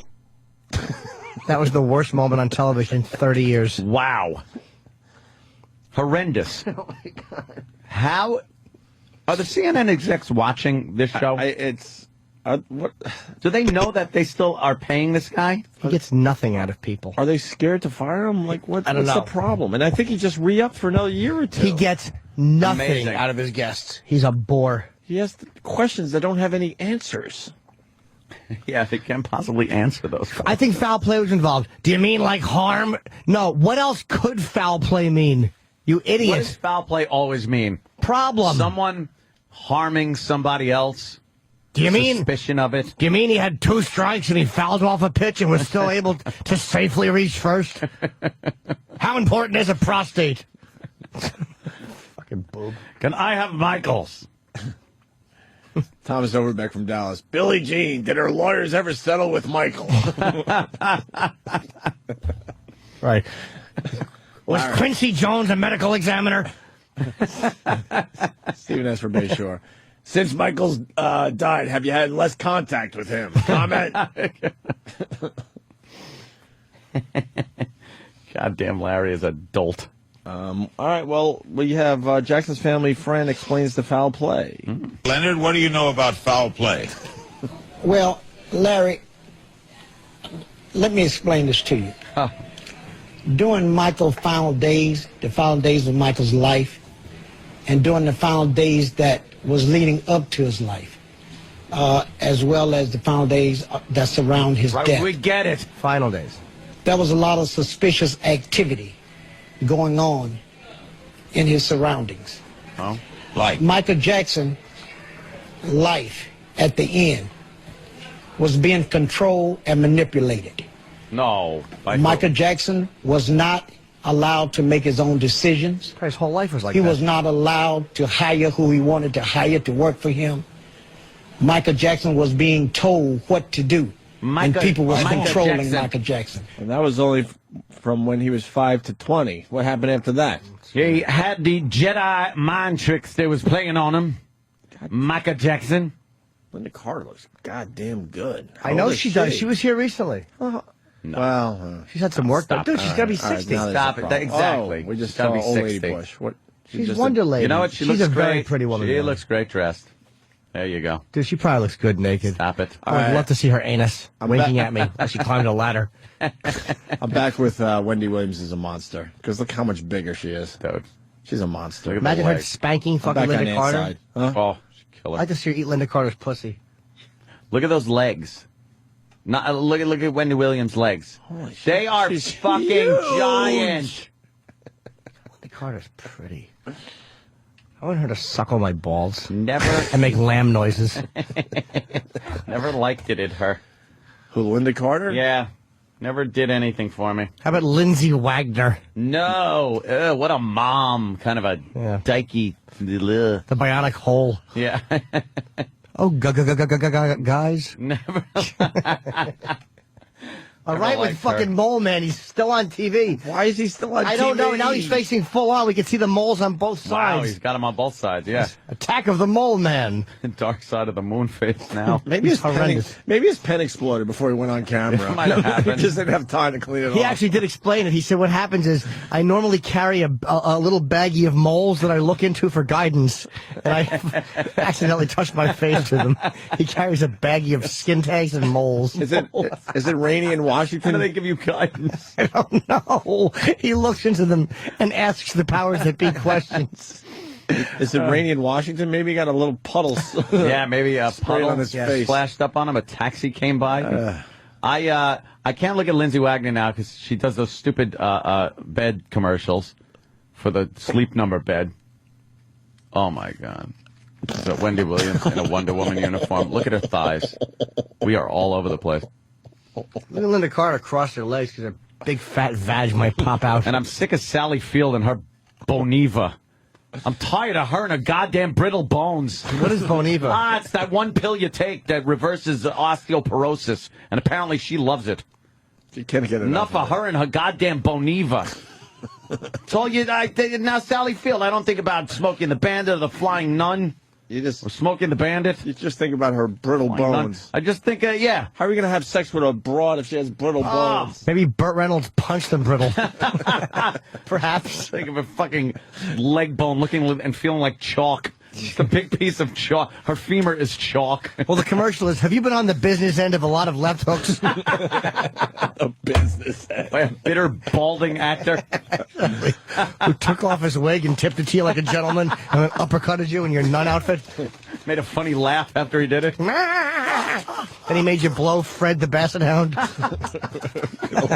Leave Fred alone. He made Fred fuck your face on the set just to make all the other actors laugh. Peanut butter on your brittle pubic bone. I had Fred just lap it off. Fred stepped on it and fucking broke it with his little paw. A crunch. Is it true? Is it true Jerry Reed ate your ass in the cab of that truck? Enough with her and her Boniva. I know, enough already. I hate her and her Boniva. Hey, Jerry Reed took one and gave her a good shitter wrecking. That's what he'd give her. Good shitter wrecking. Oh, Fred barked. They're saying that Wendy Williams has a pig snout. You can see right into her nose. Oh, yeah. And see her brain. God damn, Linda Carter. There's Linda Carter as Wonder Woman. Not that. Look at those boobs. Oh, my God. You know what? I hate. Look at those 70s low-cut shorts. Too, it's just. Well, yeah, she's a superhero. They couldn't show her clit. Well, bring it up on the hips a little bit. Hoodworm. Her ass. Why don't we do one She more? probably looks good. She looks beautiful, dude. Oh, look at those juicy ruby lips. I'd like to give them a good smooch. Dude, they're dry. Good No, Wonder they're Woman old. kiss. They're old. Look, You kiss dry the lips. fucking lipstick is wicking up the cracks in her lips up No. toward nostrils. It's like a dry riverbed. I'd climb on that couch. Oh God, damn! You found him. What's That's that? Mole Guy. Yeah, look at him. 1, 2, 3, 4, 5, 6, 7, 8, 9, 10, 11, Oh, I 12, lost track of 13, eight. 14, 15. Get the fuck out of here. Count the ones that'll be giant moles in like 2 years. Jesus. His face is being taken over by Wow. a colony of moles. Looks like someone put glue on his face and then threw M&Ms at him angrily. And they'll wear these forever. If you're on TV, you gotta snip that shit. Exactly, or put makeup on it. Something. Could you airbrush these moles out? Fix it in post? If you're a regular Joe, whatever, but you're on TV, my friend. Make me look like I'm not a fucking artist rendition of a man with moles. That's what he looks like. Oh shit! He's a moly horse's ass. I'm tired of him.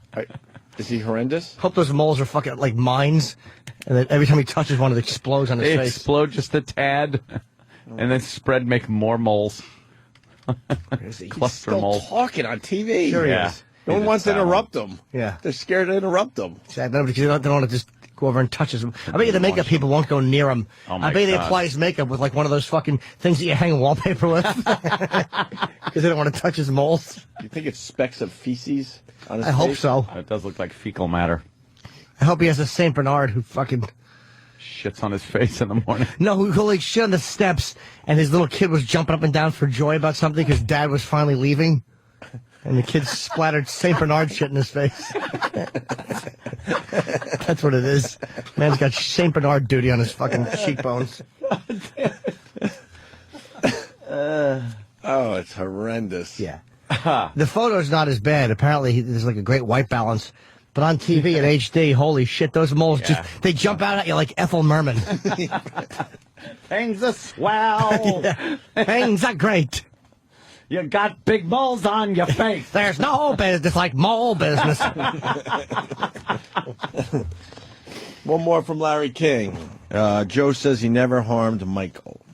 What do you say about all these things that have been said over the years that you harmed Michael as a Oh, child? that's a bunch of bull s. That's a bunch of bull s. Straighten me out. And that's not true. You never physically harmed him. Never have. And I raised him just like you would raise your kids, you know. But harm Michael for what? I have no reason. That's my son. I loved him. And I still love him. He sounds very genuine. What do you think? Who's grabbing his cock in that picture? Is that a girl? It's Fergie. Fergie's grabbing what? I don't know. There's something in her pants. Yeah, what is that in her pants? What the fuck is that? Fergie's got a giant cock. What is that? What's she doing? No, she's like storing something there. She's probably got like a wallet. I'm fucking done with this place for today. Yeah, you know something? You make a good point. Fuck this. I'm done. I want to go to that guy's house and play connect the dots with his See everyone moles. later. I'm done with you. Connect them all. Connect the moles with spray paint. Great Whose boobies game. is that? Lisa Rinna. Yeah. Oh God, oh my God. Yeah, she's got those. She did too much plastic And surgery. yeah, and she had a bunch of kids, so that ravaged that ravaged her there. Look at what kids do. She used to be like considered very hot. Man. Like back when she was on a soap opera. I think she was on like Days of Our Lives or some shit. Who's that? Jessica Simpson. Oh, God damn the tits on her. Fat tits. Shit. She's fantastic. Tony Roma dumped her. Yeah, he did. Yeah, he gave her a dumping. She got to be really fucking stupid. Because you probably can't even talk to her for what? 2 seconds. What's there to say? Oh, Suck this or let me eat that. Jesus Christ. Right, look at that. Pull those fucking